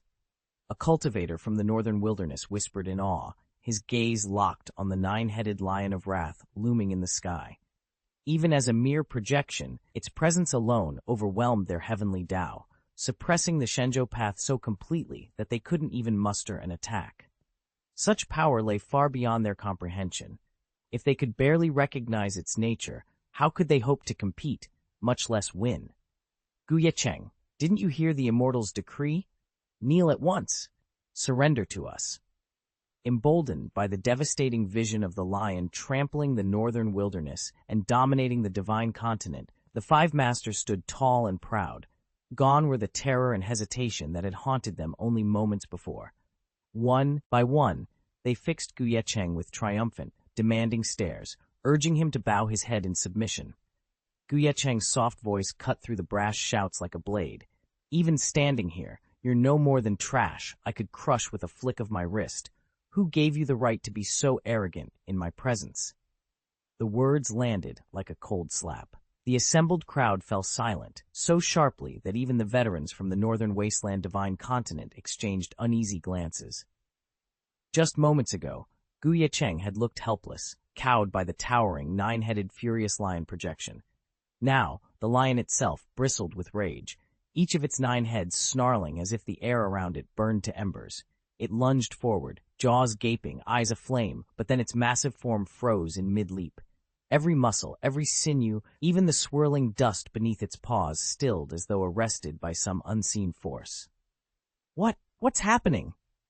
One of the lion's heads bellowed, its voice echoing a mixture of rage and panic.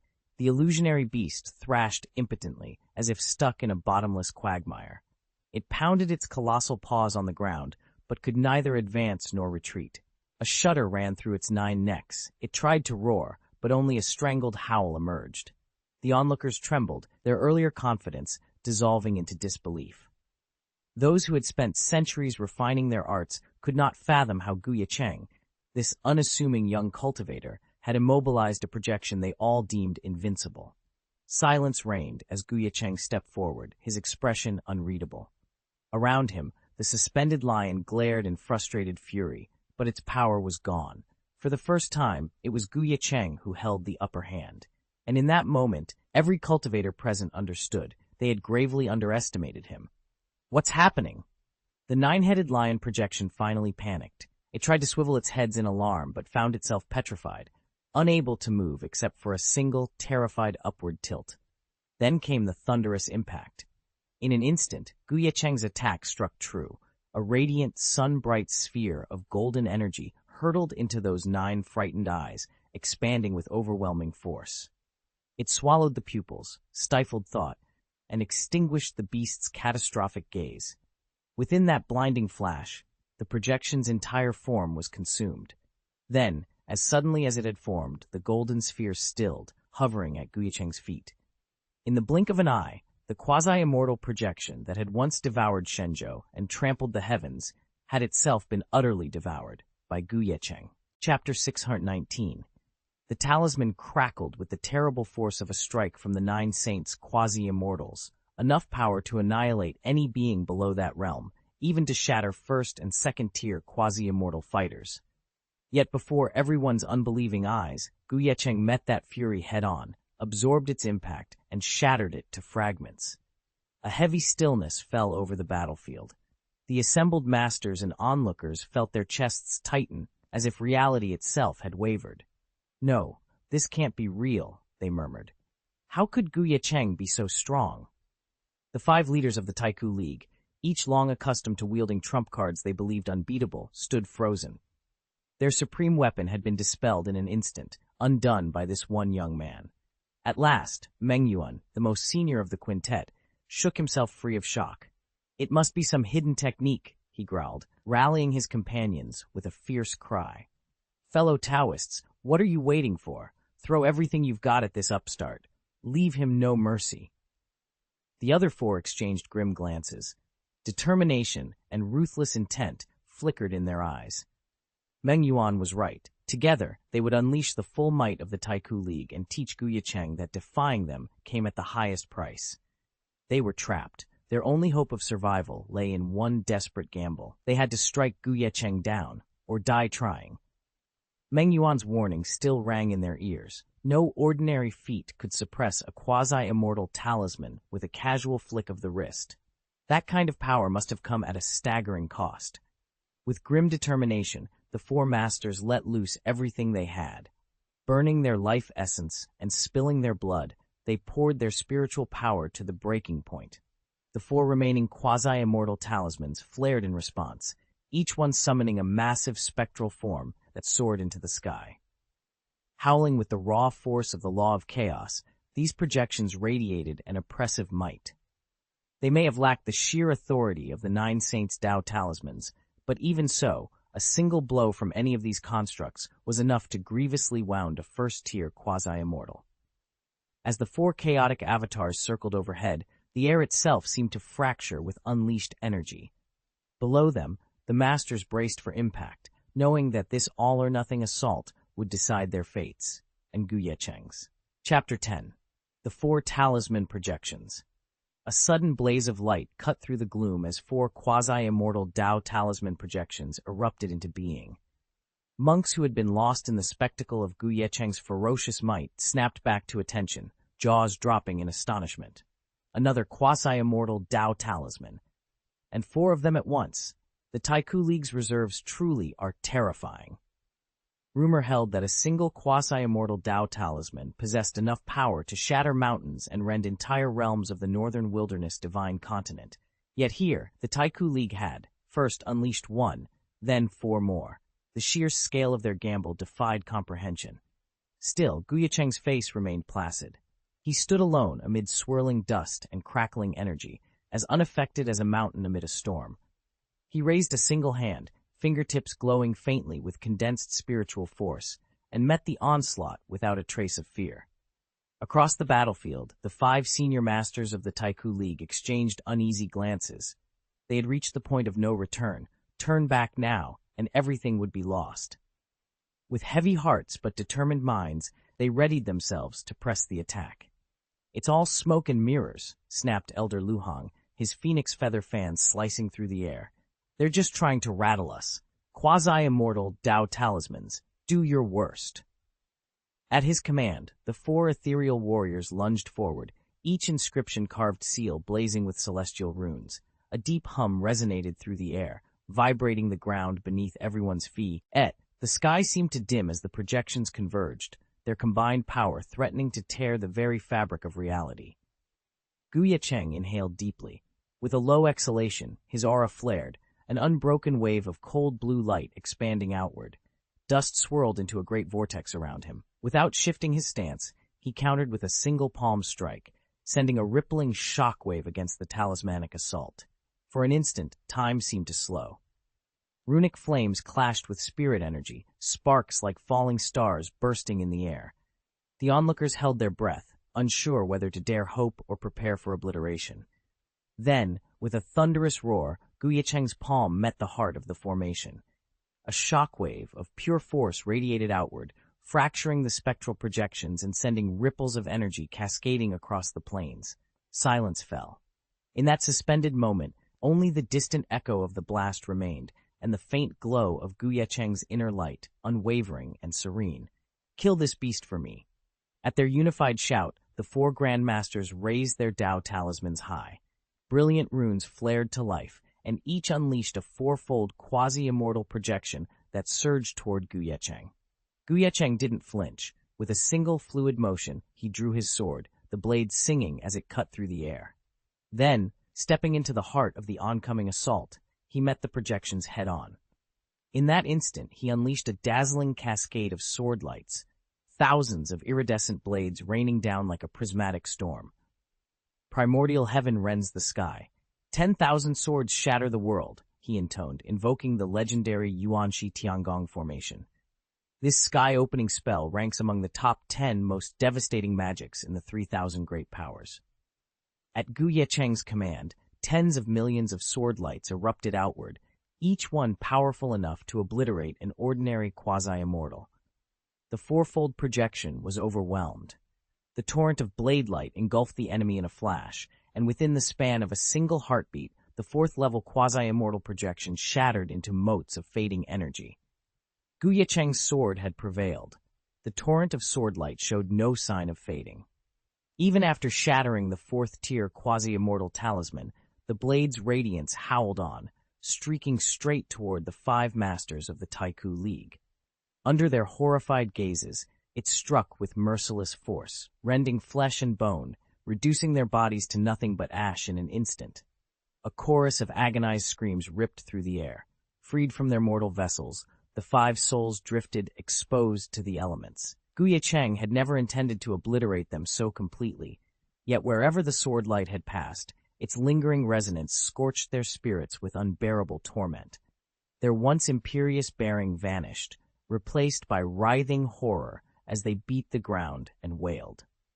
Across the battlefield, countless cultivators of the northern wilderness stared in stunned disbelief. Each of these masters was a pinnacle figure in their world, top of the pyramid among cultivators, yet now, in the flash of a single attack, they lay broken and howling. In the entire realm of Beihuang Shenzhou, no order inspired as much dread as the 5 masters.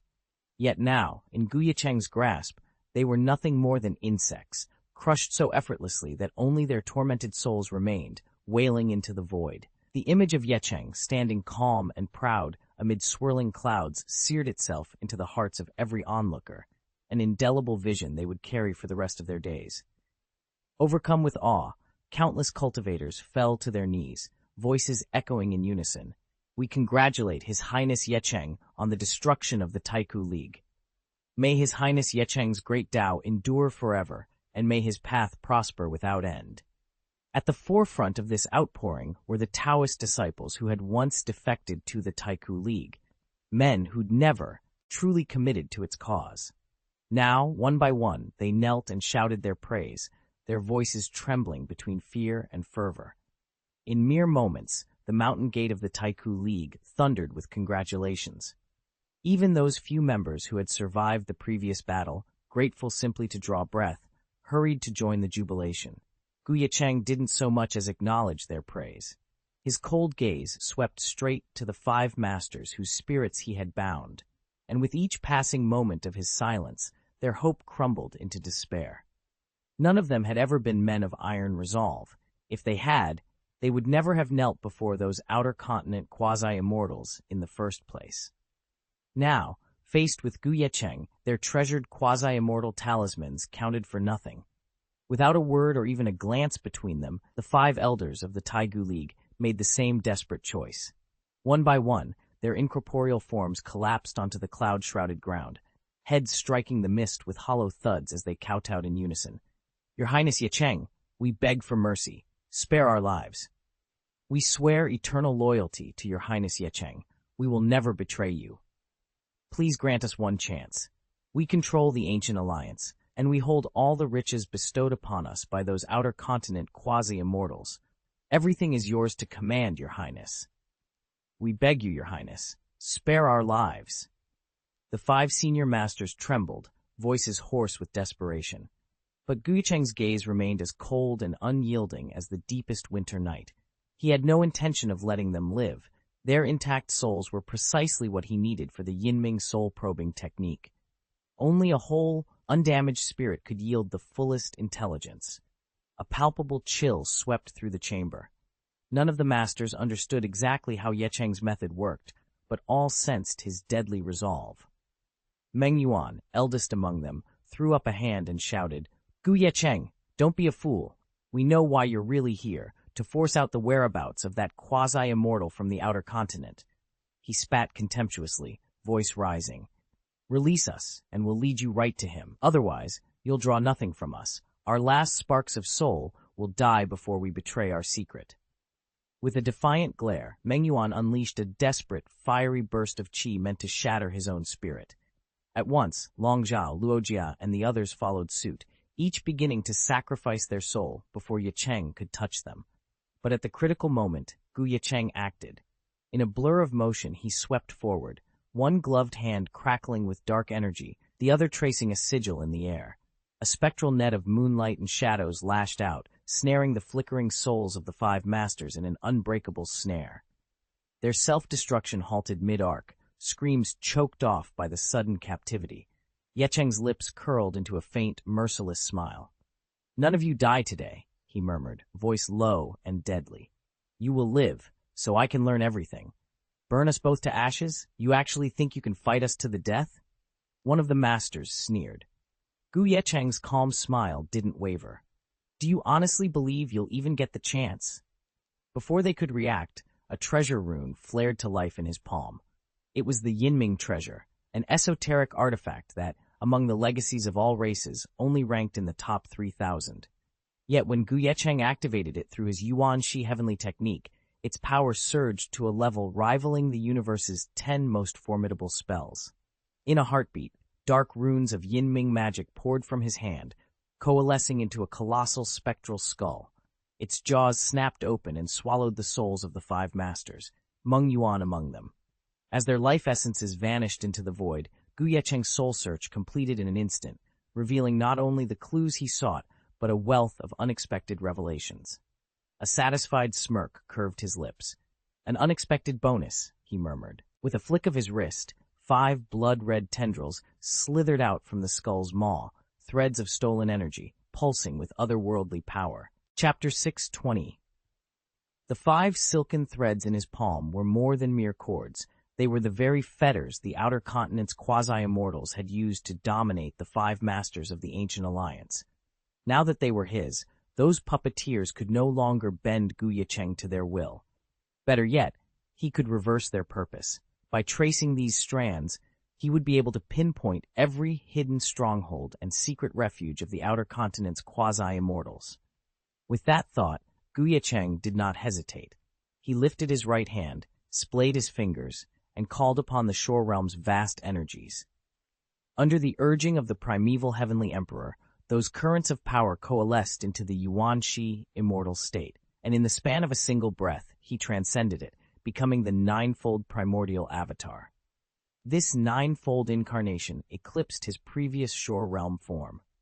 As Ye Cheng's true strength had grown, any Shore Realm projection could only muster roughly half of his genuine combat power. Now, however, his avatar crackled with the full might of his ascending cultivation, and the tide of battle was about to turn. But even the Xianxia incarnations could only muster a little over 80% of Ye Cheng's true power. His nearly 100-fold domain cultivation was simply too astounding. No matter how potent the Xianxia immortal art became, it couldn't fully replicate such a feat. Someday, as Ye Cheng's strength continues to rise and he masters still more domains, these incarnations may well attain 100-fold likeness within a single form. By then, he might have comprehended 200 or even 300 major Daos. Under the urging of Xianxia Tiangong, Ye Cheng's magical prowess had leapt forward, and his newly summoned ninefold Xianxia incarnation was no exception. "Go at once," he ordered. "Scour the Taigu League's ruins and recover every relic they've left behind, especially the treasures bestowed on them by quasi-immortals from other continents. Bring them all back. Do not let a single vestige slip through our grasp." A unified chorus of "yes" rang from the 9 Xianxia incarnations as they broke apart and set off on their mission. Ye Cheng himself stood ready, anticipation kindling in his eyes for the next stage of conquest. Ye Cheng lifted his hand and, calling upon the primeval Cadian art, rent the void itself. A jagged tear appeared in space, revealing the dark expanse of the Chaos Sea beyond Shenzhou's barrier. "5 quasi-immortals," he whispered, eyes shining with restrained excitement. "Come out and face me." He had already squeezed the Taigu League until it bled, learning in the process just how lavishly the 5 quasi-immortals rewarded their lackeys. 10 trillion immortal crystals, at least. That kind of fortune might fall short of Domain Lord power, but it was more than enough to refine his Saint Lord cultivation to perfection. The Taigu League was nothing more than a paid guard dog for these distant masters. If even their lapdogs were drowning in treasure, their own vaults must brim like galaxies. Even setting aside the rumored wealth, the 5 quasi-immortals themselves were living fortunes, powerful prizes in their own right, like the 9 ancient masters he had defeated in the Tianhuang mine. Capturing all 5 at once, the spoils and prestige would be beyond imagination. With that thought burning in his mind, he waited. The rip in reality wavered, and the next chapter of his ascent began. Ye Cheng pressed on without a second's hesitation. He knew that until he broke through to the Domain Master realm, he would never want for cultivation resources. Yet the sheer power wielded by quasi-immortal masters lay far beyond anything mortal cultivators could fathom. If the 5 slain leaders of the Taigu League fell quietly, the Outer Continent's quasi-immortals would soon sense the disturbance. The moment they realized their allies were gone, they'd slip away to the twin divine continents of Dongsheng Shenzhou or Xiling, and he'd have no hope of chasing them.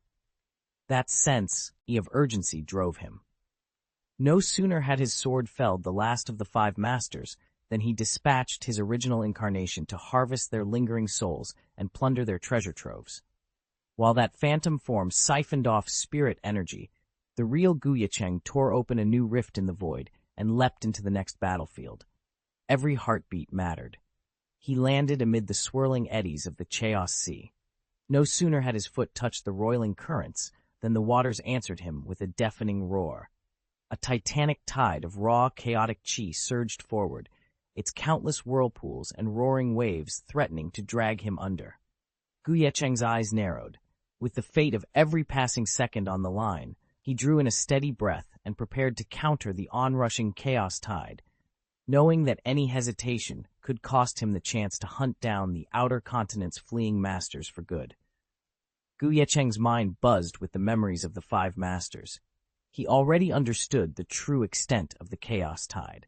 It only raged across the northern wilderness divine continent and the nearby domains of the chaos races, the outer demons and the demonic talisman clan. Everywhere else, the seas were far more tranquil. From the northern wilderness to the Dongsheng and Xiling divine continents, the Chaos Sea ran calm. And in the corridor between the northern wilderness and the Nanshuan divine continent, the waters were so still that not a single wave of chaos stirred. He remembered the 5 quasi-immortals stationed on a remote chaos island in the stretch of sea between the northern wilderness and Dongsheng. Though they, too, faced occasional tides, the danger there was nothing like the cataclysmic surge that had trapped the alien army. With that clarity, Ye Cheng exhaled sharply and invoked the Yuanqi Tiangong. Instantly, spiritual energy spiraled around him, solidifying into a shimmering shield. At the same time, he unleashed every last ounce of his power and shot forward, racing to put as much distance between himself and the encroaching chaos tide as possible. Behind him, the 4 primordial killing swords had already taken their positions, hovering like silent guardians.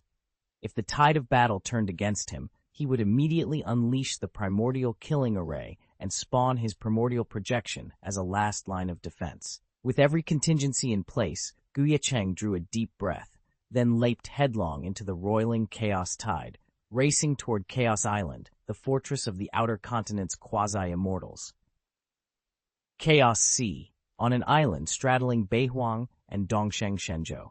5 quasi-immortals, Jusheng, Qingyun, and 3 others, sat cross-legged on a craggy outcrop, their gazes fixed on the distant shores of Beihuang. Heat shimmered in their eyes as they tapped into their cultivated sensing techniques, observing mainland events despite a slight delay. In that moment, Jusheng's expression shifted. He sensed it first, the activation of the talisman he had painstakingly refined. A booming laugh shattered the island's tense quiet. "Ha ha ha! Those curs from the Taiku League are quicker and more capable than I expected." Jusheng's voice carried across the windswept cliffs, brimming with both surprise and grudging admiration. "They burned through the Tao talisman so fast," one of the cultivators flared. "At this pace, we'll breach the northern wasteland divine continent in less than 2 weeks," another chimed in, eyes glinting with anticipation. "And when we get there, we'll be richly rewarded." Ye Cheng and his companions exchanged triumphant smiles. Around them, the 8 remaining heads of the 9 saints bared their wicked fangs, saliva dribbling from their snarling maws. "If we set foot in the northern wasteland divine continent," one of the saints growled, "I'll feast on every creature in sight. These low-world beasts may be insignificant, but their flesh is a banquet of nutrients. If I gorged on hundreds of millions, I'd recoup every drop of blood and essence we poured into forging that Tao talisman. And then some." The quasi-immortal 9 saints roared their approval, and even Ye Cheng's allies leaned in, tempted by the promise of untold spoils. They began to daydream of the conquests and plunder awaiting them beyond the border.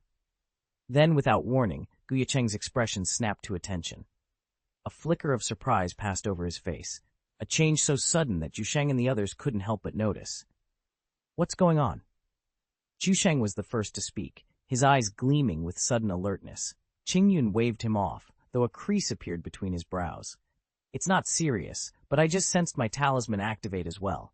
Jusheng's expression darkened. "Is that so?" "There are still a few strong contenders left on the northern wasteland divine continent. It's only natural, even for you and me, to see our talismans triggered in the heat of battle." He spread his hands. These talismans were meant to turn the tide in our favor. If depleting all 5 over the past half-month means we can finally seize control of the northern wasteland swiftly, then so be it. The other quasi-immortals nodded in agreement, until they too went pale. "No," one of them gasped. "Our quasi-immortal Tao talisman has been activated too." "What?" Even the 9 saints standing at the summit of power were struck speechless. A single Tao talisman might be blamed on Ye Cheng's fierce vanguard assault or an unexpected clash with other Shenzhou masters. But all 5? To have every quasi-immortal Dao talisman unleashing its power at once was unprecedented. No matter how desperate the resistance on the northern wasteland, no strategist would ever deploy every last talisman in one fell swoop, unless someone or something was orchestrating it all. Unless, could it be one of the great Emperor Immortal Venerable's chess pieces that's just been activated? Qingyun's eyes flickered with concern as he murmured to himself, weighing every possibility. It's certainly possible, but even if the Immortal Venerable's piece has woken, if we unleash all 5 quasi-immortal Dao talismans at once, we'll still hold them down. The 9 saints' quasi-immortals clenched their teeth. They'd already begun to feel unease gnawing at them. After committing so much to the fate of Beihuang Shenzhou, there was no turning back. Desperately, they tried to steady themselves with the belief that the situation remained in their control. Then, in an instant, swish! 5 rivers of blood-red light sprang into being in Qingyun's outstretched palm. Each one radiated the same ominous aura as the crimson silk threads Ye Cheng had pulled from the bodies of the 5 fallen masters. Only now, these were no fragile filaments, but thick, unbreakable cords of energy, coiling like living ropes. The 5 streams of light spiraling before them were no mere illumination. They were the very lifelines by which Qingyun commanded the Taiku League's 5 quasi-immortals. Known as the Qingyun Blood Rope, this quasi-immortal weapon usually lay dormant in Qingyun's spiritual domain, poised to link its masters whenever needed. Yet now it had flared to life of its own accord. Such self-activation could only mean one grim thing. The 5 quasi-immortals bound by this rope were dead. A shout of disbelief ripped through the command ranks. The 9 saints who had maintained order through every crisis found themselves paralyzed by shock. Of the 5 quasi-immortals present, 3 trembled openly, panic stealing their composure. Only one remained unmoved. Ye Cheng, the Qingyun quasi-immortal, stood at the eye of the storm, his gaze steady. "We've lost too much today," he said, his voice calm but unyielding. "We can't afford to press on here. Prepare to return to Dongsheng Shenzhou at once. Once we're safely regrouped, we'll launch a full investigation into what's happened in Beihuang Shenzhou." A subordinate swallowed hard. "Master Ye Cheng, is withdrawal wise when we've already committed so much?" He met the question with a slow nod. "It's the only path left to us. Lingering here in disarray will only invite further disaster." Murmurs of reluctant agreement rippled through the assembled immortals. With a shared resolve, the 4 surviving quasi-immortals fell in behind Ye Cheng. In an instant, the 5 figures vanished, carrying the battered remains of their forces back to Dongsheng Shenzhou, where, they hoped, answers and reinforcements would await them. Before they could make a move, a rip in the void tore open high above the island, and out stepped Ye Cheng. His figure hovered against the swirling energies overhead as he surveyed them coolly. "You really think it's too late to turn back now?" he asked, a wry smile playing on his lips.